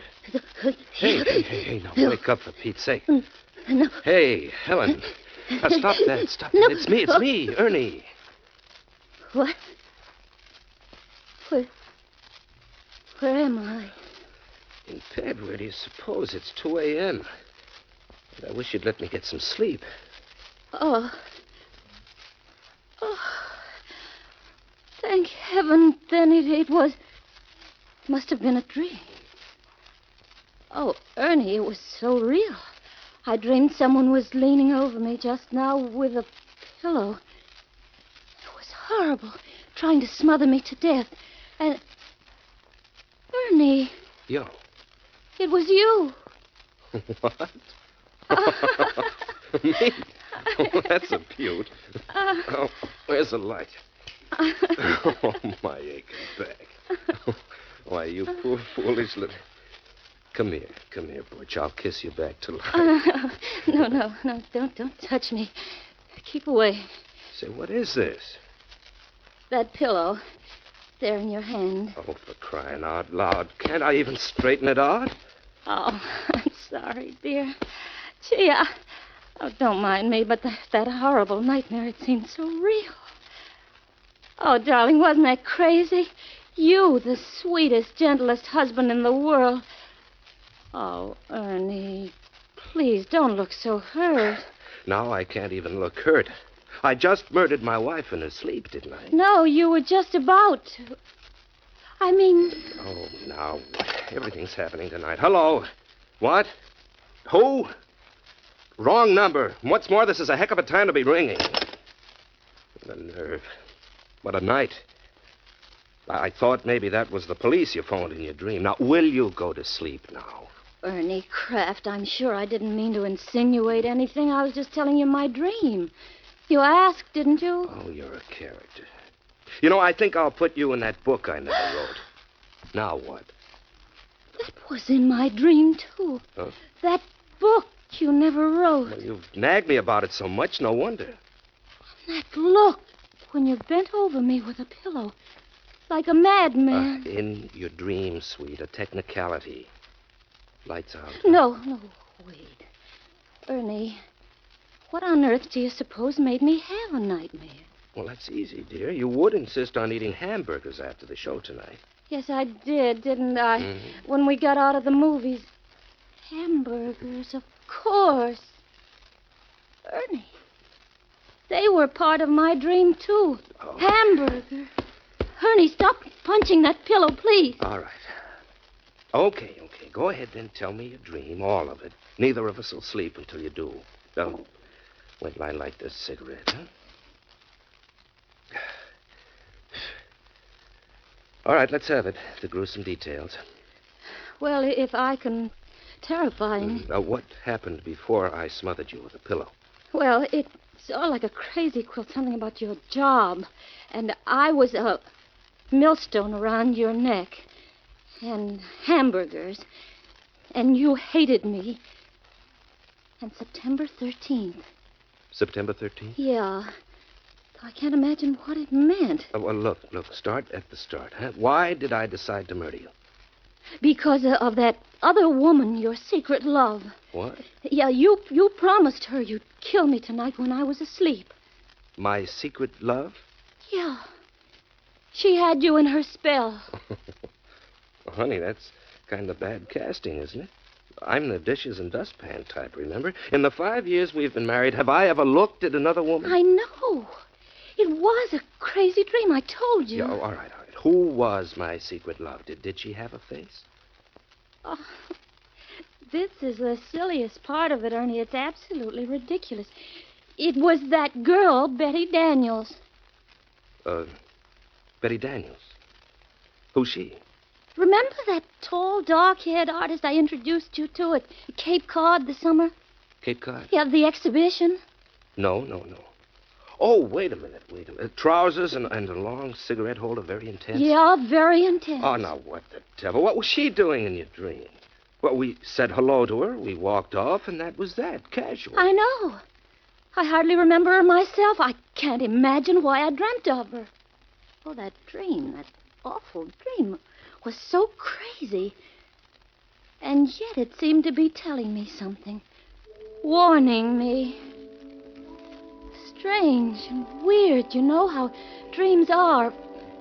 First thing I remember is Provincetown, and us looking at that art exhibition exactly as we did this summer. Only now, the picture was about 10 feet tall and hanging crooked. And then she came along, Betty Daniels, just like then. Black corduroy trousers, a yellow shirt, long cigarette holder, exotic. But this time, oh, so menacing. And she recognized me just as she was about to pass and stopped. Hello, Helen. And I introduced you the same way as I did then, only not exactly the same, like in a dream. Silly, you know? Betty Daniels, this is my husband, Ernest. He is very faithful to me. How do you do? How do you do? We've never met. That's a marvelous oil painting, Helen, don't you think? Or do you prefer hamburgers? Well, My wife prefers hamburgers, Miss Daniels. Oh? I didn't know. Oh, only after a movie, though. Betty and I met on the beach, Ernie. She's a painter. Really? Our rowboats got tangled. That's how we met. Yes. It's all very casual. I hardly remember. Well. Ernie and I are going back to New York today. Isn't it a shame? I wish you two wouldn't stare at each other so. Well, we'd better be running along, Helen. Lots of packing to do. Ernie has to get back to his silly old job. He's a reporter. A reporter? Shouldn't he write a book he never wrote? Well, imagine that's what he always says. Well, goodbye, and I'm certainly glad you two won't be seeing each other again. Goodbye. Goodbye, you two. Goodbye. The scenes sort of dissolve into each other like a kind of dream movie. And I'm trembling with fright because I have a vague feeling I know how the plot's going to end.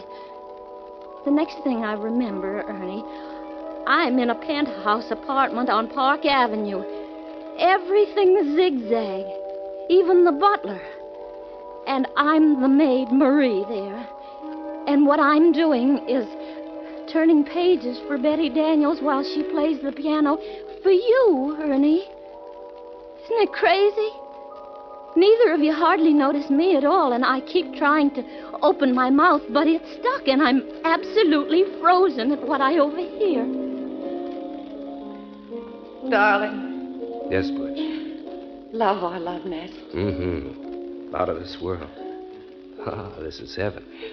Ernie, do you ever call your wife Butch? No, never. Who gave you that idea? I hate the very sight of her. She's really a little ignoramus. You're telling me she prefers hamburger.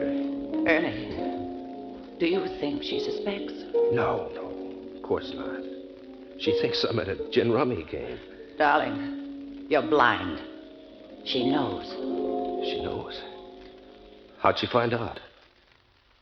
You may go, Marie. Marie, do you hear me? Why don't you go? Answer me. Have you lost your tongue? Oh, well, there's murder in the air. How'd she find out, Betty? Tell me.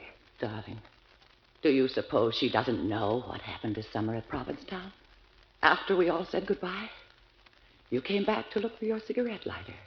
She knew you hadn't lost your lighter, that you'd come back to ask me for my New York phone number. She knew? Of course. Intuition. And she knows we've been having a secret affair ever since. Oh, Ernie, I can't go on like this. I'm tired of just being a gin rummy excuse. If you love me, you'll do what you promised. Yes, but I pity her so. Don't be a fool. Has she ever encouraged your genius? Isn't it her fault you never wrote that book you never wrote? Yes, that's true. She wouldn't let me give up my job. She's a millstone around my neck. Then get rid of her, Ernie. Get rid of her, and I'll bring your genius to the world. I've plenty of money. You can give up reporting and write that book. Fulfill your destiny. Fulfill my destiny. Betty, you'll help me. Yes. But only if you forget September 13th. You'll forget all about it, September 13th. It won't mean a thing to you from now on. Not a thing, I promise. And you'll do away with her the way I told you. Yes. As you told me. The pillow? The pillow. Shh. Don't let her hear. Just look at her there, standing at the piano. You've been spying on us, Marie, haven't you? Answer. Have you lost your tongue? Oh, don't try to fool us. We know you're not the maid. You're Ernie's wife. So we'll have to kill you now. Unless she gives me a divorce. Will you give him a divorce? Answer or we'll finish you right now. Very well. Here's the pillow, Ernie. Right now. I'll hold her arms. Oh, answer, Helen. Don't make me do it. I pity you, but I hate you. Oh, let her cry. Look at her. Stricken dumb. Her mouth's moving, but she's not saying anything. What are you trying to say? Helen, please don't make me do it. Will you give me a divorce? Now tell me. Tell me or... Wait. Ernie, stop. Oh, what fools we are. Do we want her body found here? We'll hang for it. She's got to die. She's got to. No, not here. Not like this. Oh, there must be another way. Later tonight, Ernie. After a movie. Hamburgers. She'll get hungry for hamburgers. She's bound to. The waiter will ask her how she wants them. And that will give you the clue. And then, when she's asleep... and they'll find her in her bed. The perfect crime. Don't you see, Ernie? Hamburgers.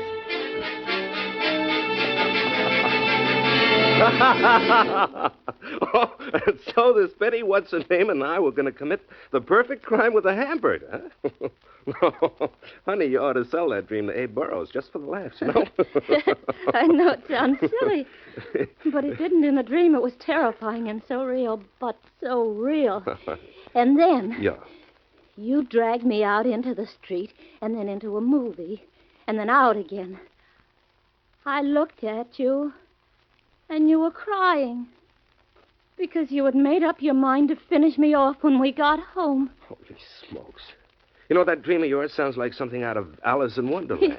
But as we went down the street, you kept crying out. You should have let me write that book, Helen. You should have let me. No kidding. Yeah, and I kept crying. I love you, Ernie. Don't kill me. Please don't kill me. And then what happened? Then you pulled me along through the streets again. I was terrified. I shrieked as loud as I could. He's going to murder me. He's going to murder me. But no sound came. I saw a policeman and I tried to run to him, but my feet seemed paralyzed. But finally I caught up with him and I cried to him, Officer! Officer! Yes, what is it, lady? Please save me. My husband here wants to kill me. Well, now, wants to kill you, huh? Why, that's a crime. A felony. Oh, why are you joking? Don't joke about it. Do something, please. I'm frightened to death. Don't pay any attention to her, officer. She's dreaming. No, I am not. Don't believe him. He wants to wait till I go to sleep tonight. And then, as soon as I fall asleep... Oh, come now, lady. He wouldn't do it to you in your sleep. You're cute. Not in her sleep, now would you, mister? Of course not, officer. Not in her sleep. As a matter of fact, we're stopping off first for a hamburger. She's hungry. No, I'm not. I am, but I don't dare. I'm starving, but I don't dare. He's just waiting for me to order one to see what I say. And then he'll take me home and kill me. Oh, lady, stop. You're breaking my heart. Come along, dear. No, officer, please protect me. Don't let him take me. Come along, I say, darling.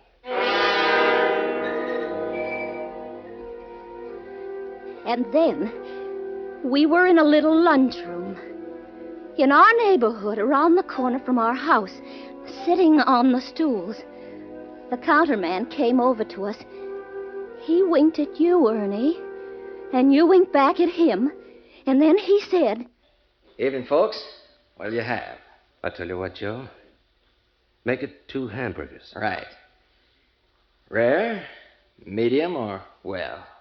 Medium, Joe. Make mine medium. Right. And, the little lady? How will you have yours, Helen? Answer. How do you like yours? Make hers medium, too, Joe. 2 hamburgers, medium. What do you have on them, folks? Relish or onions? Relish. Make mine with relish, Joe. Right. And the little lady? The man's talking to you, Helen. How will you have yours? Answer him, I say. Go on, answer him. This is it. This is the payoff. How will you have yours? I won't tell him. If I do, you'll know. You'll know how to do it, so I won't tell him. I won't. The next thing I dreamt, we're home again, sitting in the parlor. Everything exactly the same, Ernie, just like tonight before we went to bed. But in my dream, I was sitting paralyzed, in a cold sweat, waiting for the word from you that meant my death. Oh. Well, Butch, I guess we'd better hit the hay, huh? What do you say? What do you say, darling? No, wait. Ernie, I did tell that counterman how I wanted my hamburgers served, didn't I? Of course, dear. What did I say? I can't seem to remember. I forget, too. Don't read anything into it, dear. Now, come along to bed, huh? I don't want to go to bed yet. Please don't make me go to bed. I'm scared. Helen! Come to bed, darling. Like a good little girl, huh?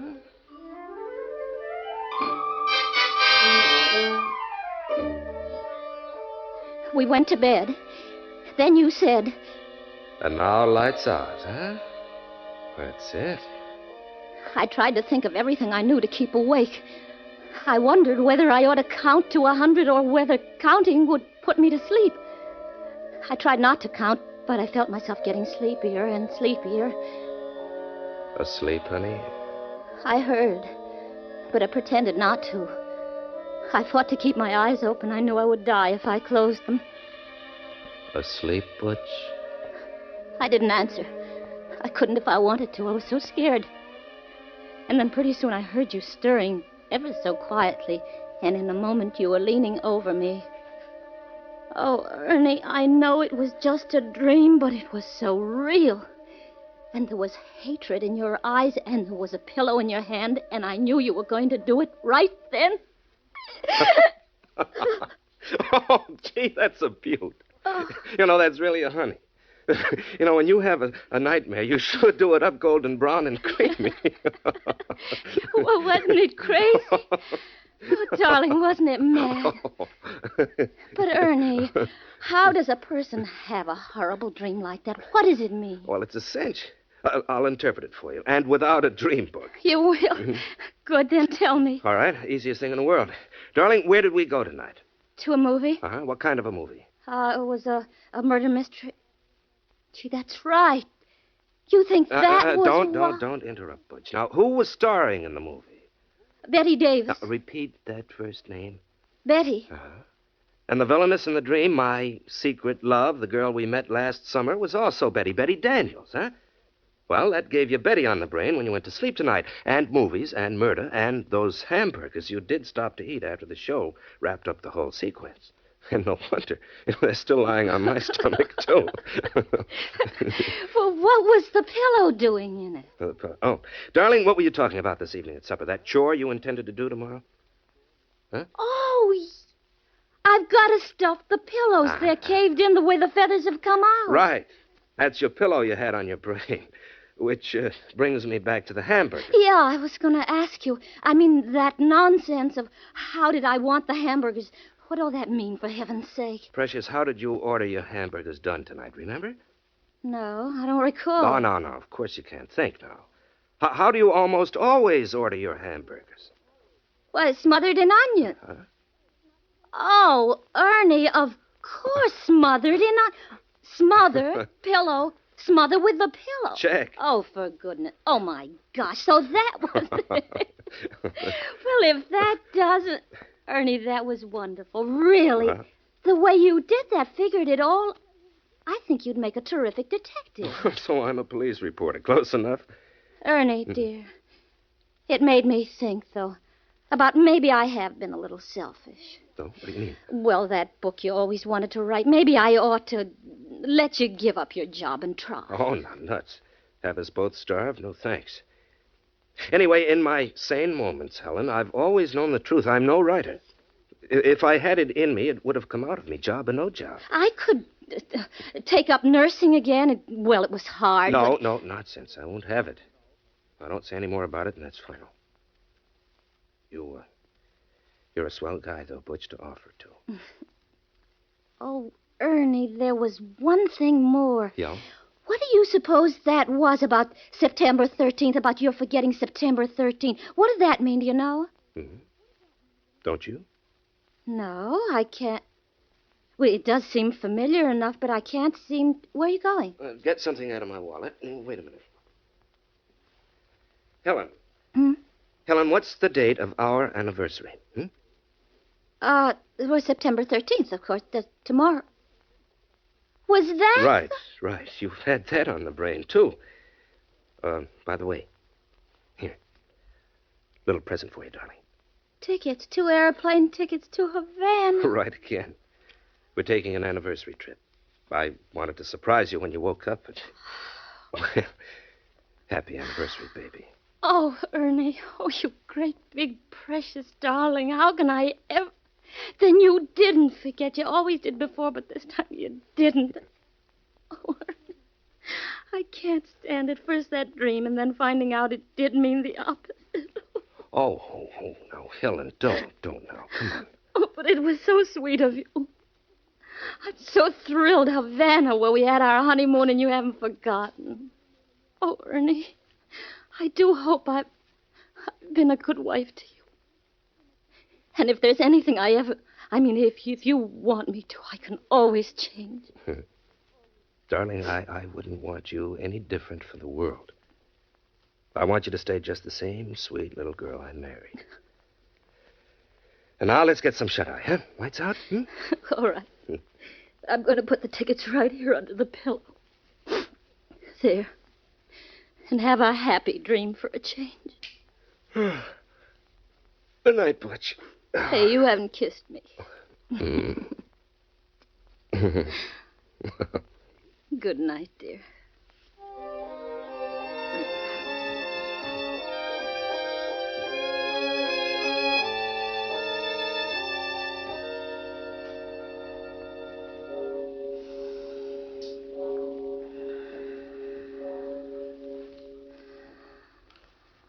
Asleep, darling? Darling, are you asleep? Hello? This is Betty, Ernie. Oh, it's you. Well, is it done? Are we free? No, not yet. You shouldn't have phoned before. She was awake. Did you get the plane tickets? Yes. It has to be tonight. You promised. Yes, I know. What's the matter? I think she suspects. Suspects? Yes, it's incredible, but she had a dream, just the way everything's happened. A dream? What are you talking about? I'm trying to explain. She was telling me of the dream she had. Everything in it was just the way it happened. And she dreamed what was coming. Ernie, is she asleep now? Yes. Then what are you waiting for? With a pillow? The pillow. I'll do it now, right now, as soon as I hang up, Betty. Right now. This pillow. Slip out of bed. Easy. There. The pillow. Right now. Oh.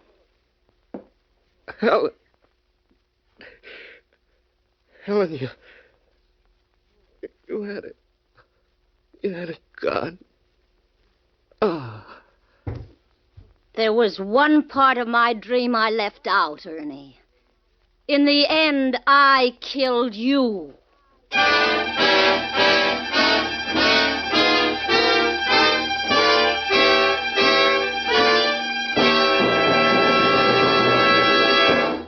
And so the curtain falls on I Dreamt, I Died, which was chosen by guest expert Hugh Pentecost, whose latest novel is Where the Snow Was Red. Next week at this time, Murder by Experts brings you a story of 3 people caught in a whirlpool of intrigue, with death their 4th companion, as selected for your approval by Miss Helen McCloy. Until then, this is your host, John Dixon Carr, hoping you'll be with us next week at this time.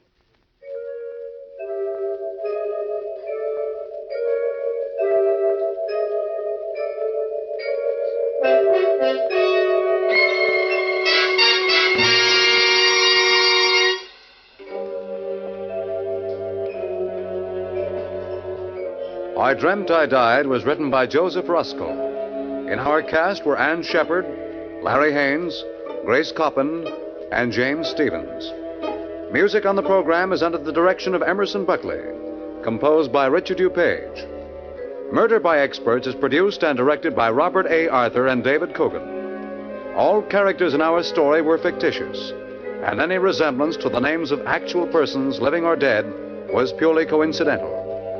This is Phil Tompkins speaking.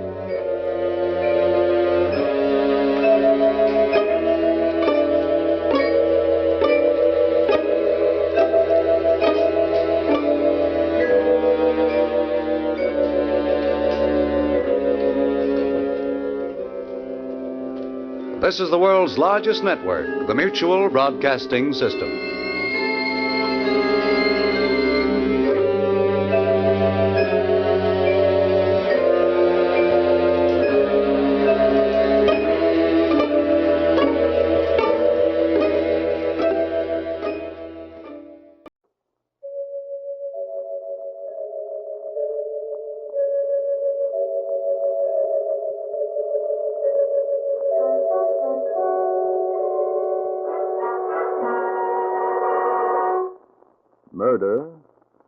Experts.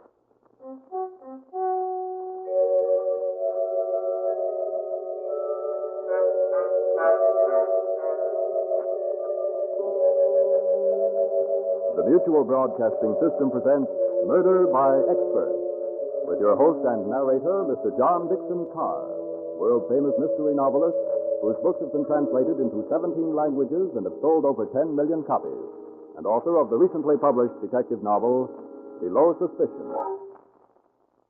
Good evening. This is John Dixon Carr. Each week at this time, Murder by Experts brings you a story of crime and mystery which has been chosen for your approval by one of the world's leading detective writers. Tonight, our guest expert is the noted mystery writer Max Ehrlich. From the thousands of thrillers he has read and enjoyed, Mr. Ehrlich has selected an adventure of that fast-moving, humorous young detective couple, Susan and Johnny Duke, written by Andrew Phillips. And now we present Anne Shepard and Larry Haynes in The Unseeing Witness.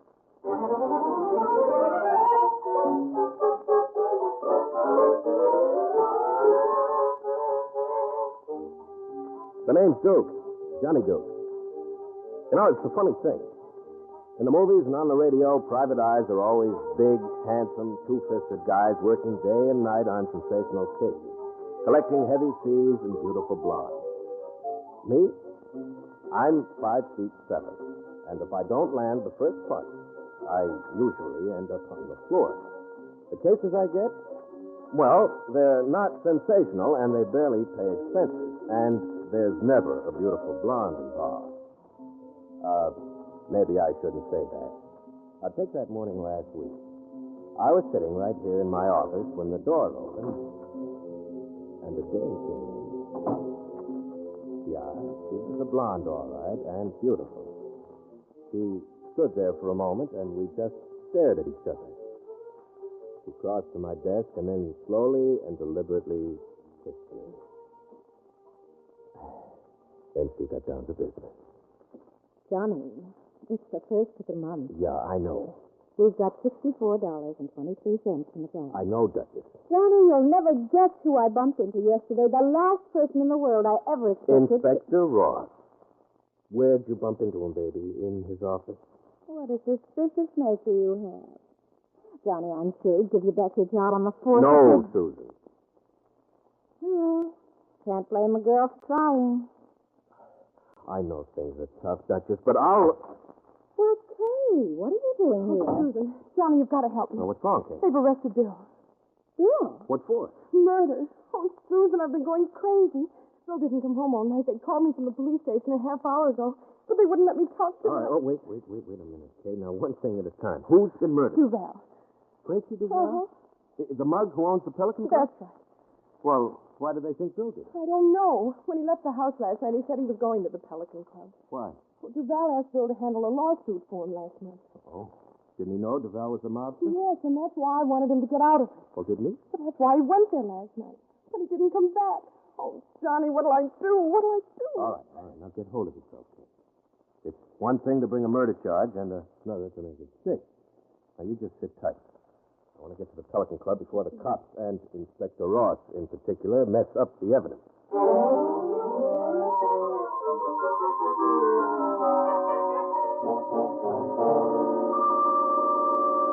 No, Johnny, this is one case that's open and shut.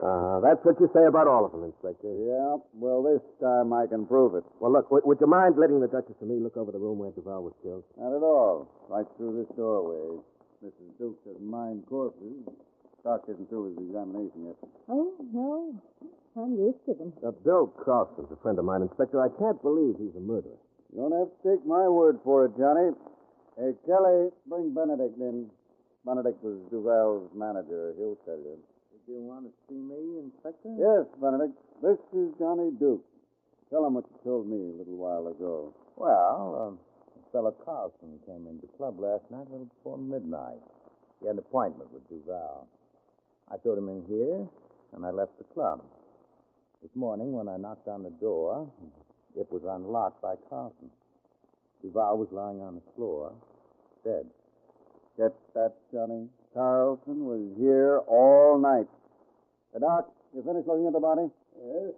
Preliminary examination shows that death occurred between 4 and 6 in the morning. It was caused by suffocation. You mean Duval was strangled, Doctor? No, there are no bruises on the throat. Apparently he was smothered. An autopsy will give us the answer. I'll have it for you in 24 hours or so, Inspector. I'm a little busy. That's all right, Doc. No rush. Couldn't someone else have come into the office during the night and smothered Duval? Yep, that's impossible. Johnny, take a look at the lock on this door. It can't be opened from the hall, right? Yeah, that's right. What's in the next room? That was Duval's bedroom. There's one window in here and one in there. Neither of them's been opened. A dust test proves that. Now, you tell me how anyone could have gotten in here last night. Go on, darling. Tell him. I'm afraid I can't. Of course you can't. May I go now, Inspector? Just a minute, Benedict. These empty champagne bottles in the wine buckets and these 2 glasses, when were they served? Oh, yes. Just before I left last night, I had one of our men bring them up. Then you weren't the last man to see Duval last night? Well, not exactly. Well, you've got a short memory, fortunately. You get the man who served it. I assure you, he doesn't know anything about it. Go ahead, do as Mr. Duke says. All right. Just a moment. Johnny, don't you ever get tired asking questions. Of course not. Why, if Johnny hadn't asked me the way to Times Square, which he knew all the time, we'd never have met. Here's the man that served the champagne last night. Well, if it isn't Melvin. Johnny, Duke. Johnny! Well, how are you, Melvin? Say, where have you been since I last saw you? Well, I found myself up against the gun for trying to fit the mitten through a 5 yards of Sleepy Hollow. Yeah. What did he say, dear? Oh, he says he just served 5 years at the state prison in Trenton. Oh. Oh, Melvin, this is my wife, Susan. Duchess, this is Melvin Maloney, better known as Melvin the Muscle. Hey, she's quite a twist and a twirl. Oh, Johnny, why don't you ever say things like that to me? Melvin, I understand you were the one who served this champagne last night. Yeah, that's right. Well, tell me, what happened? Nothing. Mr. Benedict hands it to me. I takes and knocks on the door. The valve opens up, grabs the bottle of sparkle, and shuts the door. I hear him lock it. What else do you know? Well, that's all, Johnny, honest. I wouldn't hold out on you. Well, Johnny, what do you say now? Well, I'm not going to say anything, Inspector, until I hear Coffin's story.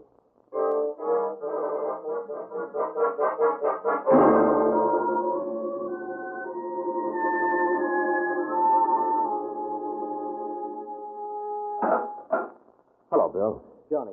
Susan, how did you know? Kay told us. Where is she? Is she all right? She was nearly out of her mind when she came to the office this morning.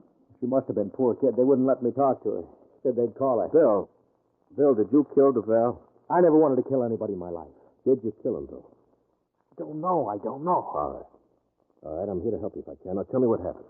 Well, I was working on a lawsuit for Duval. Yeah, I know about that. What happened when you went to the Pelican last night? Well, Duval was waiting for me in his office. I told him I was going to quit. Handed him the papers I'd been working on and gave him my bill. Then what happened? Well, he tried to talk me into staying on. While we were arguing, someone knocked on the door and brought in a couple of buckets of champagne. We started to drink, and Duval got mean. Yeah. Finally, he took a poke at me. He missed. So I clipped him on the chin and I knocked him out. Well, what happened next? I don't remember anymore. I must have gone into the next room and I passed out. And no one came in during the night? I don't know. I told you I passed out. Well, when'd you come to? This morning. Someone knocked on the office door. I got up and unlocked it. The key was on the inside? Yes.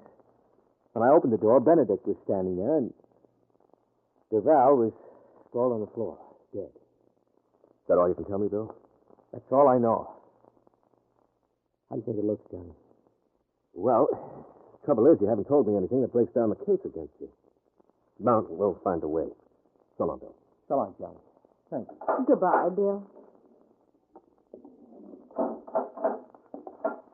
Well, darling, what are you going to do? To help him out, I mean. I don't know, Duchess. The best thing to do is to go home and sleep over it. If Bill didn't do it, then it's the perfect murder.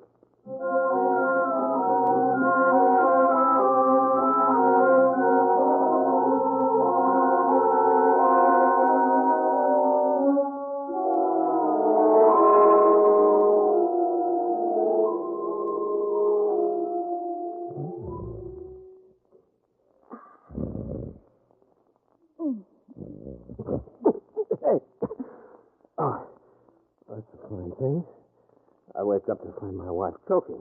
I was working on a theory. Well, it doesn't work. Well, I'm grateful for that. Now go to sleep. I can't sleep. I keep thinking of poor Kay and Bill. I'm glad I asked her to stay with us. Yeah, so am I. Now, Duchess, it's after 2. I can remember when you used to do everything under the moon to keep me out until 2 o'clock. Engine trouble, out of gas, flat tires, emotion of the battery. Darling, you never did explain to me what emotion of the battery is. Oh, there ain't no such animal, baby. Then you just made it up to keep me out. Did I know what would come of it? Now go to sleep, please, Duchess. I can't. Oh, great. Who can that be at this All hour? right. Stay where you are, Duchess. I'll get it. All right, take it easy. Can't you see I'm coming? Johnny, let me in. Melvin, why are you shaking so? Johnny. Come on into the living room. Thanks. Hello, Mr. Duke. I'm sorry to question you. Is that a new dance you're doing, Melvin? My knife. You're on the loose. All right. Now stand still for just a second, Melvin. Johnny, who was at the door? Okay, this is Melvin. Melvin, this is Kate I'm Crow. happy to meet you. Yeah, it's mutual. All right, now, what happened? Johnny, I'm as good as up to handle. What? Yeah, on the even. 3 messes ride me out to the meadows, giving me the chill all the way. The cross was on me, and they was doing the salt. Johnny, what's he saying? I see 3... Oh, 3 men took Melvin for a ride, but he managed to escape. Goodness. He has nice friends. I mean, it's the truth. Melvin, who's putting the finger on you? The big payoff. Oh, now, wait a minute. How could DeVal put you on the spot when he's dead? You're guffing it wrong. The vow's the dressing. The payoff is Benedict. Benedict? Johnny. Melvin said DeVal was only the front for the Pelican outfit. The real brain is Benedict. Well, maybe Benedict had something to do with Duval's murder. Yeah, it's an angle, Kate. Now, why would Benedict want you out of the way, Melvin? From nothing. I'm getting the toss around. A short kind like me don't cut the score with him. I'm cracking a straight line to clock around, so why the planting, I ask? Darling, translation. Melvin said he can't understand why Benedict wants him out of the way. He hasn't talked. Well, even if he did, who could understand him? Melvin, are you sure you've told Papa everything? Now, would I slip a fly G like you to Rowdy at a time like this? Melvin, this morning Benedict forgot all about the champagne in the office. Then he didn't want to tell me who brought it there. Now, why? I don't know. You can put me to bed with a shovel if I'm holding. Yeah, I know, Melvin. Well, maybe your being taken for a ride has a connection with the murder. Johnny, maybe Melvin knows something, only he doesn't realize it. Of course. And Benedict is scared he might wake up to it, so he sends him for a ride. Yeah, that might be it.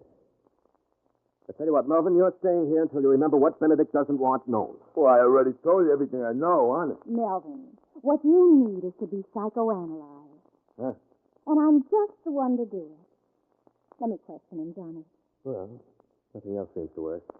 What do you say, Melvin? Anything you say, Johnny. You and the missus is back to back, especially seeing I got the smallpox. The smallpox? He means he's in trouble, baby, and it might be catching. Oh. I hope your insurance policies are in order, dear.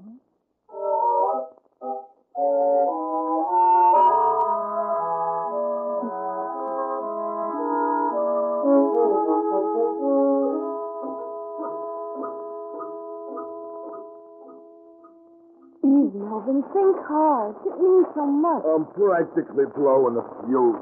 His face gets red when he thinks, but he doesn't say a thing that's of any value. We've been questioning you for 2 hours now, Melvin, and all we get is the same story. I run the bottle of sparkle to the office, knocked on the door. Duval opens, grabs, shuts, locks. Oh! Yeah, well, that's what I've been telling you. Johnny, can't you make these twists take that lamp out of my eyes? That's blinding me. You think I was down at headquarters? We're only trying to make you feel at home. Yeah, besides, Melvin, I thought you said you were once under police grilling for 36 hours. I was, only it wasn't like these twists. They was nice to me. Well, I can be just as nice as the police department. Here, you can have another eclair. Gee, thanks. Johnny, come away from the window and help us. I set a very nice view from here. One of Benedict's men watching our hut. Oh, I knew it. I'm being moused. Let me see him. Oh. Who is he, Melvin? Oh, it's the Ripper. I'm as good as up to hand. Now, Melvin, you're safe. Johnny, you don't have to count on Benedict. He knows more than old Heb's young. Well, Johnny is pretty bright, too. Why won't you get as far as the $4 question? As the saying goes, I'm living on time borrowed. No. Yeah, Miss. Why don't you make yourself comfortable? Here's a chair. Oh, thanks. That's just nice.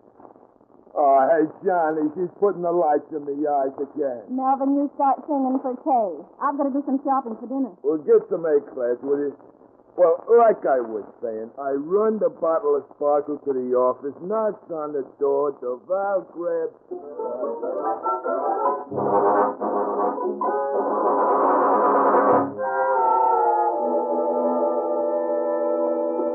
Melvin, are you sure there isn't something you haven't told us?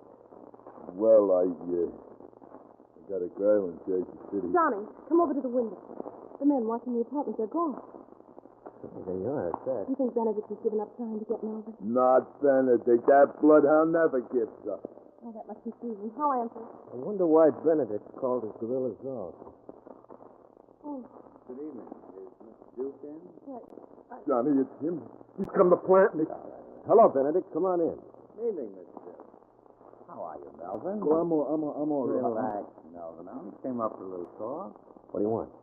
I thought we might possibly straighten out this little misunderstanding between us. Token of my good faith, I've withdrawn the men who were watching your apartment. Am I supposed to be grateful? Come now, Mr. Duke. Isn't the attitude to take when I'm willing to let bygones be bygones? Can't we forget what happened? You mean that ride you gave Melvin? I'm sorry about that. Some of my boys are a little overzealous in the performance of their duties. You know I wouldn't hurt you, don't you, Melvin? You'd give a week's take to see me salted down. I assure you, Melvin, when I learned what the boys had tried to do to you, I was shocked. I only wanted to make amends. Yeah, with a shovel. Why did the boys take Melvin on a ride? They caught him taking money that didn't belong to him. Of course, what they wanted to do was far too drastic. I never swilled the pill. You couldn't want Melvin so badly because he holds the key to Val's murder. Because you know he can send you to the chair. You're wrong. I have my own personal reasons for wanting him. You gonna give him up? No. Duke, some of my boys were anxious to tear this place apart. That's not the way I work. You're going to hand Melvin over peacefully. He'll have a long wait. You'll wait just as long before you see your wife. My wife? Yeah. Imagine my surprise when I bumped into her this evening. Only a few blocks from here. I persuaded her to become my house guest.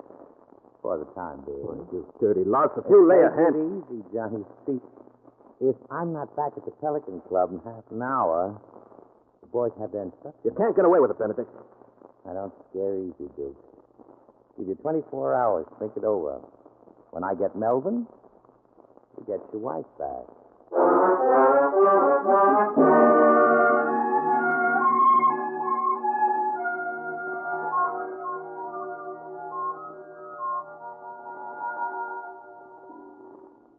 Johnny, what are we going to do? For hours have been walking the floor, not saying a word. Melvin, you know Benedict. Where's he likely to hide to? Well, he's got a hideout in Westchester. Sure, Johnny, that's it. No. Too obvious. Yeah, but nobody knows about it, Johnny. He's probably counting on my visiting there. If I know Benedict, he'd probably try to outsmart me by keeping her right at the Pelican Club. Yeah, he is full of tricks. Yeah. Melvin, I want you to draw me a layout of the Pelican. I'm paying a visit there. Oh, no, listen, Johnny, you got to take me with you. That place is big and full of rippers, and it's got more ins and outs than I could tell you about. All right, you can come with me. And I'm going to. No. Okay, there'll probably be trouble and plenty of it. Please, don't make me stay here by myself. I'd go crazy. Please, Johnny, please. All right. Come on. You can keep the motor running for a quick getaway. Let's go.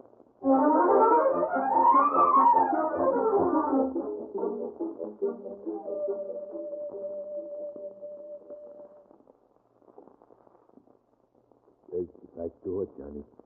I suppose Benedict has the place wired. Yeah, you take it. All right, come on. Now, the first trick is to silence the alarm. You got the proof? Yeah. You keep a sharp lookout. Probably got a couple of the boys on the outside. I'm watching, Johnny, I'm watching. You getting this? Yeah. Just a little more. Johnny, here comes one of the boys. I flatten against the wall. I'll take him. Hey, what is? sure can powder them, Johnny. Yeah, sure. I went to Miss Perkins' finishing school. Now tie him up while I finish breaking the alarm. I'll take care of him like he was a pill. He's one of the rippers that took me on the picnic. Yeah, your arm's okay. Gotta get the lock on this door. Yeah. This mess is wrapped up for the night. It's a tough lock, ain't it? You know, when I crossed 5 yards of Sleepy Hollow, I had a bunkie that could open any lock there was. Except, of course, the one on the cell door. Yeah. Cool. I've got it. Good. Where did I put my flashlight on? This is the main kitchen, and that door leads to the hallway, doesn't it? Yeah, it sure does.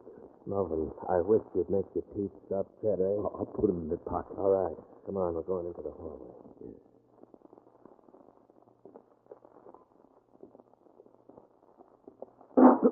What was that? I kicked something. Let's see what it was. Oh, a wine bucket. Yeah, but I didn't spill nothing. It was empty. Yeah. Let's see. That's funny. You know, come to think of it, the ones in Duval's office were empty, too. I don't follow you, Guff. Melvin, when we were in Duval's office with the inspector, I remember distinctly those wine buckets being dry. So what? Wasn't there ice in the buckets when you served the champagne? Sure there was. What happened to the water? What water? Look, Melvin, when ice melts, there's always water. Yeah. Yet the morning the murder was discovered, those 2 buckets were dry. Oh, it was dry. Well, it was dry ice. Now, don't be funny. No, on the level. Why dry ice? Well, when Benedict gives me the bucket with the champagne in it, he says we ain't got no regular ice. Oh. Yeah. Dry ice would just evaporate, leaving no trace behind. Yeah? Now, that would account for the bucket being empty and dry. Melvin, I've got the answer. Yeah? Well, tell it to me. But slow. Yeah, later. First, we've got to find the Duchess. Now, come on. There's the door to the hallway. Now, walk lightly. I'm practically floating. Now, look, some lights on under that door further down the hall. That's where the mob hangs out. Let's have a look. Oh, they're in there, all right. Rudy, what those past the toughest rippers you ever laid a peep on. Transfer's open. Now, give me that chair, Melvin, so I can take a look. Okay. Yeah, right. Here we go. Yeah, it's a fin. Okay, I'll see you and raise the door button. What do you say to that, Bert? Don't think you can scare me out, Bugsy. I'll see you. Full house. Full of ties. Half yourself. Look at 'em and weep. First flush. And in space. How do you like that? You're human, I tell you. Bugsy, dear, you're $5 shy. Who says? I said. Can't ask polite, right? Here. That's better. And, Mike, you can return that ace you just slipped into your pocket. You accusing me of cheating? Listen, you big gorilla. If you don't return that card, I'll bust you one right in the kisser. I hate to be intimidated. I'm going to count these cards, and if I find only 51, Mike, you'll be sorry. 1, 2, 3, 4, 5. Hey, what do you know? Here's an ace on the floor. Now, isn't that strange? And right by your chair, too. It's my deal, and I suggest you boys dig up a little more coin of the realm. Like the money. Hey, what goes? It sounds from here like a card game, Johnny. She's in there, all right. And when I think of the way she made me promise never to play poker. Hey, listen, Johnny, listen. Them messes are easy with the lead. How are you going to spring her? Well, I'm going to yell to her to hit the floor, then I'll shoot out the lights. While those gorillas are throwing it around, I'll pull her out. Johnny, someone's coming this way. If he lets out a peep, it's up the handle for us. All right. I'm going to meet him.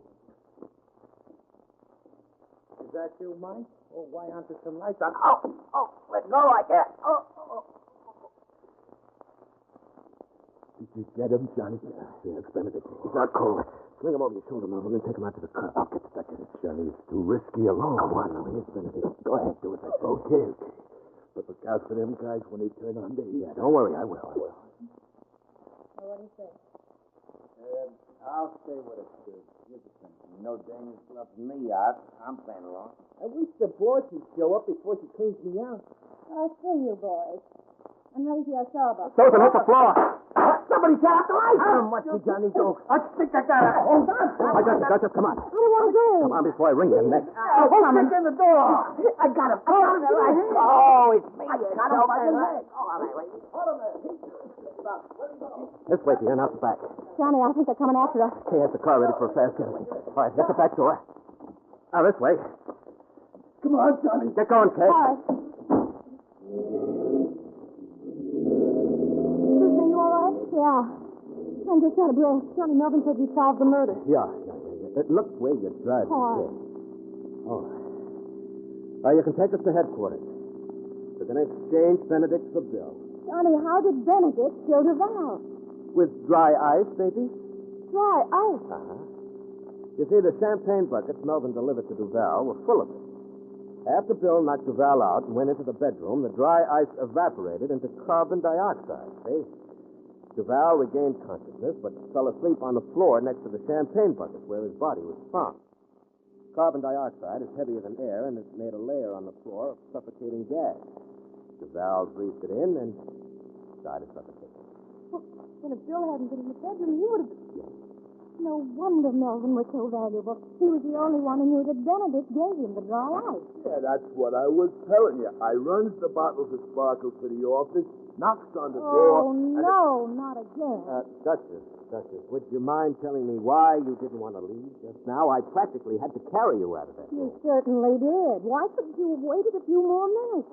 I was ready to choke you for butting in when you did. But why? Oh, Johnny, I had 4 aces in my hand and 2 in my pocket.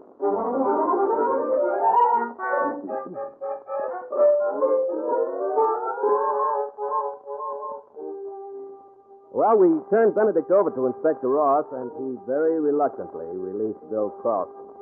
The inspector's a man who hates to be proven wrong. Kay and Bill thanked me, and they did it so nicely I didn't have the heart to ask them for a fee. Fortunately, the Duchess still had clutched in her hand $260 of the money she'd won playing poker. Well, after giving her a lecture on the evils of gambling, I took the money and paid our bill. And that concluded the case of the Unseeing witness. The moral? Well, as the Duchess said... 2 extra aces never hurt.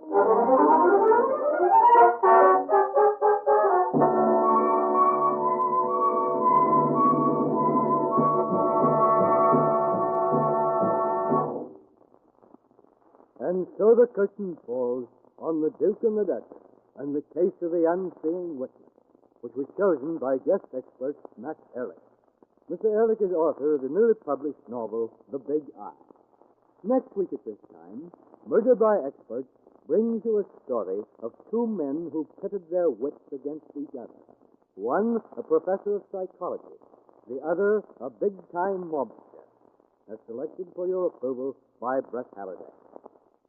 Until then, this is your host, John Dixon Carr, hoping you'll be with us again next week at this time.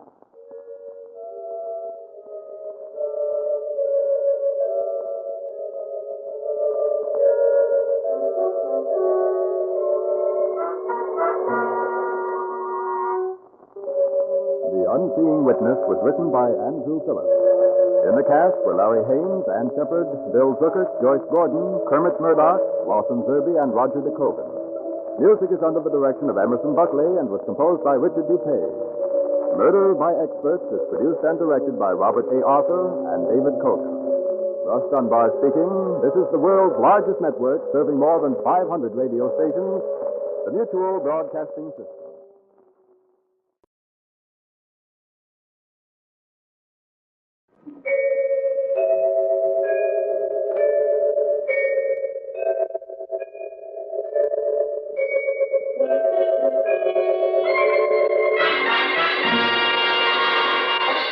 Murder by Experts.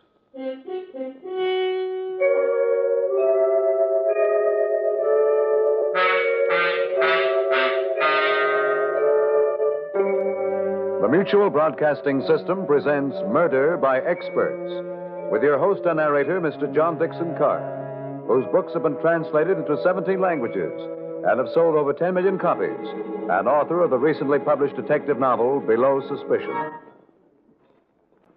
Good evening. This is John Dixon Carr. Each week at this time, Murder by Experts brings you a story of crime and mystery which has been chosen for your approval by one of the world's leading detective story writers. Tonight, our guest expert is the noted mystery novelist Craig Rice. In keeping with the spirit of the holiday season, Miss Rice, herself a witty and humorous writer, has selected a hilarious and suspenseful comedy mystery by Joseph Roscoe. And now we present Carl Eastman in The Case of the Missing Mind.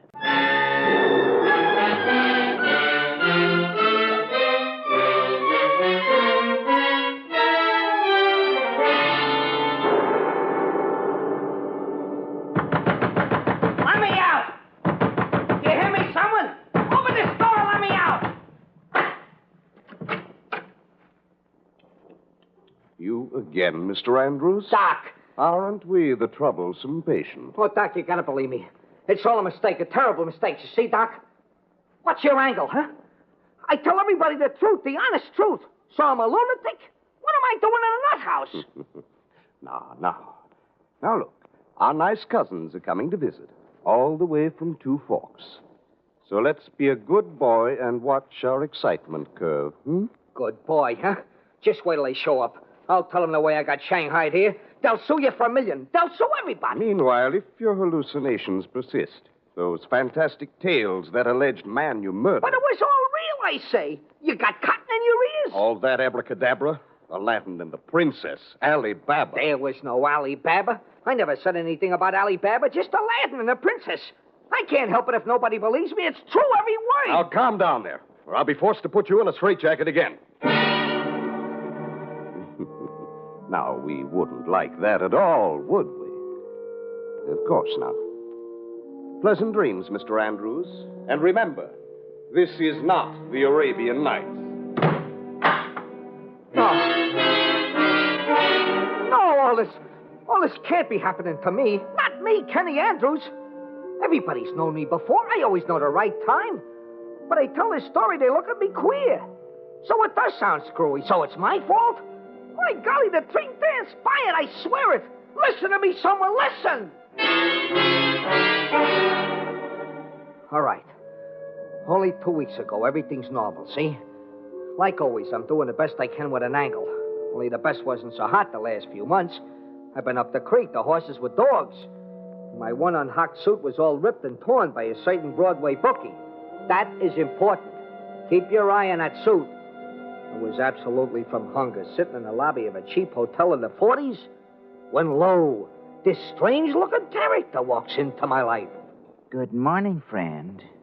Do you ever dream? Just like that he began, the strange-looking guy with the purple hat. Do you ever dream, my friend? I'd noticed this character before, shadowing me for days. On Times Square, I buttoned my shoe. How do you do? There he is. I lose him in Schubert Alley, and he's the man right behind me when I'm putting a slug in the automat. And now here's Mr. Queer sitting beside me. Do I ever dream, he wants to know. What is it you dream when you dream, my friend? I'm interested in wish fulfillment. Say, listen, pal, are you for real? What's the idea telling me anyway? Go take a long drop. I'd like a word with you. You see, Mr. Andrews... How'd you know my name? I am a mystic, sir. I know all. Oh, yeah? Maybe you know where I was born. Two Forks. And now about your dreams, sir. Say, who are you, anyway? Oh, call me Aladdin. Huh? Caught you kidding. Aladdin? Yes. Would you like to try my magic lamp? The guy is strictly from a nightmare, I figure.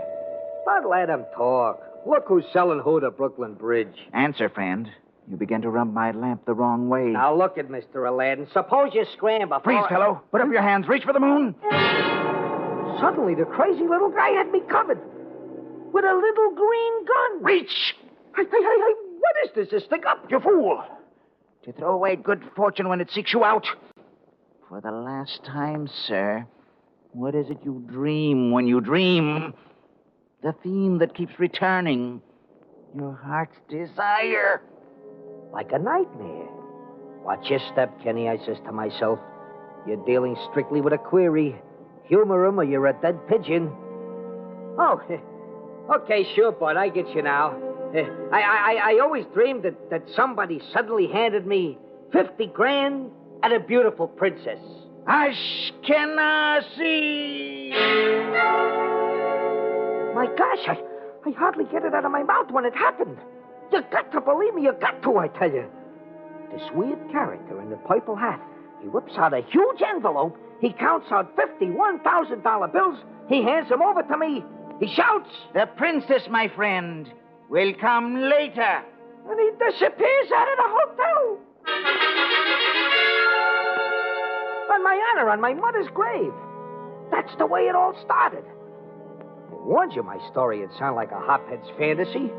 I don't blame anyone looking at me sideways. I even examined my own head listening to me tell it. Such things don't just happen. A strange character in a purple hat, a green gun, and there it is, 50 grand. First, I don't believe my eyes. A guy like me, sharp, knows what time it is. He's strictly from Missouri. Still, them greenbacks look like the real McCoy. I stumbled over to the bank on the corner and up to a bank teller. I had to find out.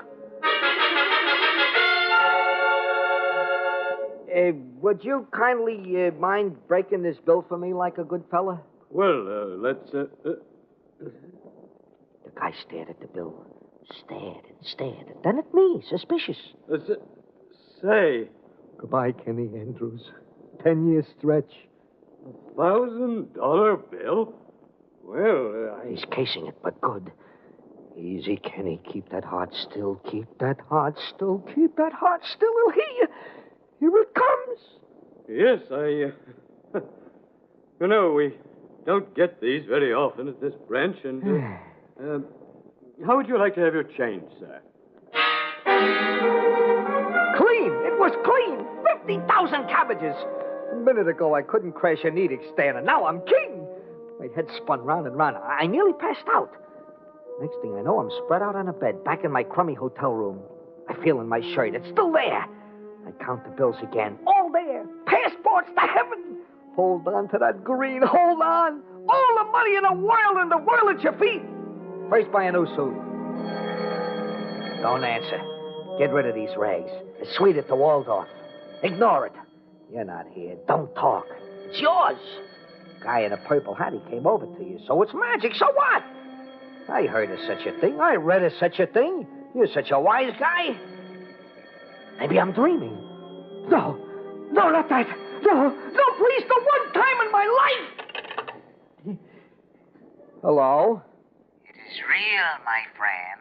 Oh, Mr. Aladdin? You are not dreaming. Oh, wonderful. You were thinking of buying a new suit. I am? I mean, yeah, I am. You are not to do so. This is the only condition. You must always wear that suit. Disobey and the penalty is death. You are being watched. Remember. But everything else on heaven and earth is now yours for the asking. Happy joys, my friend. You see? This gets screwier and screwier. But Aladdin's my boy, see? No questions asked. Who cares about front when you're healed with 50 G's? Clothes make the tin horn, but when you're a prince, that's how all my troubles began and headed me for this joint. When I can't resist anymore and go and tell the strange events to the boys along Broadway, they give me the quick brusharoo. It was unnatural. Am I dreaming, I says to myself? All right, if I am, I'm going to get rid of the silly sequence. The rags must go. I enter a ritzy dog shop. My good man? Yes? I was just torn to shreds on the stock exchange. You know, the Hurly-Burly. Ah, I see, sir. Yeah, you know the bulls? I understand, sir. A new suit. Yeah, I want to order about a dozen, and I want them out of this world. Something with a little dash supreme. Yes, sir. Well, now, if you'd like to consider these numbers here. But just then, my eye caught something looking in at me through the window. It was another eye, and it had a mad stare. And over it was a purple hat, and the pocket was aiming at me against the window. And without seeing it at all, I knew it was a little green gun. These charming summer worsted, sir? Look, pal, what are you showing me suits for? Who said suits? I said overcoats. You said overcoats? With a fur collar. A fur collar? In July? Are you mad, sir? Why not? If I gotta wear a coat to cover my past, it might as well have a fur collar. I always visioned me in one, but only in my wildest dreams. So, next, with a lot of haberdashery and gloves and this and that and a walking cane, I'm ready for anything. I'm out to live, see? Come what may. Even a dog catcher. That night in Manhattan finds me slumming at a private table in a midnight casino. The classiest spot in town. Where before I could never even afford the bar. Your order, monsieur. I already had a few quickies all over the stem. By now, I am a god. Champagne, Charlie, and a bottle for every lady in a joint whose escort can claim a purple hat. All eyes were upon me with admiration, including the most gorgeous little number at the very next table. Beg pardon, monsieur. It's the waiter smiling at me, very polite. You forgot to check your code at the door, monsieur. It is a rule of the establishment. Oh, yeah? We'll see about this. Call the head waiter. I am the head waiter. Oh, yeah, huh? Go drop dead. Gentlemen, please. It's that luscious brunette with the creamy shoulders sitting alone at the next table. Pierre, your manners. You disappoint me. But he is wearing an overcoat. Silence. Why do you not take this gentleman's order? But it is a rule of the house. Rules are for the riffraff. Can you not see he is perhaps an eccentric millionaire? That he is moreover to be my guest. Oh, so, Princess. In that case, Princess, 1,000 pardons, Your Imperial Highness. Go ahead, say it. Tweet, tweet. Jenny Andrews got the DTs. All right, don't swallow it then. But will someone please solve it for me? I am lonesome, young man. Won't you join my table? So this is the princess I was foretold. We made it a twosome, this royal doll and me. We killed 3 bottles, never taking our eyes off each other. Each was too entranced. Now what are we doing? We're sailing along 57 toward Park Avenue. Her head on my shoulders. Oh, Kenyusha. In a sky blue limousine driven by a little midget. You heard me, a little midget. Be kind to me, babushka. She is a Russian, it seems. Princess Julie, from a branch without their heads cut. And she gives off like a rose. Promise you will be very kind. Where are we going, Princess? You silly goose. Don't you remember? We are on our way to my apartment.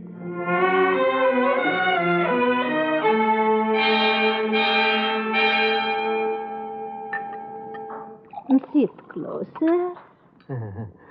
More vodka, my darling. It is the champagne of the Volga. Sure, why not? And what about some delicious joiva?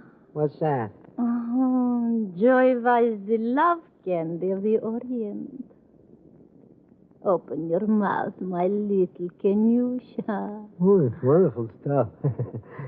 Oh, this ain't happening. This ain't really happening, is it? Oh, hush, my life. Go on, tell me more of your philosophy. Where was I, Princess Baby? Angles? Oh, yeah. It's all a matter of angles, see? I'm full of them, Your Highness. In this town, if you're sharp, cut your wits, never give a sucker an even break, one can rise to millions. Now, taking 2 forks. 2 forks? Who is 2 forks? In Oklahoma, where I was born. Out there, they don't even know what time it is. If I stood out there, Your Worship, I'd commit suicide. I ran away when I was 12. More vodka, Kenyusha. You tell me about it. I must know all about you. Naturally. I live with my Uncle Iggy, see? Well, a poor yokel, he spends all his time digging in his backyard. For what? Worms. Can you tie that?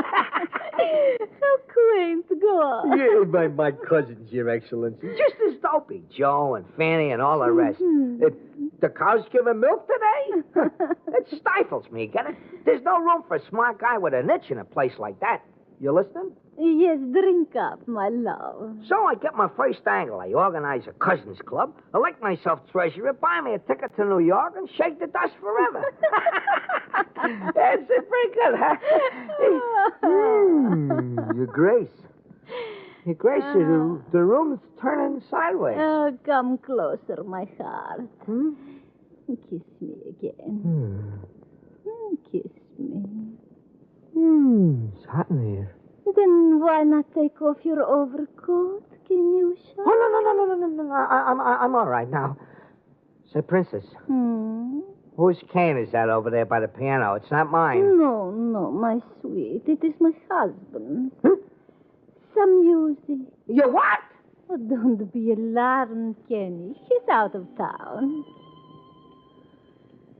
Oh, I hate him. I hate him, the beast. He abuses me so. Oh, he does, huh? Oh, Babushka, why am I telling you all this? Because always in my lonely life I am looking for someone. In my dreams I have seen him, and he has caressed my cheek. But the days go by and the years, and he does not come. And yet, always I know that someday,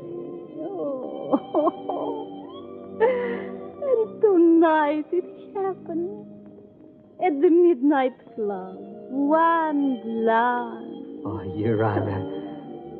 Do you feel that way, too? Oh, Kenny, you do love me. Oh, do I? Oh, Princess, I'm crazy about you, Your Honor.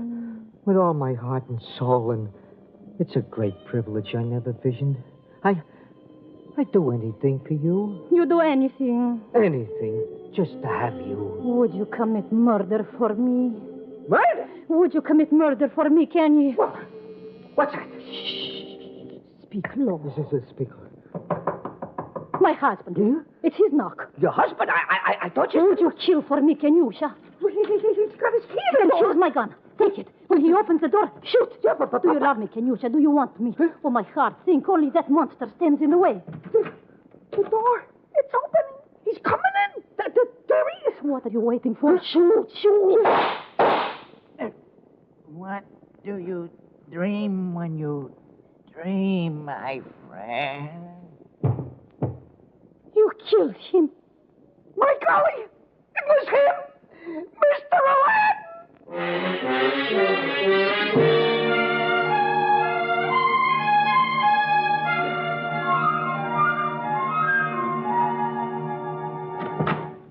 Hey, Chief, you know the guy we've been getting complaints about all day with Aladdin's lamp? That raggedy bum with the fur coat in July? Casey, I want him picked up and put in a cage. He's right here now, Chief. He wants to see you. Oh, my gosh. Okay, Wild Eyes. I can't stand it anymore. I'm going to give myself up. Casey, don't go away. I don't want to be left here alone with this lunatic. What's up? He says he just bumped off a guy a half hour ago. What?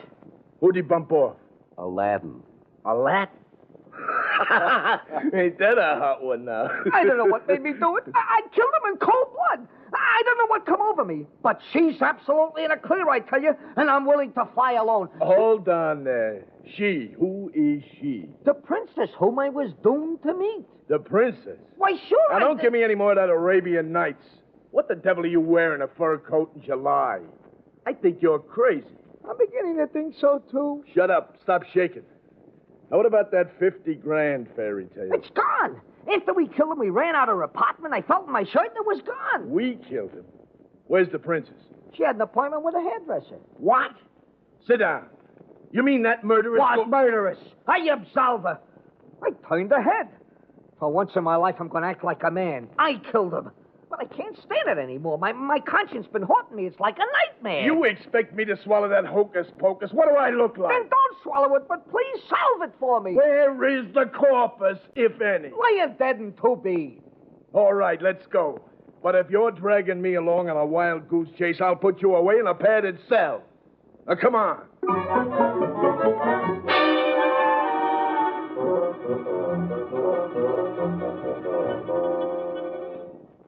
vacant. Bare. No one even lives here. Where do you see a body? Can't understand. My gosh, officer, I was just here, but now it's empty. Hey, what are you trying to pull on Can me? I help you, gentlemen? Who are you looking for? Who are you? I'm Mrs. Podolsky, the janitress. Well, who lived here last? You know a Princess Julie? A princess witch. I'm afraid, mister, you got the wrong building. No one been living in this apartment for the last 6 months.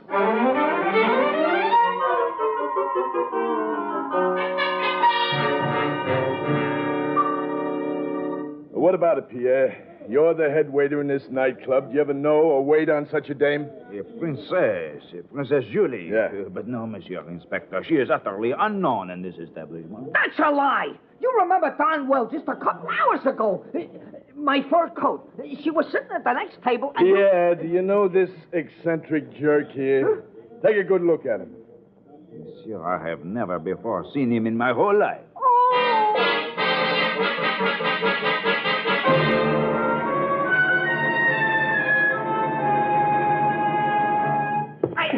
Let go, officer. Let go my neck. Where are you rushing me? Get back in my car, you. You're headed for the judge.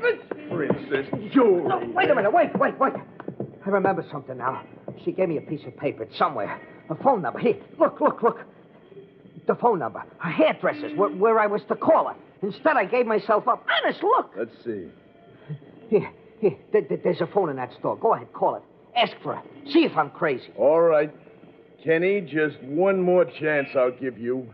But if you're giving me the business again, I'll tear you limb from limb. Come on.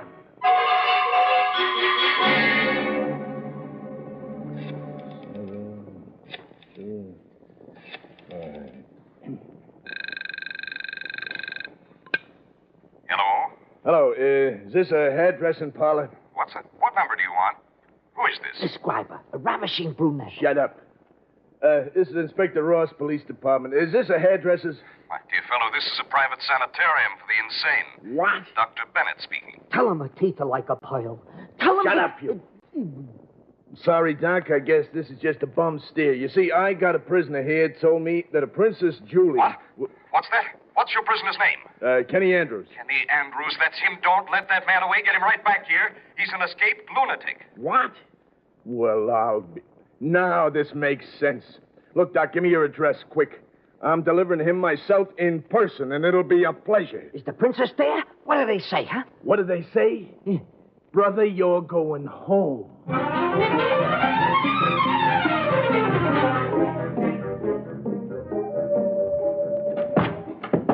me go! Let me go! Is this your man, Doc? Yes, that's him. He escaped from here 2 days ago.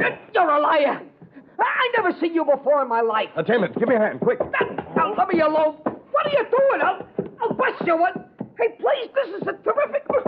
Thank you, Inspector. It's lucky for the community you found him. Yeah, and am I glad to unload this baby. What a ride he took me for. What an imagination. He's definitely a schizophrenic, poor lad. Too bad. Well, of course, we'll just keep him here under observation till he's committed elsewhere. You notified his relatives? Yes. They're on their way now from Oklahoma. They haven't seen him since he was a child. I hope they won't ask for his release. That would be tragic. It'd be bloody murder. Why, he's a menace. I'm sure glad you're taking him out of circulation.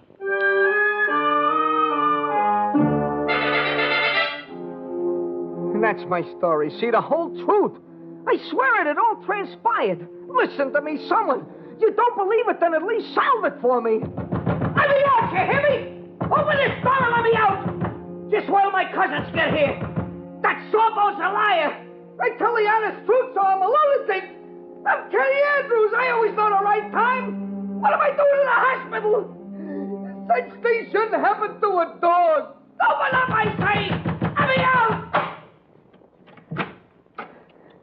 You again, Mr. Andrews. Aren't we the troublesome patient? You just wait till I get here. Your cousins are here That's now. all, you just Let's wait. calm down So you so they won't get frightened. So we can go home with them to Two Forks. Otherwise, we'll spend the rest of our life here. Huh? Now, that's the boy. This way, please. Kenny is ready to see you now. Oh, am I glad you guys came. If you only knew... You! What is it you dream when you dream, my friend? Aladdin! You're dead! No. Cousin Joe. Alive. Huh? Promise you will be very kind, can you, Chuck? Princess Julie! Oh, Your Honor. No, Cousin Fanny. You're crazy. But my golly, what is this? Am I still seeing things? Hey, you two been taking me for a sleigh ride? Oh, no, Cousin Kenny. How could we? Yokels like us take a sharp guy like you? Not your dopey cousins from Two Forks, Kenny. The cow's giving milk today? Oh, my golly, what's your angle? I don't get it. I don't get it at all. You will, Kenny. You remember Uncle Iggy? Huh? Digging and digging in his backyard? For what, Kenny? Worms. Right. Uncle Iggy died 2 weeks ago. You know from what, Kenny? What? Heart shock. Huh? You know what gave him heart shock, Kenny? He struck oil in his backyard and became a millionaire overnight. Huh? You know who he left his $6 million to in his will, Kenny? Who? You. Huh? But you're not going to enjoy it, Kenny, because you're non-compass menace. Get it? You're crazy. And that's where we come in, Kenny. You see, his will also reads that when you die or go crazy, the fortune's to be split among your other cousins. He always did suspect you'd suddenly do one or the other, Kenny. Wait a minute. Wait a minute! This has all been a frame-up. Sure, I get it, everything. I've been framed. You wanted to make people think I'd gone haywire. So you put up this whole mishmash. How did you know where to trail me? Easy. For a smart guy with a niche, only one place for him. New York. And we met up with a certain bookie. The rest was easy. Oh, I got a headache. I got things pounding in my ears. That gun I plugged you with. Blanks. That waiter at the casino. Cousin Georgie. The Sawbones. Cousin Hank. The midget. Cousin Lou. The janitress. Cousin Bessie. Oh, this should happen to me. To me, you crooks, you swindlers. You admit it. You stand there and admit it all. Why not? What have we got to lose now? Who to do such a thing to your own cousin? You remember the Cousins Club, Kenny? Well, now you angle your way out of this, baby. Come on, Fanny. He'll weep. Let's go. Make with the paper dolls, Kenny. No, listen, you rogues. You can't pull this on me. Never. You'll never get away with it. You'll see. You think you're pretty slick, huh? Wise guys. Make with the paper dolls, huh? No. That'll never keep me here. Not Kenny Andrews. Such a thing shouldn't happen to a dog. What'll I do? Spring me, someone. Listen to me. All you punks tune in on my story. Do something. What are you just sitting for? This thing's funny. Help me. Advise me. For crying out loud. Give me an angle.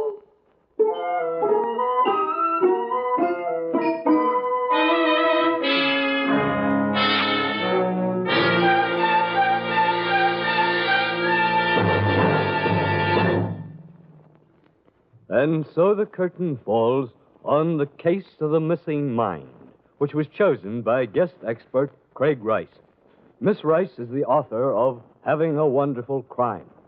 Next week at this time, Murder by Experts brings you a story of a New Year's Eve masquerade party with death as a guest in disguise, selected for your approval by one of the foremost leading mystery writers of the world.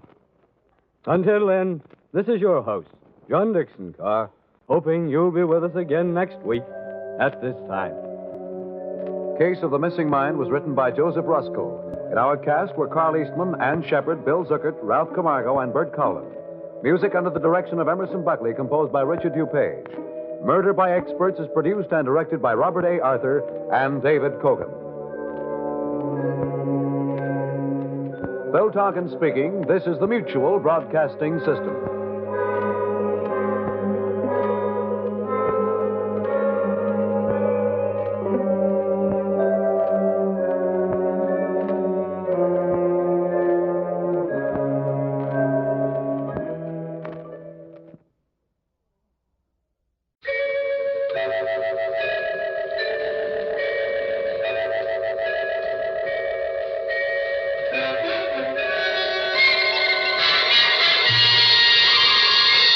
Murder by Experts.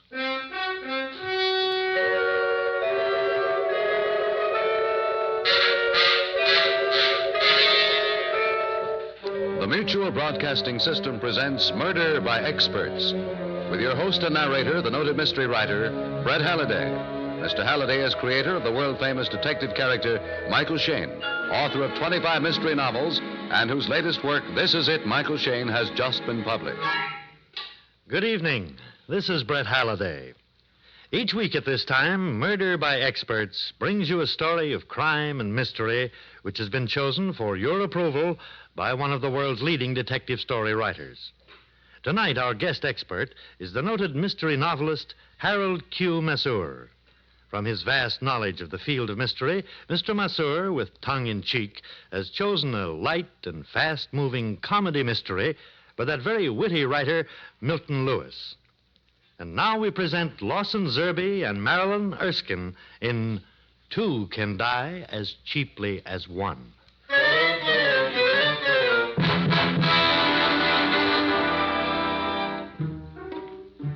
The name's Duke, Johnny Duke. You'll find me listed in the classified phone book under Detective Service.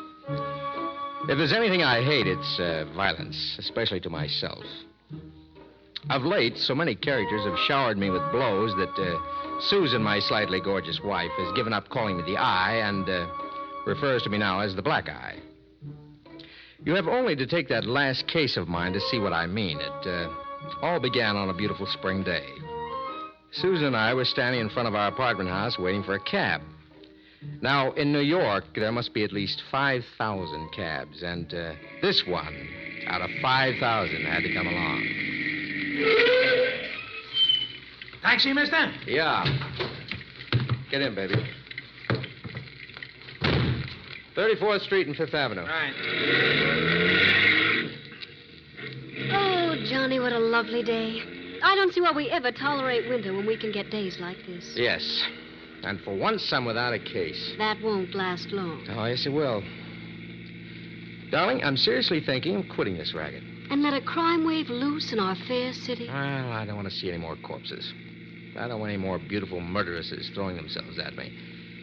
I don't want a jitterbug between bullets anymore. This happens once every year. Mm-hmm. You'll get over it. Not this time, Duchess. Now, look at me. Every week, I nearly get killed. Every week, I get conked on the head 2 or 3 times like a bell. I'm in a rut. Hey, do you mind if I take 5th Avenue? Not at all, driver. But why do you want it? One sees more chipper chicks on 5th Avenue when one must wait for a red light. And by all means, take 5th. I could tell you he was a man after my own heart the minute I lamped you. Really? How did you know he was fond of chipper chicks? Oh, that's easy, madam. I just seen a pin-up tomato that was with him. Why, thank you. What a lovely cab you have, driver. Yeah? Hey, you believe in sunlight? Only in the daytime. Why? On account of I want to slide the roof back, like this.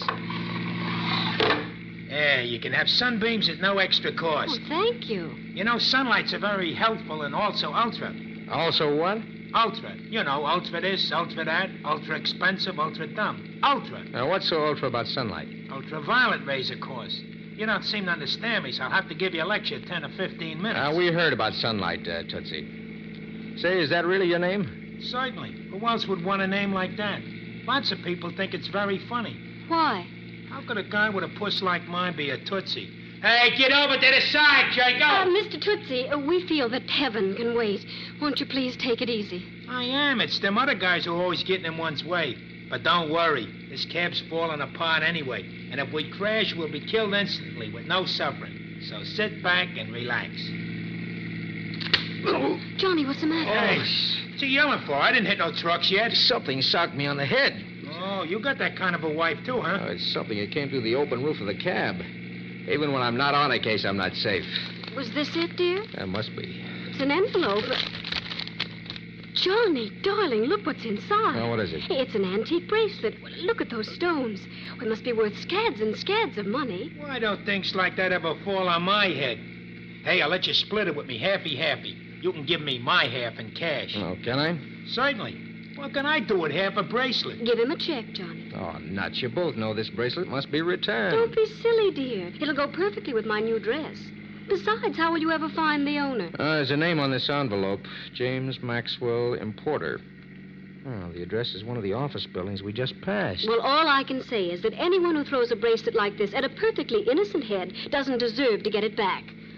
And besides, I want it. Sure, finders keepers, losers weepers. That's right, Johnny. And didn't you just say you were in a rut? Well, what's that got to do with it? If you return it, you'll probably find out it was stolen by some beautiful siren who murdered a half-dozen people to get it. Yeah, she'll probably try to murder me to get it back. I'll bet she worked with a cutthroat accomplice I'll have to arrest before I'm killed. See why you shouldn't give it back? Why, you're dead already. And they'll probably murder me just because I'm your wife and I know who the killers are. See, you're both dead already. And if I return it, I'll spend this beautiful day bleeding in strange apartments, being mauled around, getting kicked in the head, having my teeth knocked out, getting back into the same monotonous routine of mayhem and murder. That's right, dear. Don't you see why we should keep it? Yes. Darling, I've made up my mind. Tootsie, turn around. What are we going to do? Why, return it, of course.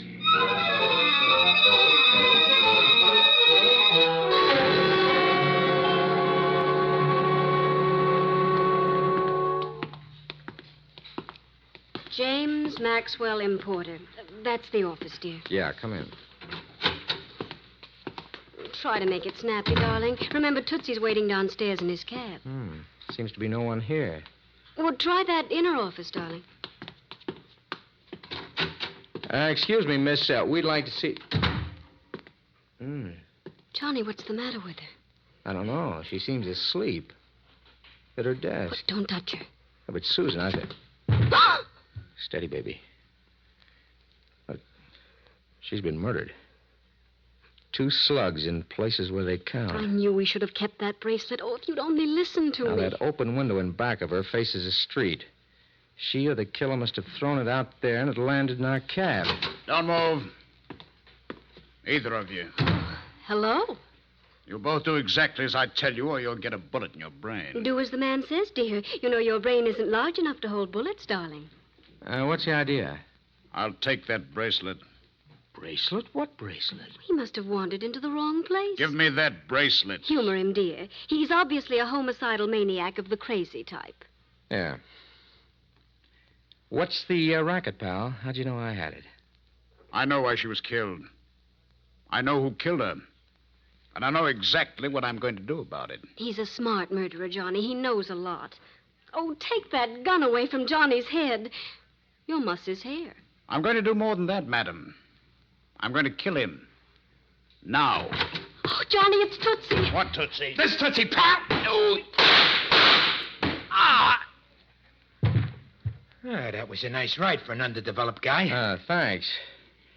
Susan, are you all right? Yes, dear. His shots went wild. I've got his gun and the bracelet. It's lucky you came in, Tootsie. Well, I was getting impatient down there. You shouldn't keep me waiting like that. You'll run up a frightful bill. Oh, who's the dead doll? We don't know yet. Searching him, huh? Do I get half the take? Susan, baby, this guy is Mr. James Maxwell. He's coming out of it. My head. Get up, Maxwell. Now, explain it simply so my childish mind can grasp it. Why did you murder her? Come in. I'll open it, dear.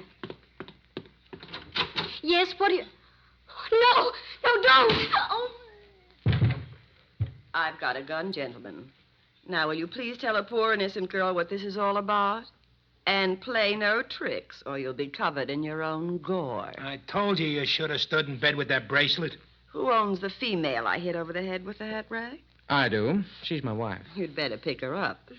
Someone might step on her. Oh, Johnny, buy me a new head. I'll help you up, baby. You'll be all right. Thank you, Blanche. You came just in time. You know her? Oh, yes. Blanche and I are old friends. Just who are you? I'm Johnny Duke. This is my wife, Susan, and this is Tootsie, our taxi driver. Well, what's the payoff? Are you going to kill us again? I certainly am, if you're going to hurt Jimmy. Did, you kill that girl? No, we just wandered in here. What are you doing there, Susan? Oh, just looking at this hat rack. Is this what you hit me with, Blanche? Yes. I heard you in here, and I thought you were harming Jimmy. If I hurt you, I'm terribly sorry, dear. Oh, that's all right. I was just trying to figure out how you use the hat rack. Well, you must have swung it like this. No, don't! Oh! I've got the gun back, Johnny. Oh, my brains are aching. If I hurt you, I'm terribly sorry, dear. That was lovely. You'd make a good female blacksmith. Thank you, Tootsie. Drag her to that chair, Mr. Maxwell. That's right. Now we'll go on where we left off. Why'd you kill her, Maxwell? I didn't kill her. I was with Blanche all day. Wasn't I, dear? That's right. He was at my place. What were you doing? We were playing Ring Around a Rosie in my living room, dear. What's your full name? Blanche Werby. Why? Did you ever see this bracelet before? I can tell you about that bracelet. It belonged to my partner, William Baldwin. It's worth a fortune. At least $80,000. I told you we should have kept it. Where is Mr. Baldwin now, Mr. Maxwell? I don't know. He disappeared 6 months ago and was never seen again. He had that bracelet with him. Who's that dead girl? Well, she's Miss Ruth Perkins, my secretary. Oh. She evidently threw the bracelet out the window. How'd it get here? I haven't the faintest idea, Mr. Duke. I'm sorry I lost my head before. I thought you killed her when I came in before. I heard you talking about the bracelet. I thought you murdered her to get it. Whoever gave that bracelet to Ruth Perkins knows who my partner is. This looks like quite a case. Yes, Duchess. And for once, we're going to let the police solve it. Call them up, darling. We'll probably be tied up with them until evening. There goes our lovely day.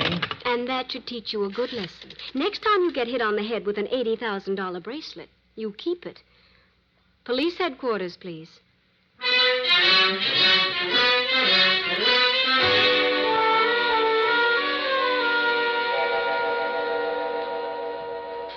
Come in, Tootsie. Make yourself at home. Ah, thanks. Sure nice of you to invite me in for cocktails. Well, that's the least we can do after taking up your time all day. You sit there with Johnny. I'll go in and mix them. Now, about the murder of that Perkins dame, I got a theory. Only it don't make sense. Tootsie, let's not start talking about murders. I've decided to seek a gentler profession. Oh, that's why you won't take the case? Right. Now, we won't mention it again, will we? By all means, we certainly shall not even whisper about it. You think James Maxwell killed her? No, the gun we took away from Maxwell was a different caliber from the one that killed her. I think... Let's talk about baseball, huh? Certainly. The Brooklyn Dodgers will win the World Series this year. What makes you so sure? I live in Brooklyn. Do you think William Baldwin was bumped off, too? The police said his daughter also disappeared. Yeah, I think they were both killed. It's funny there should be no identification in that secretary's purse. Oh, nuts. Don't lead me. Hey, I believe that was your loving wife in distress. Yes, in the kitchen. Come on. All right. If they try to do anything to Susan, Susan. Hey, Susan, baby. Is she dead? No. Someone tried to garrote her. Here, help me get this cord off her neck. Hurry. All right. There. That does it. Susan, what happened? I don't know. Someone must have come through the delivery entrance. Felt the cord around my neck, and that's all I know. Tootsie, there's a gun in that old sugar bowl. Take it and go down that delivery exit. I got it. So long, Johnny. Susan, darling, are you okay? I'm feeling much better now. Johnny, why should anyone want to do a thing like that? I don't know. I'm pretty sure it's got something to do with that bracelet. Johnny, darling, you better take this case and solve it before we're all bumped off. I know it may all be just too annoying for a jaded sleuth like you, but it's better to be bored to death than murdered. You win, baby. I thought I would. That's why I took these things out of the dead girl's purse. There are 2 addresses on different sheets of paper. One's the address of one Samson Everest, and the other is the dead girl's home address. Well, there ain't no sign of any Garrotters out there, Johnny. He must have got away. Now, listen, Tootsie. We're going to find this murderer, and you're going to help us. I want you and Susan to visit one Samson Everest. I'm going to poke around Ruth Perkins' place. Now, let's get going.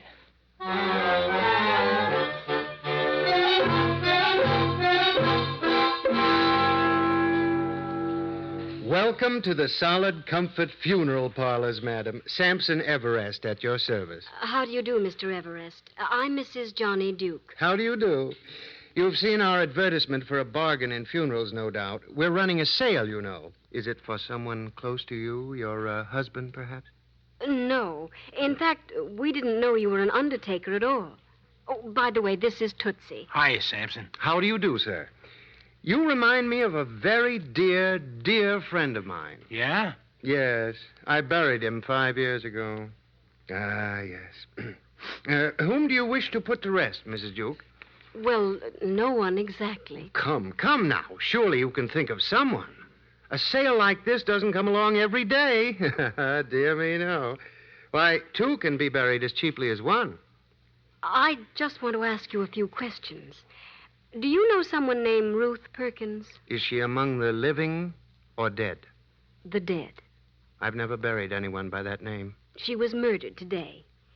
Why would your name and address be in her purse? Perhaps she knew she was going to be killed and wanted to get in on our bargain. Really, Mrs. Duke, you should take advantage of this. It's truly a cutthroat sale. Just what do you get for your money? For only $75, you get a hearse, fresh lilies, 2 limousines, and a plot in an exclusive cemetery. Yeah? What kind of coffin? Oh, a beauty. So comfortable to lie upon, you'll never want to wake up. Excuse me, Tootsie. Mr. Everest, do you know anyone named William Baldwin? But of course. Dear Mr. Baldwin, one of my best customers. Did you bury him? No, but he ordered a tomb from me. I had it built in the Gay Departure Cemetery overlooking the loveliest little pond. It's really a gorgeous place to go when you're dead. I'm sure it is. But why did Mr. Baldwin have it built? To rest in when he passed on. Mr. Baldwin was a man of great foresight. In fact, his daughter was here only yesterday. His daughter? As a customer or a victim? Oh, she was quite alive, I think. Of course she was. She talked to me. She wanted to know where her father's tomb was. Why? She was going out there to inspect it. A very devoted child, I must say. She wanted everything to be just right for the day when her father would move in. Really? Where is Gay Departure Cemetery? Just out of town in Westchester. Come on, Tootsie. That's where we're going. Just a minute. Mr. Everest, just what else do you get for your $75? 2 pallbearers, an organ music, a granite tombstone, a smooth ride with professional chauffeurs. Is the hearse got white tires? My dear man, all our hearses have white tires. That goes without saying. Are you interested? Yeah, I sure would like one of them. And at that price, too. The only trouble is, I ain't dead. Well, we all live in hope, my friend. The sale lasts another week. Maybe you'll be able to take advantage of it. Yeah, but I doubt it. I never have any luck. Shall we vamoose, Susan? That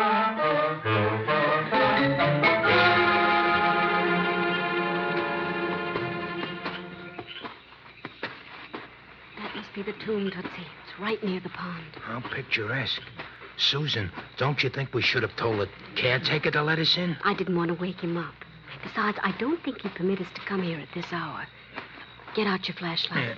There. Yep, this is the tomb. Here rests William Baldwin. Shall I ring the bell? You don't have to. Someone forced open the door. Huh? You think some of these ghosts is burglars? If they are, they'll be arrested. Come in.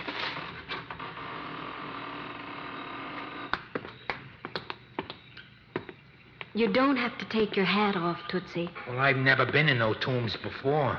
Hey, it's very cozy. Turn your flashlight on that coffin. Okay. Oh, the coffin's open and it's being slept in. Yes. There's a college clasp pin on his vest. Pick it up and see if there's a name on the back. Yeah.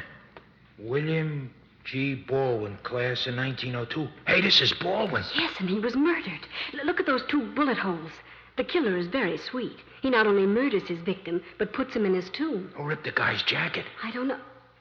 Yes, I do, of course. I'll bet the bracelet was hidden in that jacket. Oh, come on, Tootsie. We have to get out of here. I want to phone Johnny. Okay, but shh, not so loud. You're liable to wake him up.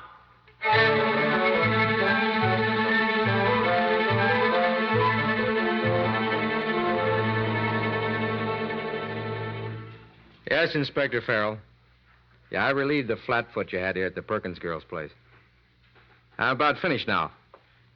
How about James Maxwell's alibi? Airtight, huh?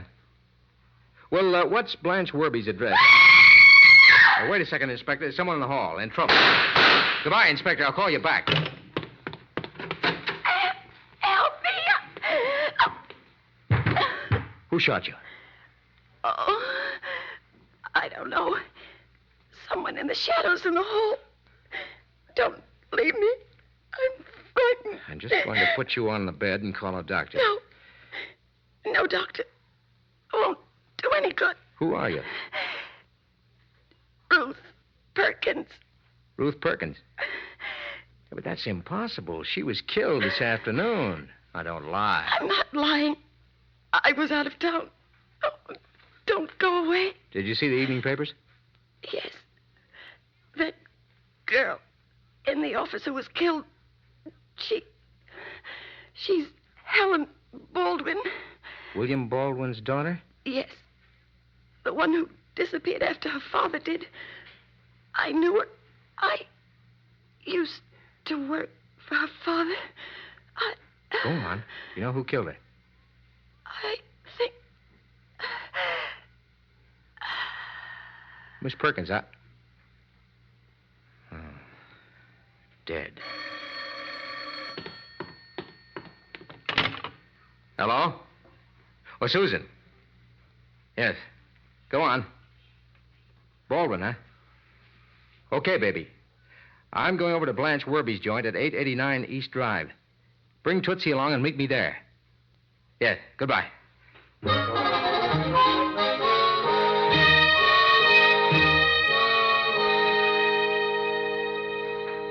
Won't you have a drink, Steve? Thank you, Blanche. Think I can use one. Here you are. What makes you think Jimmy and I were lying about being in this apartment when that girl was killed? I think Jimmy killed her. But I told you. I know. You were playing Ring Around a Rosie. Right here in my living room. Shall I show you how it's done? Oh, I've played it in my time. Not the way I play it. You be the Rosie. I'll make the ring around you with my arms. Like this. This is a new way of playing it. Uh-huh. And it's some fun. You look startled. Naturally. I've never been a Rosie before. You didn't touch your drink, Steve. Blanche, would you like a new and thrilling experience? Uh-huh. That's my hobby. What is it? Being murdered. Oh? By you? By James Maxwell. You're next on his list. He's trying to kill everyone who can prove him guilty. My wife, the Perkins girl, Helen Baldwin. Next, you. Oh, you've got a morbid imagination. What you need is more ring around a Rosie. Oh, dear. Have your drink while I answer it. Hello, Blanche. Oh, Jimmy. Come in. Look who's here. Johnny Duke. Well, I'm glad to see you. Hello, Maxwell. You're lucky Inspector Farrell let you go free. Well, he knew he couldn't keep me. No evidence, you know. Yes, that drink was plenty strong. I feel awfully funny. What's the matter with him? Gave him a knockout drop. He's getting very wise, Jimmy. You know what he told me? He said you tried to kill me. The little fool. I told him he was out of his mind. What are you laughing about? Well, it's so funny. Not for you. As it turns out, he's 100% right. Jimmy, put that gun down. No, Blanche. It was very nice of you to lie and alibi me. But now I can't trust you. So you're going to die. No. Now. Oh, I'm being killed. Take it easy, Blanche. I shot him in the shoulder. He'll be okay. He didn't even have a chance to fire his gun. Oh, you aren't out. No. Mm-mm. I dropped my drink under the pillow of your sofa. I hope it doesn't stain. Johnny, darling, we came as fast as we could. Come in, baby. Hiya, Tootsie. Okay. You came just in time to hear Blanche give us a complete confession. How about it, Blanche? Okay. He phoned me this afternoon and begged me to alibi him. I did. I loved him. Then I went to the office. The rest, you know. Johnny, darling, how'd you do it? How'd you make her confess? It was easy, baby. All I had to do was play a little game called Ring Around the Rosie, dear.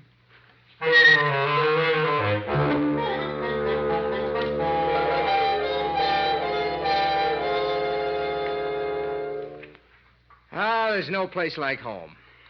And so peaceful. Johnny, you still haven't explained. Well, it adds up to this, baby. Maxwell killed Baldwin to get that bracelet. Mm-hmm.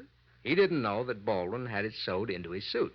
And Helen Baldwin, suspecting what happened, disappeared in order to investigate. Mm-hmm. She found out that her father's body was in the tomb. Right. Now, she must have known where the bracelet was, too. She came back with it, accused Maxwell. Mm-hmm. He pulled a gun. She threw the bracelet out the window. Where it conked you. But why did Maxwell lie and tell us that the dead girl in his office was his secretary, Ruth Perkins? To protect himself and stall for time. If we knew who she was, our suspicion of Maxwell would be strengthened. He wanted to carry out the bluff by killing Ruth Perkins. They made a mess of that job, though. Yeah, but what good would that bluff have done him? Well, at the time Baldwin disappeared, his daughter told the police that there was some bad feeling between her father and Maxwell. Maxwell wouldn't have had a chance if the police knew the dead girl was Helen Baldwin. And that's why he removed her identification papers and things before we stumbled on the body. Johnny, darling, do you still feel you're fed up being a detective? Murder, mayhem, and monkey shines. The same old thing. I'm bored. Come here.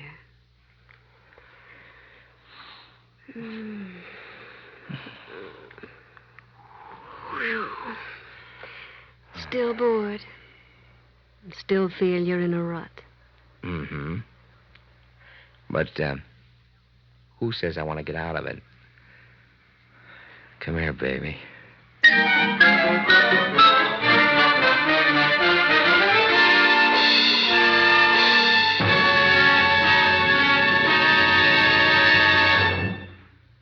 And so the curtain falls on Two Can Die as Cheaply as One, which was chosen by guest expert Harold Q. Masseur. Mr. Masseur is author of the recently published mystery novel, Suddenly a Corpse. Next week at this time, Murder by Experts brings you a drama of a young newspaper reporter who covers the biggest story of his career, only to find murder dogging his footsteps. As selected for your approval by one of the world's foremost detective story writers. Until then, this is your host, Brett Halliday, hoping you'll be with us again next week at this time.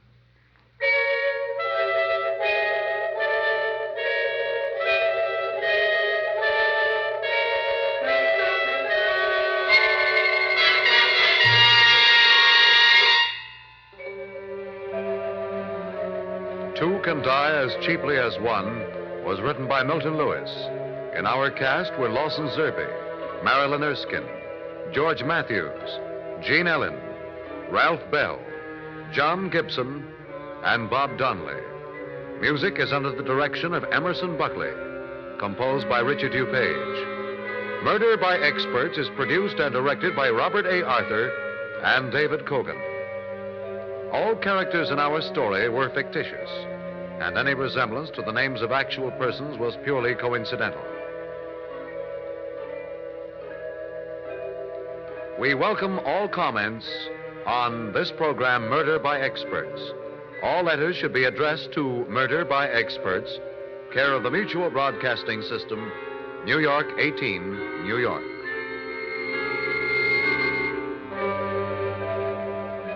Phil Tonkin speaking. This is the Mutual Broadcasting System.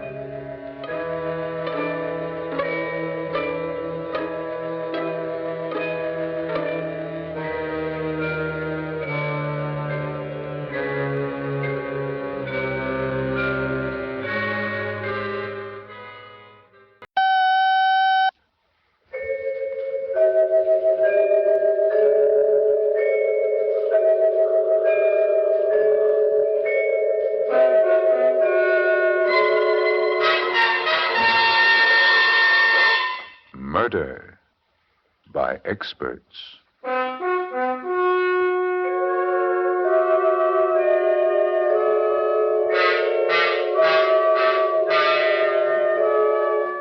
The Mutual Broadcasting System presents Murder by Experts, with your host and narrator, the noted mystery writer, Brett Halliday.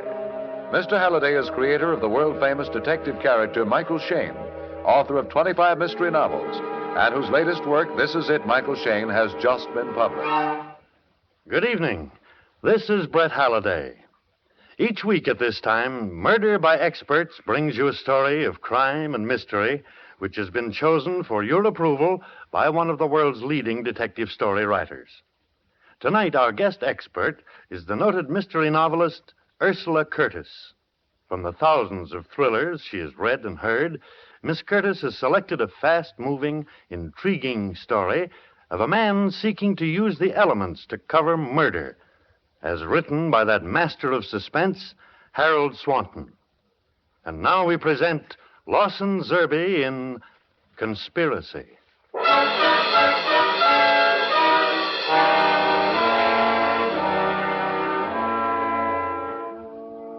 So I'm a murderer. So people look at my picture in the papers and point at it and shudder. I wonder how many of them are entitled to do that. I wonder how many of them are murderers, too, in their minds, with only the law between their hands and the throat of someone they hate. You take a city, see? A city full of people, the pious and the profane, the innocent and guilty, with their loves and hates, their pride and avarice and jealousy. And in that city, a pronouncement is made that on this date, between this hour and that one, there is no law, no retribution, that the crime of murder will go unpunished. How many of them would stand still? How many? Would you?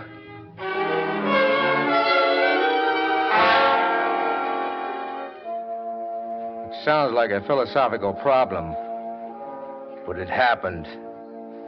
The city was Greendale, Oregon, and the thing that set it free from the law for 24 hours was the Columbia River. Oregon Times, Kennicott speaking. Joe, this is Flournoy. Oh, yeah, Chief. Just got a report from the sheriff. It's getting tough out on the 7th Street levee.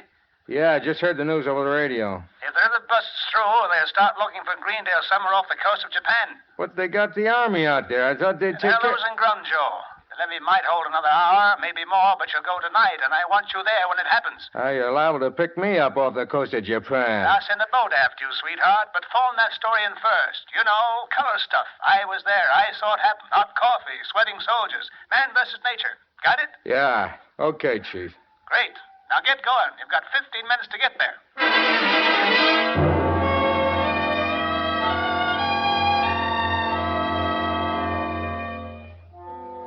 In 10 minutes, I was driving through Greendale, a low, flat, flimsy town with nothing between it and the Columbia River but a levee. Flournoy was right. If the levee gave way, Greendale would go down the drain like wet cornflakes. I hit 60 on Willamette Avenue, heading toward the 7th Street levee. That's when I passed Marilyn's apartment. And that's what started me thinking again about Marilyn. She was beautiful. She was a two-timer. And she was the one human being on this earth I wanted to kill. I'd promised myself weeks before that I'd get her out of my mind, that hate was no good for anyone, but she kept coming back. That vicious, heartless laugh of hers, the brittle voice, the way her eyes could smile at you while she drove a French heel into your stomach.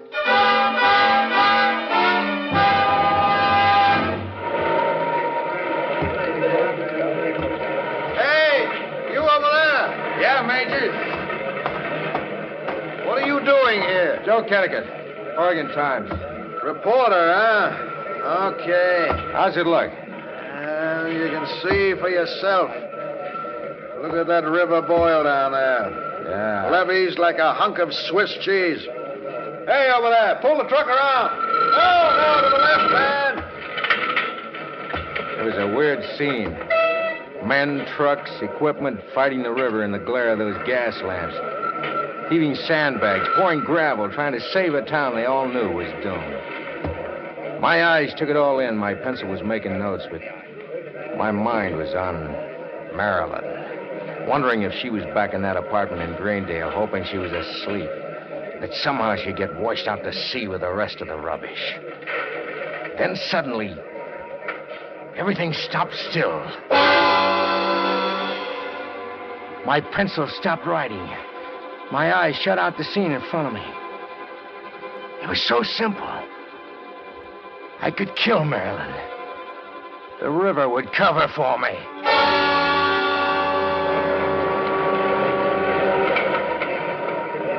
Hold it, fellas! There's no use punching any longer. We're licked. She'll break through any minute. Pull the equipment out. Evacuate. That's an order. And you, Kennicott. Yeah, Major. Take your car and beat it down to Greendale. Tell them they've got 5 minutes to get to high ground. Understand? Yes.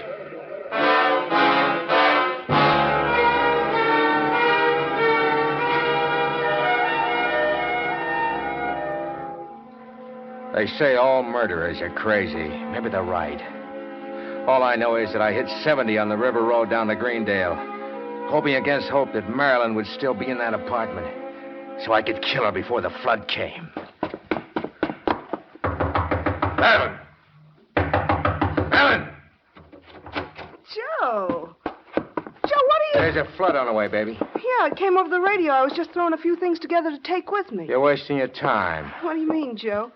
Hey, what are you going to do with that lamp? You aren't going, baby. Now, look, honey, don't be silly. I'm not going to lug that lamp out of here. You aren't going anywhere. No, you're not. Joe. Hey, wait a minute. You're crazy, Joe! Help! Help!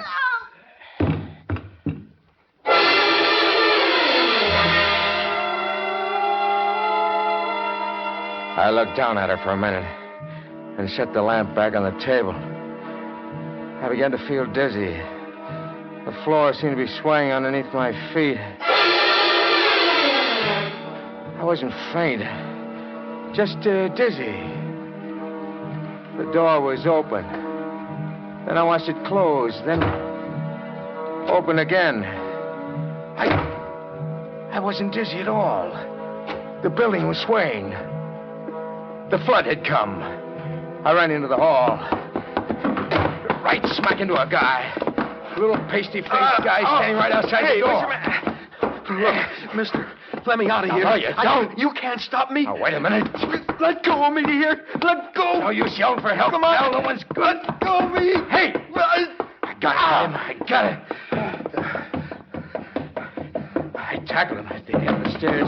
We went down together from the bottom end over end. Then we had seen it. I knew I had to kill him, too. But I was dead right now. The main door was open. Water pouring in, foot deep in the lobby. Please don't. Let me go. Too late, Let me pal. go. Let me go. The water. I can't do it. Let me go. No. Let me Bad, go. mister. Murder's a solo job. A solo job. Door. Now. Oh. Help. Someone. Help. Help. I hit my head on the door. It was all the chance he needed. He scrambled outside into the flood. Took off down the street with me after him. The water was 2 feet deep now, and the buildings were beginning to move. Help. Help. I was gaining on him. 30 feet. 20. Then the telephone pole went down between us. I saw the broken wire graze him. There was a crackle of flame, and he went down. So I stopped worrying about him. Started thinking about me. The main force of the flood must have hit at that moment. Suddenly, everything was water. I was tossed around like a peanut shell in a typhoon. I remember reaching out for something solid, finding it, and then nothing.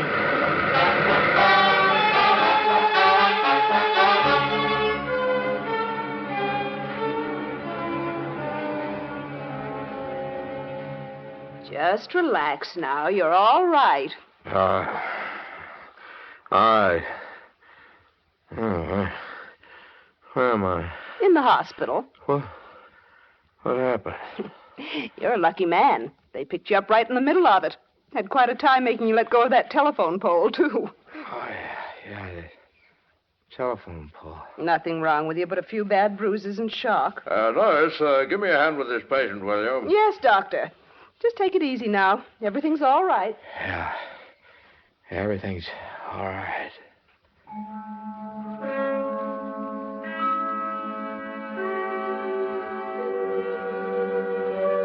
I don't know how long I slept. 1 hour, maybe 6, but it was still dark when I suddenly found myself awake in a cold sweat listening. Floor. That's where she was. On the floor. Dead. The flood? Not the flood, officer. Murder. It was murder. No! He saw me. He saw me. Fight. Terrible fight. Tried to kill me. Water. Water all over. The flood. I couldn't breathe. I couldn't breathe. By now, I knew his voice. They must have picked us up together, put us in the same hospital room. 1,000 crazy thoughts hit me all at once. Kill him right there. Jump out the window, run. Anything but face it when he woke up. I started to get out of bed and then stop. There was someone else in the room. What do you make of it, nurse? I don't know, Doctor. Well, the man's had a terrible shock, of course. It's amazing he wasn't killed. Yes, I know. He's been going on like that for an hour. The same thing over and over. Murder. Something about the flood covering it up. Then a fight. Well, maybe you're right. I think we'd better at least pass it on to the police. Still, might be the result of shock, of course. But the fact that he repeats it over and over, detail for detail. With death staring you in the face like that, you don't stop to think about consequences. The explanations could come later. I had to get out of that room right now. I fumbled in the dark for my clothes, threw them on, stepped out into the hall. Paul Revere, where do you think you're going, little man? Oh, Flournoy, I get tired of sitting around here. I thought you might need some help. Oh, you thought I might need some help, eh? Nurse, Yes, Mr. Flournoy. your number 1 patient's about to blow the joint. Oh, look, Chief, Joe, leave it to me, will you? So, you're a hero. So you drive like mad to warn the town and get caught in the flood. You don't have to go overboard. Mr. Flournoy's been pacing the hall like an expectant father. Well, thanks, Chief. I am not going to lose my best reporter because he's too dumb to know when he ought to stay in bed. Because that, sweetheart, is just where you're going. Look, Chief... Hey, don't butt in. You've been through hell tonight. You're lucky you're alive. Now, get in that room and get back to bed. The doctor's ordered hypo to make you sleep. Nurse. Yes, sir. Just to make sure he doesn't get any more wild ideas, give me his clothes. I was licked. And I knew it. They hustled me back to bed. And the nurse poked a needle into my arm. And I let go. I let the dark close in on me. Not caring now. I was tired. So tired.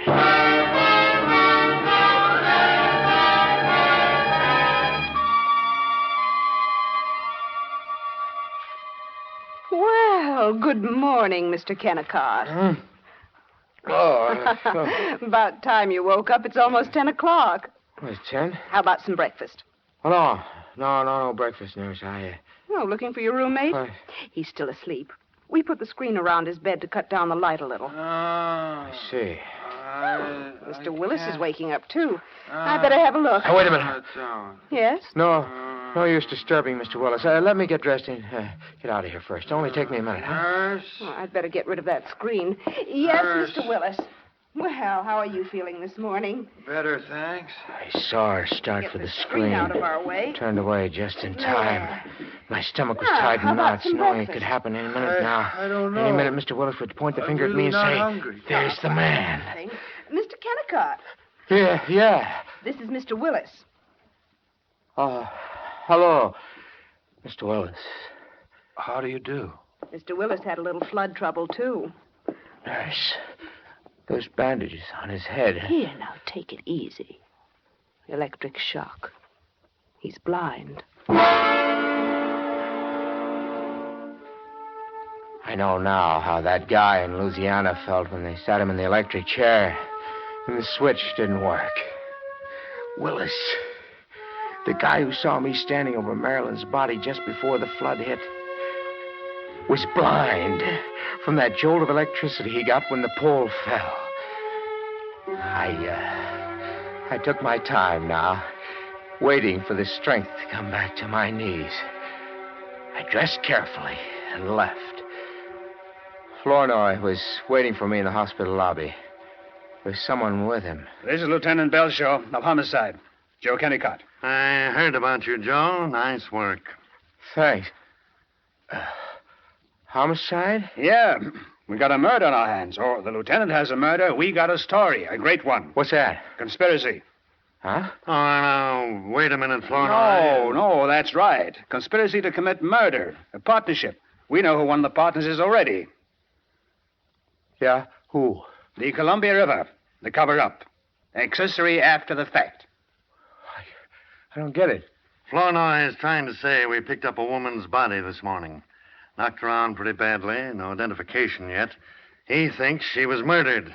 I don't. You still think Willis is making it up? The guy took 220 volts with the water up to his knees. His head's still spinning. He's not responsible for what he says. Willis? The little guy up in your room upstairs. Did you hear him say anything in his sleep last night, Joe? No, I don't remember much, of course, but... Sure. I still don't get it. Well, come on, I'll tell you about it on the way up. We're going to have a little talk with Mr. Willis right now.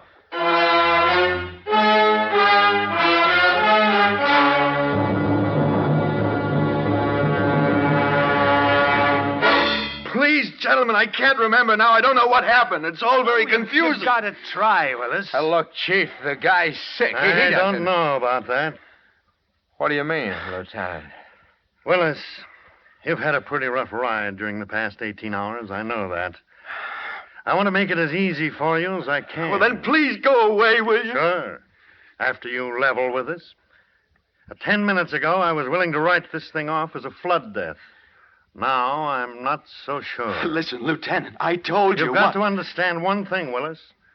If it's murder, one thing can lick us. Time. We've got to move now. So let's go over it again. For Pete's sake, Flournoy, Come here. Describe the series of facts. The guy's off his base. Can't you see that? I don't think so. Well, all you have to do is look. Sure, he's shaken up, but there's something else. He's scared. Murder. You had a fight with someone. Fell down the stairs, almost drowned. I told you I was dreaming. You don't dream the same thing over and over for an hour and 20 minutes without a reason. Now, we picked a woman's body out of the wreckage this morning. She could have been murdered. She could have lived in that apartment on Willamette Avenue. Who was she? We don't know. There's nothing to identify her. Now, Willis, I asked for a straight story when I got here. I haven't got it yet. If I don't get it, I might jump to the standard conclusion. Well, what's that? That you murdered her. But that's not it at all. A man did it. I saw him. That's more like it. He tried to kill me, too. He'll try again if he gets the Forget chance. that. Just give us the story. Well, I ran into the building because I thought I heard someone call for help. A woman. The water must have come when I got to the second-floor hallway because the building started to sway, sort of, and the doors flew open. I saw him standing there. She was dead on the floor. Yeah? That's when he came after me, tried to kill me. We rolled down the stairs to the bottom, and he hit his head on the door. And you broke loose? Yes. I don't remember anything after that. That's all, huh? That's enough. Mr. Willis, what did this man look like? Oh, dark hair, about 6 feet, I guess. Medium build. About your size, Joe. Yeah. Do you think you could identify him? I mean, that is, if you could... If I could see him, yes, I could identify him. Now, please let me rest. I'm not feeling very well. Thanks, Willis. That's what we came for. We'll get back to you when you feel better. What about his eyes? Well, the doctor says it's temporary, due to shock. He might get his sight back any time. Any time, huh? Yeah. Well, Joe, how was that for a story? Oh, it's a great one, Chief. It's a great one. I wanted to scream it in his ear right then. Tell him the other half of it. That this was the craziest setup he'd run into if he'd lived 1,000 years. Yeah. How's that for a story, Flournoy? Right here in your office. The guy you're talking to. Good old Joe Kennicott, the boy wonder. You know is also the murderer okay, that you're was a looking hunk of for. human drama, studying psychology. Here's a law-abiding guy. We don't know who he is. Maybe a bookkeeper, maybe a drug clerk, anyone. Hews to the line, cuts his lawn on Sunday, turns his paycheck over to his wife, obeys traffic signals. You know. The flood comes. Willis had Big me. cover-up. And I No knew law. it. Nothing. I ran out now. They'd add up in a Turns into second. something else. So I had to stop Willis, too, before he opened his Lifetime eyes. of hatred suddenly breaks And loose. that wasn't exactly cinch. Turns into murder. Material witness, That's probably all a it took. cop, watching him every No fear of the second. consequences. Waiting for those Bingo. bandages to come off so He they could hustle kills. him over to police headquarters. So he could put the finger on me.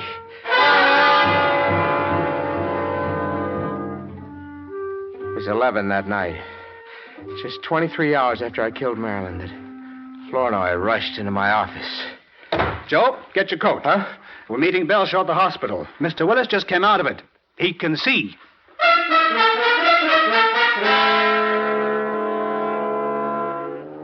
To Flournoy, it was a wild ride through the rain to the hospital. To me, it was a procession. From condemned row to the gas chamber. And there was no way out. No way out.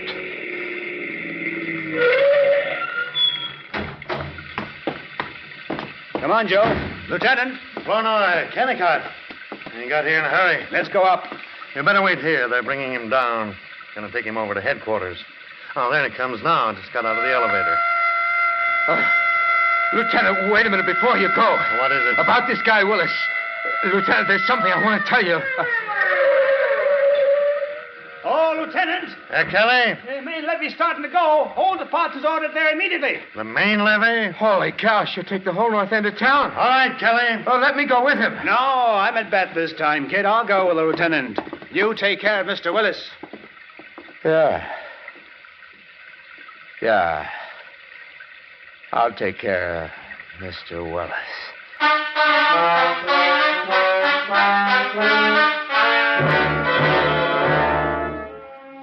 I turned the collar of my overcoat up.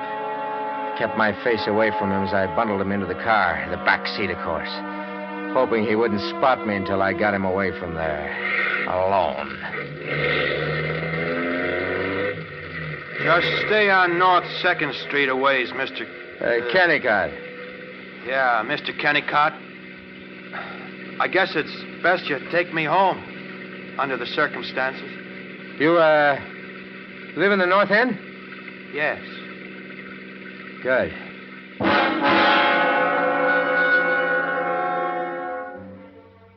Here's the kind of luck you can have only once. Yeah. A split second before the axe fell. Just as I was about to lay it in the lieutenant's lap, the river saved me. And it would save me again. He lived in the North End, right where the second flood would hit when the main levee went.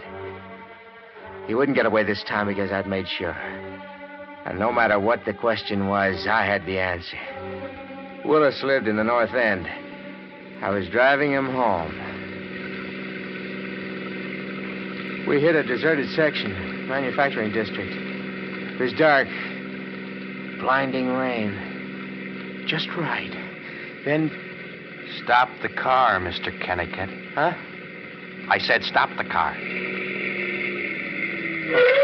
What's the idea, Willis? Shut up.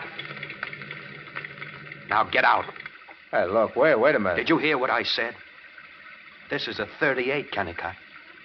I'll let you have it, so help me. Hey, but look. You made a bad mistake, Kennicott. Mistake? That woman they found this morning. They'll never identify her. I made certain of that. She's my dear departed wife. Willis, you mean you... You know I killed her, Kennicott. You saw it when the door flew open. Wait a minute, Willis. Thought it'd make a nice piece of blackmail, didn't you? That's why you didn't identify me. But you made a mistake. I'd never hold still for blackmail. You knew I was in the other bed at the hospital. Sure. I faked the blindness. Tried to get something over my face before you woke up. Okay, Kennicott. Now, listen to me, Willis. I didn't see your wife. I didn't know you murdered her. I thought it was you who saw me when... Oh, give me that gun. Give it to me. Let go. Let me go, will you? That's it. I got the gun. You will shoot me, will you? No. No, Kennicott. Don't shoot. Don't shoot.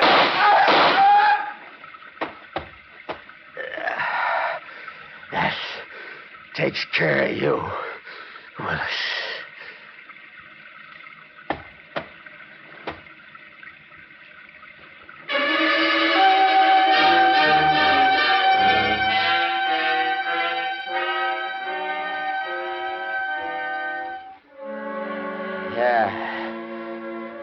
We all learned something, Flournoy. A lot of us could kill. Something like the Columbia River washed the law away. It wasn't such a coincidence after all. Two guys, same town, same apartment house. Two women. They hated enough to kill. I'm sorry for you, Joe. Skip the sympathy, Chief. I know I'm gonna die.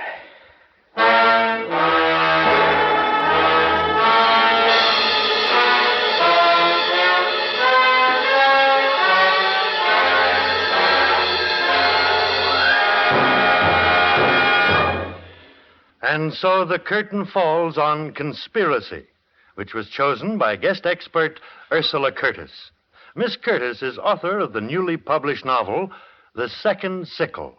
And now, as host and narrator of Murder by Experts, it's my privilege to welcome and introduce to you Mr. Lawrence G. Blockman, Vice President of the Mystery Writers of America, an organization of nearly 300 of America's foremost writers of mystery and detective stories.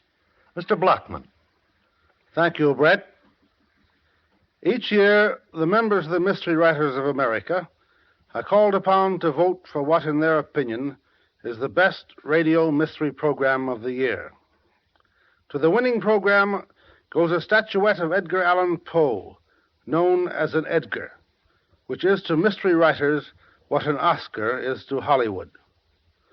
5 of the foremost radio mystery programs are voted upon by our members. The winner, by an overwhelming majority, was Murder by Experts.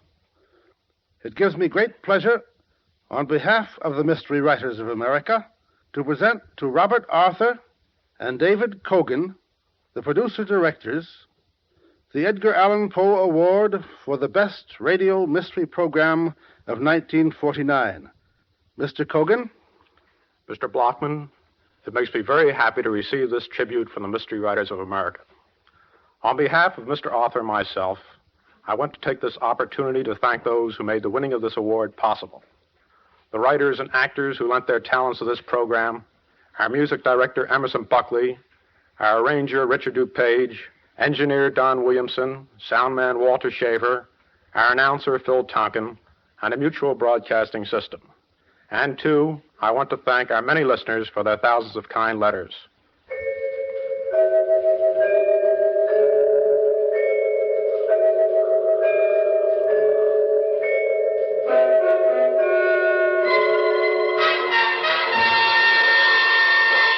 Tonight's play, Conspiracy, was written by Harold Swanton. In our cast were Lawson Zerby, Miriam Wolfe, Ronald Dawson, Frank Behrens, and Robert Donnelly. All characters in our story were fictitious, and any resemblance to the names of actual persons was purely coincidental. Phil Tonkin speaking. This is the Mutual Broadcasting System.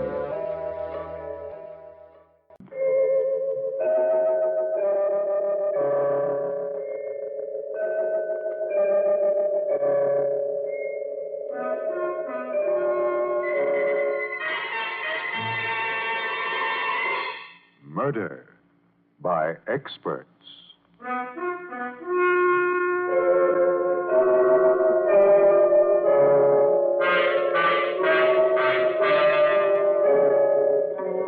Mutual Broadcasting System presents Murder by Experts, with your host and narrator, the noted mystery writer, Brett Halliday. Mr. Halliday is creator of the world-famous detective character, Michael Shayne, author of 25 mystery novels, and whose latest work, This Is It, Michael Shayne, has just been published. This is Brett Halliday.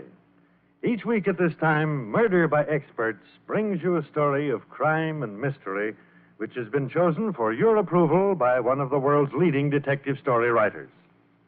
This time, our guest expert is the noted mystery novelist Lenore Glenn Offord. From her wide knowledge of the field of mystery, Miss Offord has chosen a tense and dramatic tale of a man who found himself enmeshed in a web of jealousy and violence, with an ending he didn't foresee, as written by George and Gertrude Fass. And now we present John Sylvester and Joyce Gordon in Freeze a Crowd. A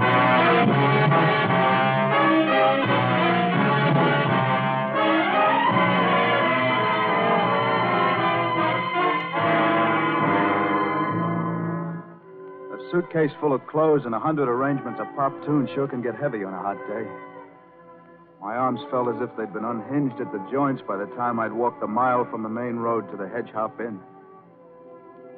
It was a long, low, white building, sitting back about 100 feet from the road. This was it. The roadhouse where I would spend the next 3 months pounding the ivories.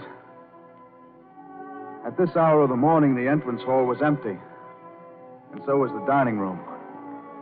I walked straight through and pushed open a swinging door that looked as if it might lead into the kitchen. It did. Hello. Oh, hiya. Where'll I find Mr. Hedges? He'll be around. You the new piano player? That's right. Dick Starr's the name. Oh, Gus Peters. I'm the cook. Oh, glad to know you, Gus. Rest your weary limbs. Thanks. He didn't meet you at the bus stop, eh? Nope. Yeah, knew he wouldn't. More important things to tend to. Well, how about a cold beer? You look as if you need it. No beer, thanks. Well, I'll have a glass of milk if it's handy, and a sandwich. Milk? You sure you're the new piano player? Well, I said I was. So Hedges had more important things to do than to meet me, huh? Yeah, his wife keeps him on the jump. His wife? Yeah. Doesn't let her out of his sight. She went to town to do the marketing this morning. He followed her, most likely. Well, why would he want to do that? Don't trust her, that's why. Jealous. You want some free advice, son? Yeah, okay. Stay away from her. Far away. That won't be hard. No? Well, maybe you'll change your mind when you see her. Why do you suppose we've been having such a fast turnover in piano players? None of them last more than a week. Listen, Gus, I see plenty of gorgeous gals in my line of work. They don't bother me. Yeah, well, every Napoleon's got his Waterloo, son. Only 2 men around here ain't ever been bothered by Alice Hedges. Me, for one. I'm past that kind of foolishness. And the other? Andy Slade. Who's he? You made him. He works here. How does he manage to resist? You know, I ain't never figured that one out. Except he's just a natural cold fish. Hey, leave your stuff on the porch stick? Uh-huh. Well, I'll take it to your room. You're in the attic right next to me. Oh, swell, but never mind lugging up that stuff. Oh, it's all right, son. I'm going up anyway. You just sit here and finish. Gus went out and left me alone with my sandwich and milk. A couple of minutes later, I found out what he'd been driving at. The door from the dining room swung open, and a girl came in carrying some packages. She walked over to the table and put them down before she said anything. And I had time to get a good look at what was probably the most beautiful woman I'd ever seen. Hello. You're Dick Starr, aren't you? Yes, I am. I'm Alice Hedges. How do you do? Hello. I hope Gus is making you comfortable. My husband didn't meet your bus, did he? No, I walked. I'm awfully sorry. If I'd known, Oh, John. Here's Mr. Starr, the new pianist. Mr. Starr, my husband. How are you, Mr. Hedges? Hello, Starr. Alice, go remind Andy to meet me in my office in 15 minutes. Oh, but, John, I'm sure he remembers. Go on, Alice. All right. Listen to me, Starr. You're new here. Yes. Now get this into your head and get it in good the first time. Stay away from my wife. You can relax, Mr. Hedges. I'm here to play the piano. Well, just so you don't forget it's the only thing you're here for. Mr. Hedges, I assure you, I haven't the least intention Oh, of... now, don't give me that, Star. I've reached the end of my rope with her. The next man she makes a play for is going to get it. The next man she? You heard me. That's why I'm warning you. Now, if you want to stay healthy, keep clear of her. Enough said? Enough said. Okay. Now, let's talk about your work. Yes, Mr. Hedges. You play in the dining room from dinner time until 2 a.m. You can take a 10-minute break every hour. Uh-huh. Now, there won't be a lot of customers in the dining room. Sometimes there may not be any. But you'll play anyway. Oh, that's okay with me. Maybe you'd better get this straight from the start. I don't make my money out of the dining room. Or the bar, either. No? No. I've got the barn fixed up with a dice table and a roulette wheel. Oh. Andy Slade runs that end of it. Now, it's not going to affect you one way or another. Well, I'm not worried, Mr. Hedges. I've played in other clubs where they had gambling rooms. Good, good. We'll get along, Dick. Just remember, stick to your piano playing. I intended to. If Hedges wanted to go around thinking his wife was a man chaser, that was his business. Of course, he was wrong. All you had to do was look at Alice Hedges to know that she was straight. She'd never come chasing after me. And even if she did, she wouldn't find anyone at home. No, sir. Jobs don't grow on bushes. And I was hanging on to this one. At dinner, I played for 2 or 3 couples. And at about 10, the gambling crowd began drifting in. They'd have one drink at the bar and then head out toward the rear where the barn was. I went to have a look during one of my 10-minute breaks. That's when I met Andy Slade. He was tall and good-looking in a pasty way and handled the roulette wheel with an easy air. He grinned when Hedges introduced us. But I felt sure he wouldn't know me again the next time we met. So, this was Andy Slade. The only man outside of old Gus that Hedges could trust. At 2 a.m, I quit and went into the kitchen for a glass of milk. Alice was there, alone. Hello, Dick. Did you want something? No, thanks. I guess I'll be going up to bed. But you must have come in for something. A glass of milk? Don't be bashful. Well, all right. Thanks a lot. I suppose my husband told you. Told me what? That I'm no good. He did, didn't he? Oh, No, nothing like that. It's no use, Dick. He tells everybody. Well, he might have said something, but I just let it blow over my head. What do you think, Dick? About me, I mean. From what you've seen of me. Do I look like that kind? Well, certainly not. You look like a nice girl to me, Mrs. Hedges. A very nice girl. You really mean that? I know you do. You can't imagine how much it means to me to hear you say that. John is so crazy with jealousy. And he has no reason, absolutely no reason. Makes me so miserable. Always spying on me, always following me. Gosh, that's a shame. Dick, see that lake out there? Yes? It's big and blue and deep. Someday that's where I'm going. That's one place he won't follow me. Oh, don't talk like that, Mrs. Hedges. That's no way to solve anything. Would it really matter to anyone? What? Sure. It wouldn't matter to John. He doesn't love me, really. Jealousy is just sort of a disease. I haven't anyone else. It would matter to me, Mrs. Hedges. You? Yes, it would, even though I never laid eyes on you before this morning. I know what you must be feeling, and I'm sorry for you. You're kind, Dick. You really understand, don't you? Oh, Dick, I need someone to understand me, to help me. Gee, I'll be glad to do anything I can on... I know there's nothing you can do. But I'll be able to talk to you. And that'll mean so much to me. It will? I need a friend, Dick. I'm glad I found a friend.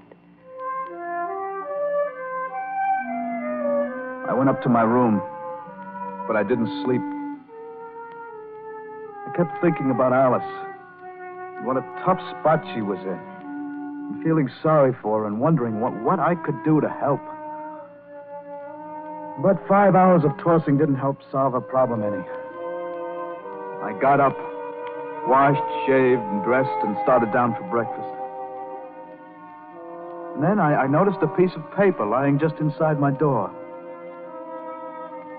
It was from Alice, asking me to take the rowboat after breakfast and row a mile down the lake. I put it into my pocket and went downstairs to the kitchen for breakfast. Maybe you better go back to bed, son. I asked you twice if you wanted eggs, and I ain't got an answer yet. Oh, sorry, Gus. No eggs, thanks. Just some coffee. What, no milk? Where's Mr. Hedges, Gus? Sleeping. He never gets to bed before 5. And Mrs. Hedges? Out marketing. Why? Oh, nothing. Just asked.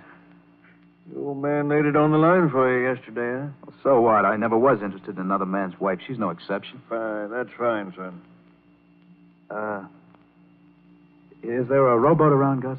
Yeah, should be one tied up to the dock. Gonna use it? Might as well. Nothing else to do. You piano players are all the same. Nothing else to do, you go rowing. Seems to me it's just back-breaking work and hard in the hands. Well, I like to keep fit. Are the oars in the boat? Yeah? Say, Dick, maybe you'd better chop some wood for exercise. I could use some kindle. No, thanks. I'm going rowing. A stiff breeze at my back made the going tough. And even though the morning was cool, I'd worked up a good sweat before I'd been out 10 minutes. Maybe I'd have done better to have stayed home and chopped kindling for old Gus. But she needed a friend. I couldn't let her down. Finally, I saw a patch of pink moving a little way up the bank. I rowed to shore and tied up. Hello. I was beginning to be afraid you weren't coming. Weren't coming? Well, we're friends, aren't we? I know, Dick, I know. I just thought perhaps John saw you as you were leaving. Well, even if he did, there's nothing wrong with going out for a little row. He'd see something wrong in it. He saw something wrong in your coming into the kitchen last night. He knew about that? But he was in the barn. He knew. He always knows. He was furious. But why? It was a coincidence that I met you there. It wasn't as if we'd planned to meet. Of course, that's what I told him. But he wouldn't believe me. He said if he ever caught us together again, he'd throw you out the same day. You're right, Alice. That kind of jealousy isn't normal. It must be terrible for you. It is, but I didn't ask you to come here just to cry on your shoulder. I wanted to warn you. Dick, you need this job, don't you? Yes, I do, kind of. That's what I thought. Then you must go out of your way to avoid me. Don't even talk to me. Just ignore me as if I didn't exist. I hate to do that, Alice. You said you needed a friend, someone to talk to. That's all right, Dick. I guess I'll get used to this kind of life. Oh, promise me you'll do as I say. It's the only way to keep your job here. Really, it is. Is that the way Slade keeps his job? Slade. He doesn't have to pretend indifferent. We took a dislike to each other the moment we met. John noticed it right away and decided to keep him no matter what his demands were. I see. Slade makes more than we do out of the roulette table, but he hates me. And that entitles him to anything he wants as far as John's concerned. Well, Alice, I can't hate you even to please a crazy, jealous husband. Dick, please try to make him think you do. I'll help you. I'll avoid you, too. And go on living in solitary confinement? But look, this is America, Alice. This is the 20th century. That man has no right to keep you a prisoner in your own house. I mean, you're a woman, not a piece of property. Dick, it's no use. There's nothing I can do. There sure is. You can leave him. I can't leave him.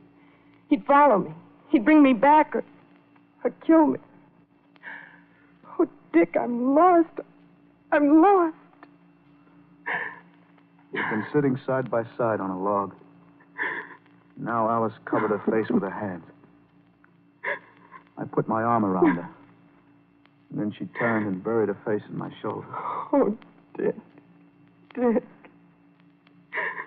Don't worry, Alice. I'll get you out of this. I'll think of a way. Don't worry, baby.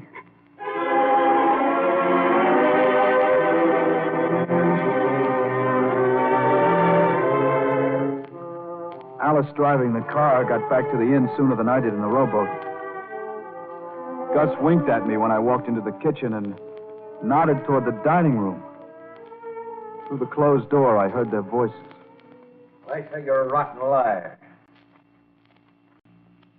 You couldn't have spent 2 hours in town shopping, no matter how crowded it was. Who'd you see when you got there? What man were you sweet-talking to this time? I swear I didn't talk to any man in town, John. You're a liar, and you're a two-timer. That'll show you. That low down. Take it easy, son. I'll break his neck. Don't be a fool. You know he ain't altogether wrong, don't you? He is wrong. He's a lunatic. That's what he is. Well, maybe he is and maybe he ain't. But she's his wife, and you've got no call butting in. I'll butt in, all right. In my own time and in my own way.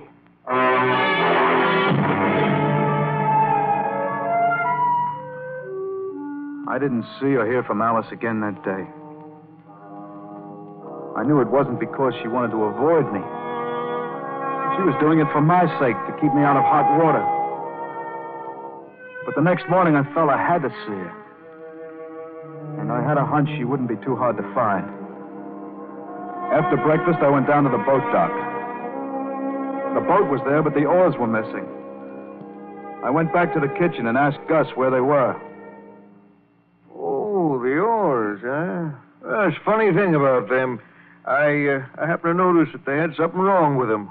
I figured if you use them again, you might get hurt. So I just put them where they won't cause no trouble. Oh, stop being smart, Gus. Let's have them. Look, what's the sense of getting blisters on your hands? You stay close to home, son. You'll be better off. I'm not worried about a few blisters. Well, then let me tell you something. Hedges took the other car and followed his wife this morning. Still want them oars, Dick?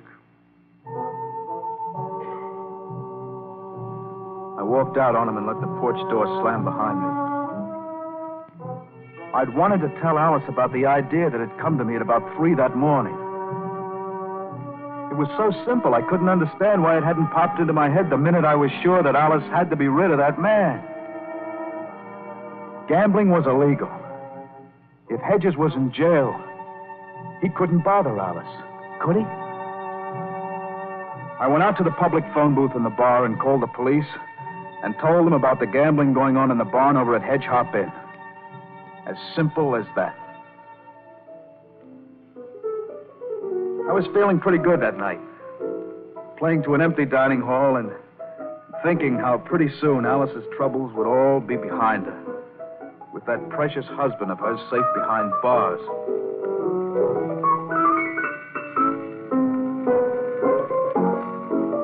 Along about 11 o'clock, the door from the entrance hall opened, and Alice came in a fluffy blue evening gown. She walked quickly through the room without stopping. But as she passed by my piano on her way to the kitchen, she managed to whisper. On the boat dock, Dick, at 12. I kept on playing as if nothing had happened. But inside me, a voice kept singing. She loves you, Dick. She tried to keep away, but she couldn't. She loves you. She'd never risk a rendezvous on the boat dock if she didn't. She loves you. Just as you love her.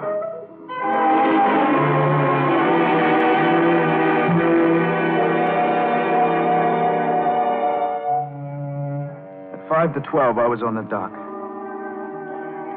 It was a night right out of a dream. With the mist over the lake and the moon a pale blur in the starless sky. I was looking out over the inky water when I heard the click of her high heels behind me. And I turned. And she was in my arms, and her mouth was pressed hard against mine. It was a long time before either of us could speak. I know how you feel about me, Dick, darling. I know because it happened to me, too, the moment I saw you. I was so afraid you'd believe the things John said and turn against me. I couldn't, sweet. I couldn't believe anything bad about you. Listen, honey, you're going to be free. Do you hear? You're going to be free. What do you mean, Dick? How? Never mind. You'll find out soon enough. Just trust me. Oh, I do, Dick. You're so wonderful. Dick. What? Someone's coming. It's John. I'll let him come. Right over here, Hedges. I'm waiting. Oh, you dirty louse. You know better than the rest of those piano-playing Casanovas. Take it easy, Hedges. Dick, be careful. You look like a decent fellow, Star. That's why I warned you. But I say you know better than the rest of them. Look out, Dick! I saw his roundhouse even before Alice screamed, and I beat him to the punch. I'll get you. I warned you. Dick, he has a knife. He was crouching, and there was a wicked 7-inch blade in his right hand. I circled him until I got the lights from the house at my back, and then I backed away. I couldn't fight a knife with my bare fist, and I was going to run for it as soon as I could get Alice away. Alice, get into the house. Lock yourself in and call the police. You'll be fish bait before they get here, and so will she. I could see him tense for the spring, and then I felt something heavy being pressed into my hand. Use it, Dick. Use it quick. Hedges jumped, and I swung at the same minute.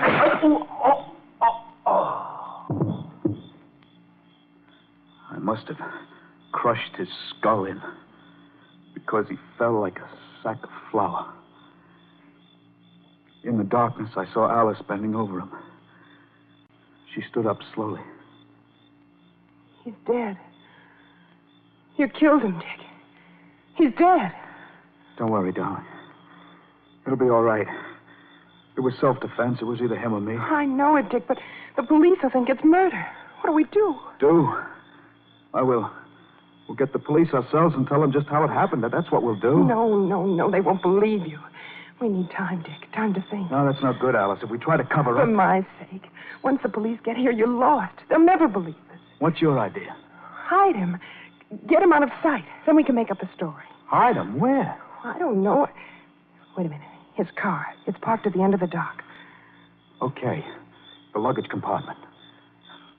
Listen. I think I hear someone.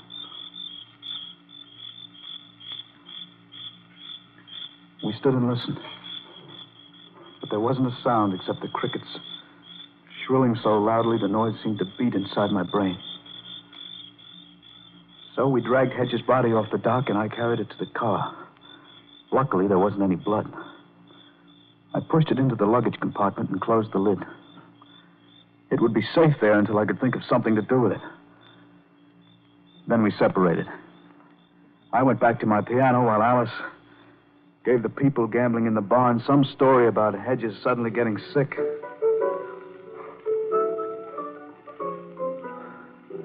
So, that's what it was like to kill a man. But I wasn't guilty. I wasn't guilty of anything except a natural instinct for self-preservation. No jury would convict a man for trying to save his own life. Then why did I hide the body?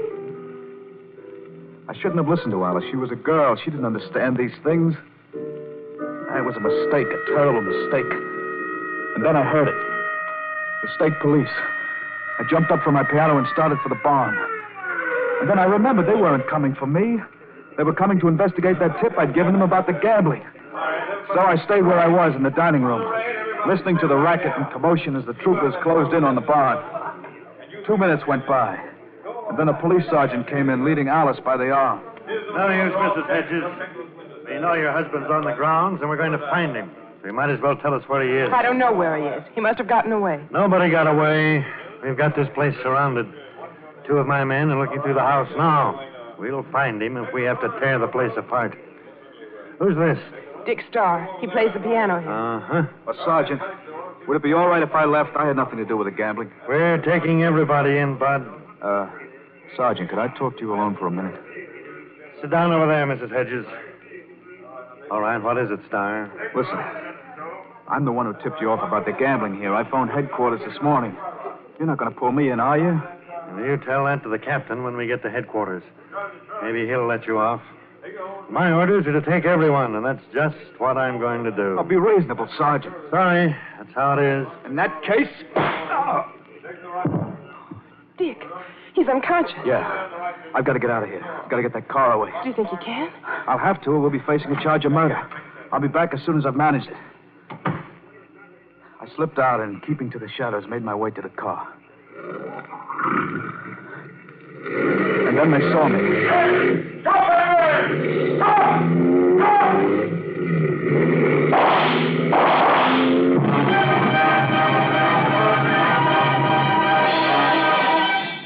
I got out on the road and stepped on the gas. Behind me, I heard the roar of motorcycles as some of the troopers came after me. I kept my lights off, hoping to lose them in the dark when I hit the highway. But if they couldn't see me, I couldn't see anything at all. The black outside came rushing at me. And suddenly the ground fell away. The last thing I heard was a crash of glass.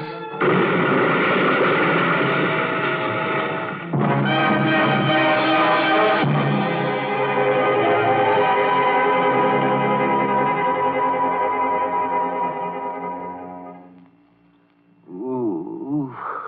Hiya, son. Where? Don't talk, son. You're in the hospital, and there's a cop just outside the door. You've been out for 2 days with a skin full of broken bones. Now, just listen careful. I mightn't get another chance to say this. I'm listening. Hedges. They found his body in the car. Oh, they did? You know, I saw you stow it into the luggage compartment, son. Funny thing, though. That ain't where they found it. What do you mean? You see, there wasn't no partition between the luggage compartment and the back seat. And it seems that the crash threw you out through the windshield and him right up into the front seat across the steering wheel. The neatest trick of the year, I don't mind saying. What? Yeah, that's right. Some fluke, huh? The cops put the cause of Hedges' death down as an auto accident. They don't even have a reckless driving charge against you, son. Only trying to escape arrest. You're practically in the clear. In the clear? Yeah. That's why I've been sitting here for 2 days waiting for you to come to. Couldn't let you spill the beans. Oh, that's great. It's wonderful. What about Alice? You still got her on your mind, eh? Well, I hate to tell you this, but you better forget about her. What do you mean? What do you mean forget about her? We're in love. Yeah, maybe you are. She ain't. She framed that fight with Hedges. Are you crazy? She knew he was following her when she went down to the dock to meet you. She knew he'd pull a knife, and she had the club handy for you to use. She'd come out on top no matter which one of you won. Where is she? Now, son, ain't I telling you? If you killed him, that was okay with her. If he killed you, that wouldn't have bothered her none. She'd have had a fry for her murder. Either way, she was rid of him. Where is she? All right. All right, if you insist. She went away to get married. Yeah. What? To Andy Slade. Slade? I always figured him for a cold fish. And I was wrong. It was just an act. An act? Yeah. She set you and them other piano players up as decoys for Hedges. But all the time, it was Slade she was after.